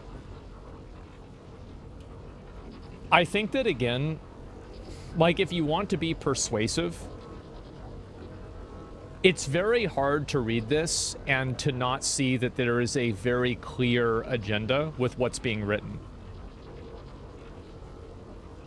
Like, it is. There's just obviously an agenda with this, right? And, like, if I read this, I'm thinking, okay, well, like, is it true or not? So legendary, nobody knows him? I guess so. Yasuke is more fabled than legend? I don't know. I don't really think it matters, right? But at the end of the day, if you want to call the guy a samurai and then base your work off of a person who sources themselves on Wikipedia on an alt account, then I don't think that you should really, like, you shouldn't really ride that horse too hard. People clearly see through this bullshit. Ubisoft stock went down 60%. Yeah, exactly. And that's the thing, is that if you do something like this, there's going to be a negative effect. Conclusively a samurai, something that Ubisoft themselves has also admitted. Here's Paul Tassi claiming he was not just a samurai, but a legendary one. He goes on to write, there was similar pushback to Kay Vess leading Star Wars Outlaws as a woman, and a not attractive enough woman at that. So well, of course. There's people, like, a lot of people that... a lot of people that are into Star Wars are guys, and so they want to play a hot chick. Yeah. Duh. I mean, what? Of course. Like, what? Like, what are we talking about? Like, obviously. No shit, of course. What? It's so weird. It's so weird. What are we talking about here? He's really not going to mention that the main issue here was that Ubisoft made her less attractive. Like, they went out of their way to make Kay Vess less attractive than the actress that she's based on. I don't even agree with that. I think that the people that made the game are just bad at making games and bad at their job. Everything about this game was bad, and I don't think that this was an outcome of malice, and it was just pure incompetence. I don't. I just think that's the game's very bizarre and certainly worth pointing out. But hey, Paul Tassi ain't gonna mention that part here. He then says, no historical accuracy complaints there, as it was pretty straightforward woke/DI talking points there. Yeah. But it is surprising to see Ubisoft entertain this at all. There's another. Well, it's not that they're entertaining this. It's that, and this is the problem, right? Is that Ubisoft entertaining this is a misunderstanding of the power structure that companies exist inside of. Companies do not exist as a tool to spread an agenda. Companies exist as a tool to capitalize on culture and to make things that enhance the culture. So the idea that Ubisoft is giving this attention or like entertaining this, as he says, Ubisoft's job is to entertain people. They're an entertainment company. So if they're entertaining what people want to see, then they're going to make money. And if they're not, then they don't make money. It's that simple. And I think that also, like, it's again the problem where I think that people are so entrenched in their ideological positions that they think that everybody else thinks like they do, and that the entire world revolves around this. Most people don't think like this. They don't worry about this. They just see it. They see some comments. They say the game looks bad, and then that's it. Another article I found that has very odd coverage, to say the least, regarding all this Ubisoft stuff. This one from fastcompany.com. The author Chris Morris writing, video game maker Ubisoft in chaos after anti-DEI backlash. I didn't even see this. The Assassin's Creed game maker delayed its biggest launch of the year, reduced forecasts, and is facing calls to sell in what is being called an incel victory. What? Bro, this is the reason why people hate journalism.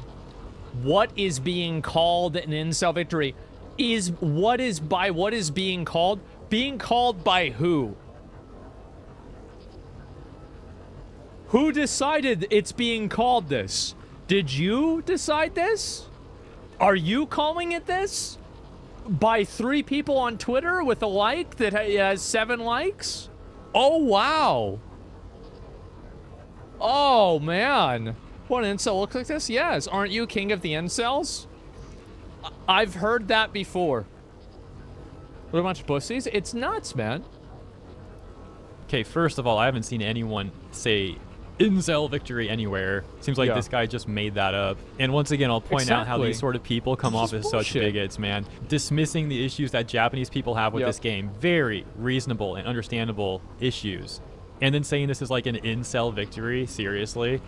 Well, to be fair,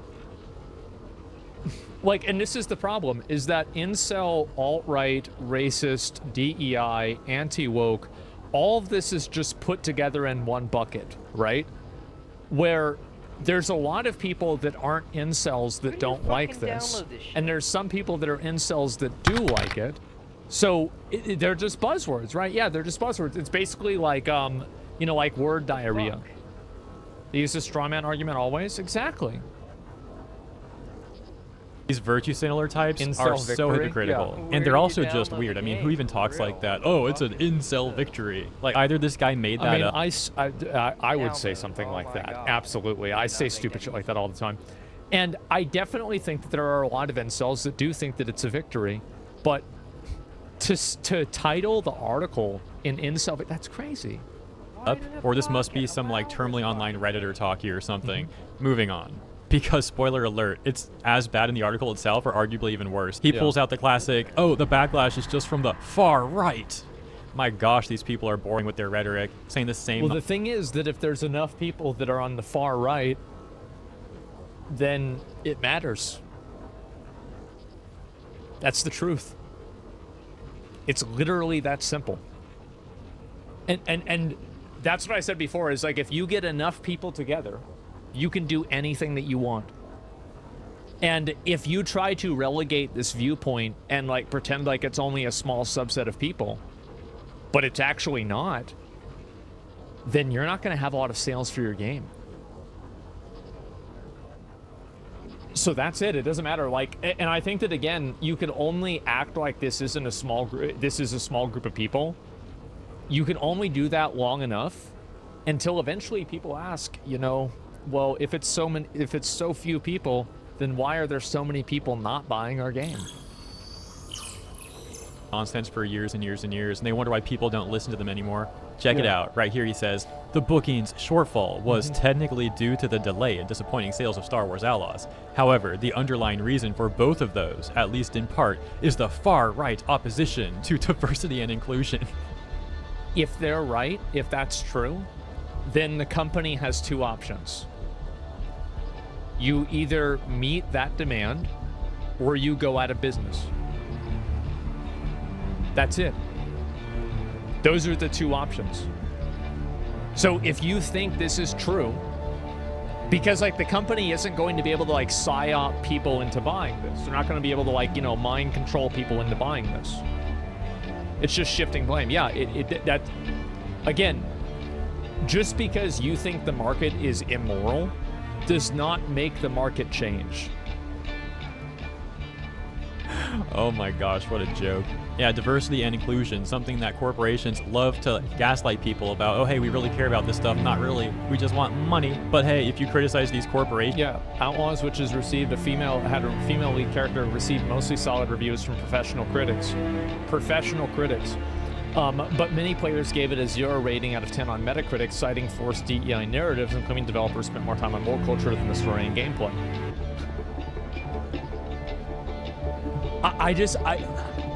It's crazy how people like this can be at such odds with reality. That's what's so astonishing to me about this. It's like they're completely against reality. Like they can't even see what's clearly in front of them. They're writing themselves into a different reality. Yeah, exactly. Like professional critics gave it a good review. Well, if professional critics keep giving it good reviews and these reviews aren't resonating with an audience, maybe you shouldn't be a professional critic. You're apparently far right for criticizing corruption in corporations. He goes on to say, Outlaws, which has a female lead character, received mostly solid reviews from professional critics. Oh, professional critics. But many players gave it a 0 rating out of 10 on Metacritic, citing quote-unquote forced DI narratives, and claiming the developers, quote, spent more time on the woke culture than on the story and gameplay, unquote. Some players were also unhappy with the optional season pass model that tacked an additional $40 onto the game's price for extra missions. True. The review bombing, driven by anti-DI backlash, seemingly worked and set off a chain of events. Yep, that's right. Of course it worked. You know why? It's because there was enough people to do it. You get enough people together, you can do anything you want. Absolutely. Get enough people together. Yep. That led to Wednesday's announcement. I forgot to mention this. In the intro of the article, he says, Ubisoft abruptly canceled its appearance at the Tokyo Game Show and postponed all press previews of the upcoming Assassin's Creed Shadows. Wednesday, we learned why. Anti-DI backlash has sent the company spinning. So for one, as funny as that is, there's also a lot more going on with Ubisoft than the anti-DI stuff. Like, for example, they've been mismanaged heavily for years. But leave it up to this so-called journalist veteran to not... Isn't it funny how there's clearly a lot of people with these views, but he just dismisses them as if their view is meaningless? The reason why they do that is that they think that if you don't talk about it for long enough, that it will cause people to just move past it or not think about it. That's what they try to do. Yeah, like they're like, okay, well, let's pretend like this doesn't exist, and that way we don't give it more power. Yeah, they're hoping like, yeah, let's marginalize and pretend like this doesn't exist, and then maybe it will go away. There's something to be said about critics giving favorable reviews, not because the character's a woman, but a lot of negative reviews do focus on her being a woman. No. Well, no, that's not really true, because a critic exists to inform an audience, and if a critic's information isn't resonating with an audience, then a critic's purpose is invalid. So if a person is reviewing things and the reviews are not serving a purpose to the customer, then the review has no reason to exist. There's no, like, basically it's the chicken and the egg thing, but it's actually not. It's the egg is first, and then the egg turns into the chicken. The egg is the consumer, not the fucking reviewer. The consumer creates the desire for the review. The review does not create the desire for the consumer. People got it all fucked up. They don't understand what their goal is. They don't understand what their purpose is. Acknowledge that, and to try and smear all the Ubisoft critics as a bunch of far-right incels as he seemingly attempts to defend this massive corrupt corporation. And that's about all that I have to say on this topic. Just truly bizarre stuff from these journalists. Yeah. However, I suppose that's to be expected in this day and age, and part of why they're now such a disgraced profession. Let me know what you think about all of this stuff in the comments. As always, thank you so much for tuning in, and if you enjoyed my coverage, consider liking and or subscribing to the channel for more, and I'll see you in the next one. Well, give me 1 second. As you probably know, I think this is so fucking funny. I'm gonna be honest, I think this is fucking hilarious. Because again, like, it's a narrative that, would you admit that people are hyper-fixated on finding agendas over actual gameplay experiences? They are. People are hyper-fixated on it. And I think that the reason why they're hyper-fixated on it is because the fact that those agendas exist in the game makes them feel like the game is taking advantage of them and isn't representing them in a proper way that they feel like is respectful. So, like, whether you, and this is the problem, is that, like, you're making a value judgment on whether this person should be allowed to have this opinion or not, or whether this opinion is justifiable. And that is not the right opinion to have when you're trying to sell a product to a market. Like, and this is true with streaming too. You can think that you had the best stream ever. You can think that you make the best videos ever. But if those videos don't resonate with an audience, you're not going to make any money. That's all there is to it. And so you have people that are so focused on the good or bad of what they're seeing or what they're doing that they're not thinking about the reality of what is or is not. It's not about what should or shouldn't be. It's about what is and isn't. And I think that a lot of these people don't understand that. And they think that they have, like, an ability to control what other people think, which is not what happens. They still have their jobs in journalism, so they're still making money. Yeah, but they're making a lot less money than they would have made 10 years ago proportionally, because they're just not monetizing in the same way. Scholarly Court, yeah, and so that's the reason why, is that, like, you might think that that review is invalid, and you might think, hey, I think this is stupid that they care so much about this gender issue when there's other issues in the game that are more important. And if you have this viewpoint, I think you're totally justified in thinking that. But the problem is that that viewpoint does not invalidate that other person's viewpoint. And at the end of the day, he has the same vote that you do. So if he chooses not to buy the game, then that means, like, it doesn't matter what the reason is behind it. The only thing that matters is whether it happens or not. So a lot of people, like, again, they're trying to, like, base their decision off of, like, justifying this. Well, there is no justification for it. It's not people, like, because you're asking people to justify their reviews, and asking a person to justify their review presupposes that they are accountable to you. It presupposes that you have to justify why you gave your review to me. And the truth is that they don't have to do that. They're not accountable to you.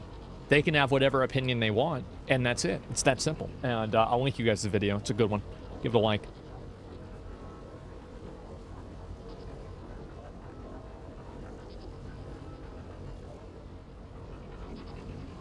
And was ready to watch the solar eclipse. What was that? It's getting covered. Keep it. Oh, it's fully dark. Oh.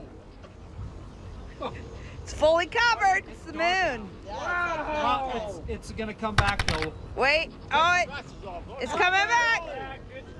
Holy. Are all the cameras up? Oh my god. So this driver thought they were putting their foot down on the brake pedal.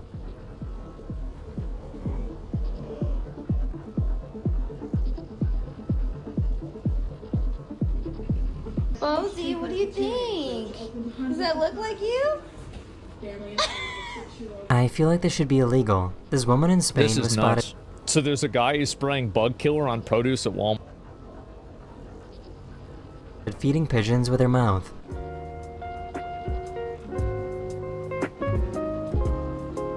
Most places around the world use spare tires, but in Russia they use spare logs.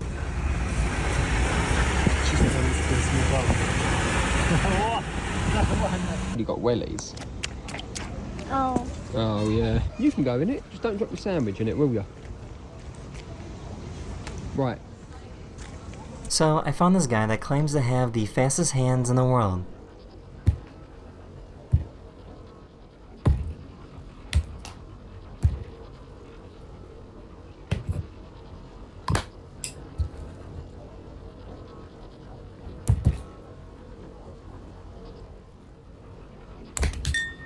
They asked her what she wanted for her birthday, and this is all that she wanted. What is it? Pull it out. Pull it out. Man, what the is going on around here? Oh, damn! Left the water running. So why did he take this so seriously?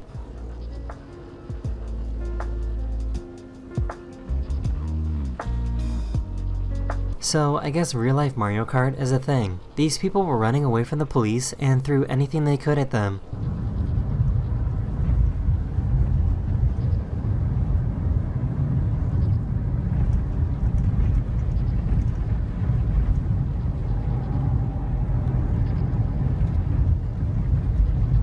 This dog saved this bird that was stuck in the house.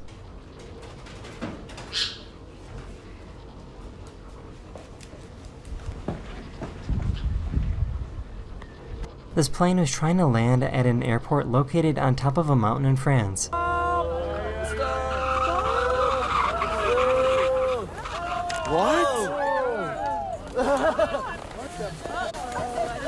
They wanted to see which one Mom would call back first. See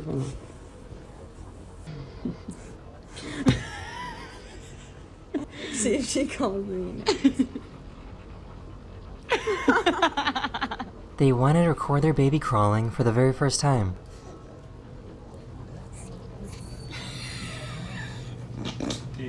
This plane made some super trippy smoke vortices. FYI, this is the offer of... That's cool as shit.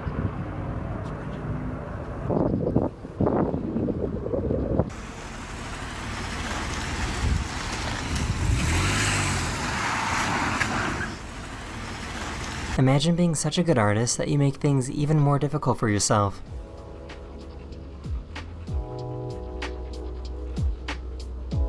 Alright, so we...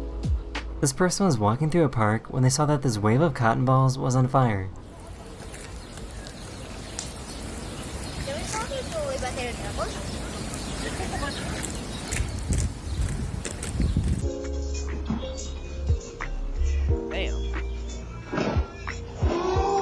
I have some bad news, and it looks like Christmas is canceled this year. Fuck.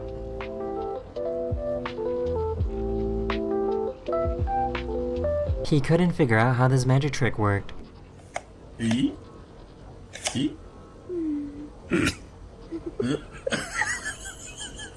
Some people go to the park to feed the pigeons or ducks, but this guy feeds the local herd of eels. Ew. Daisy, you can't go to bed yet. It's 5:50 p.m. This is what having an old dog is all about. She's heading to bed. Are you going to bed? Daisy, it's 6. It's not even 6 o'clock. You haven't had your meds. Oh boy. Let it go.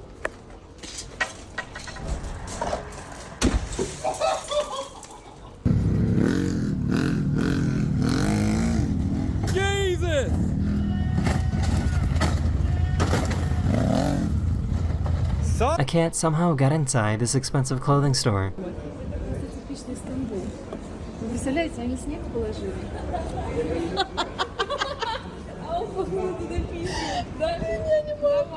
So this is pretty cool. A baseball league decided to play a game of baseball under ultraviolet lights.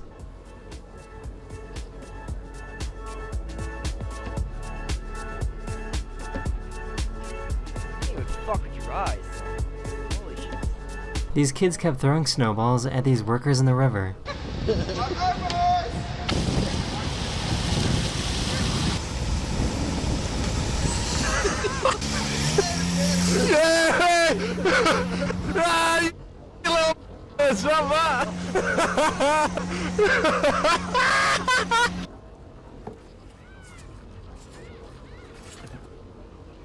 So why did nobody tell me that alpacas sound like this?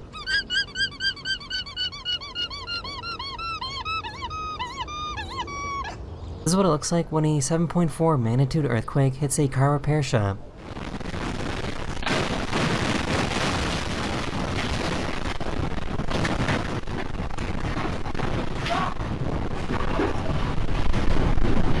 Here's a video of a male seahorse giving birth.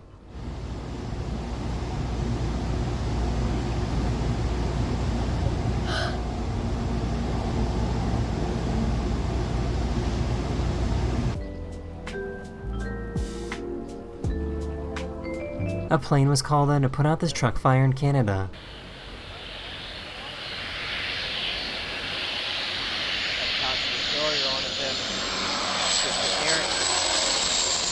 I think this is the definition of working smarter instead of harder. That's how it's done. Tell them boys. That's how it's done. That's how for paving around, mate. Oh wow, they're probably doing it on their own. No, the bus driver probably told the bus driver probably everyone get in the back and start moving back and forth so we could get this thing going. So what exactly was the goal here?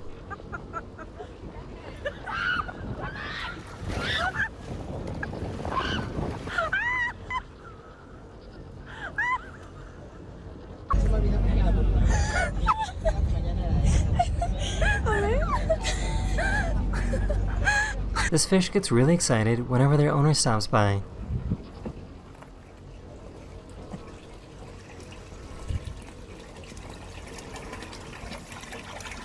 So I guess this frog just ate a lightning bug.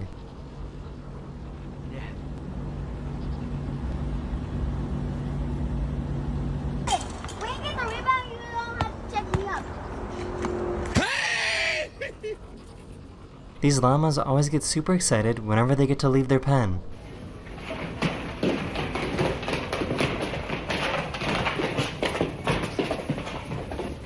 That is the end of this video, or we hope you enjoyed. And I'll see you guys again very, very soon. Later.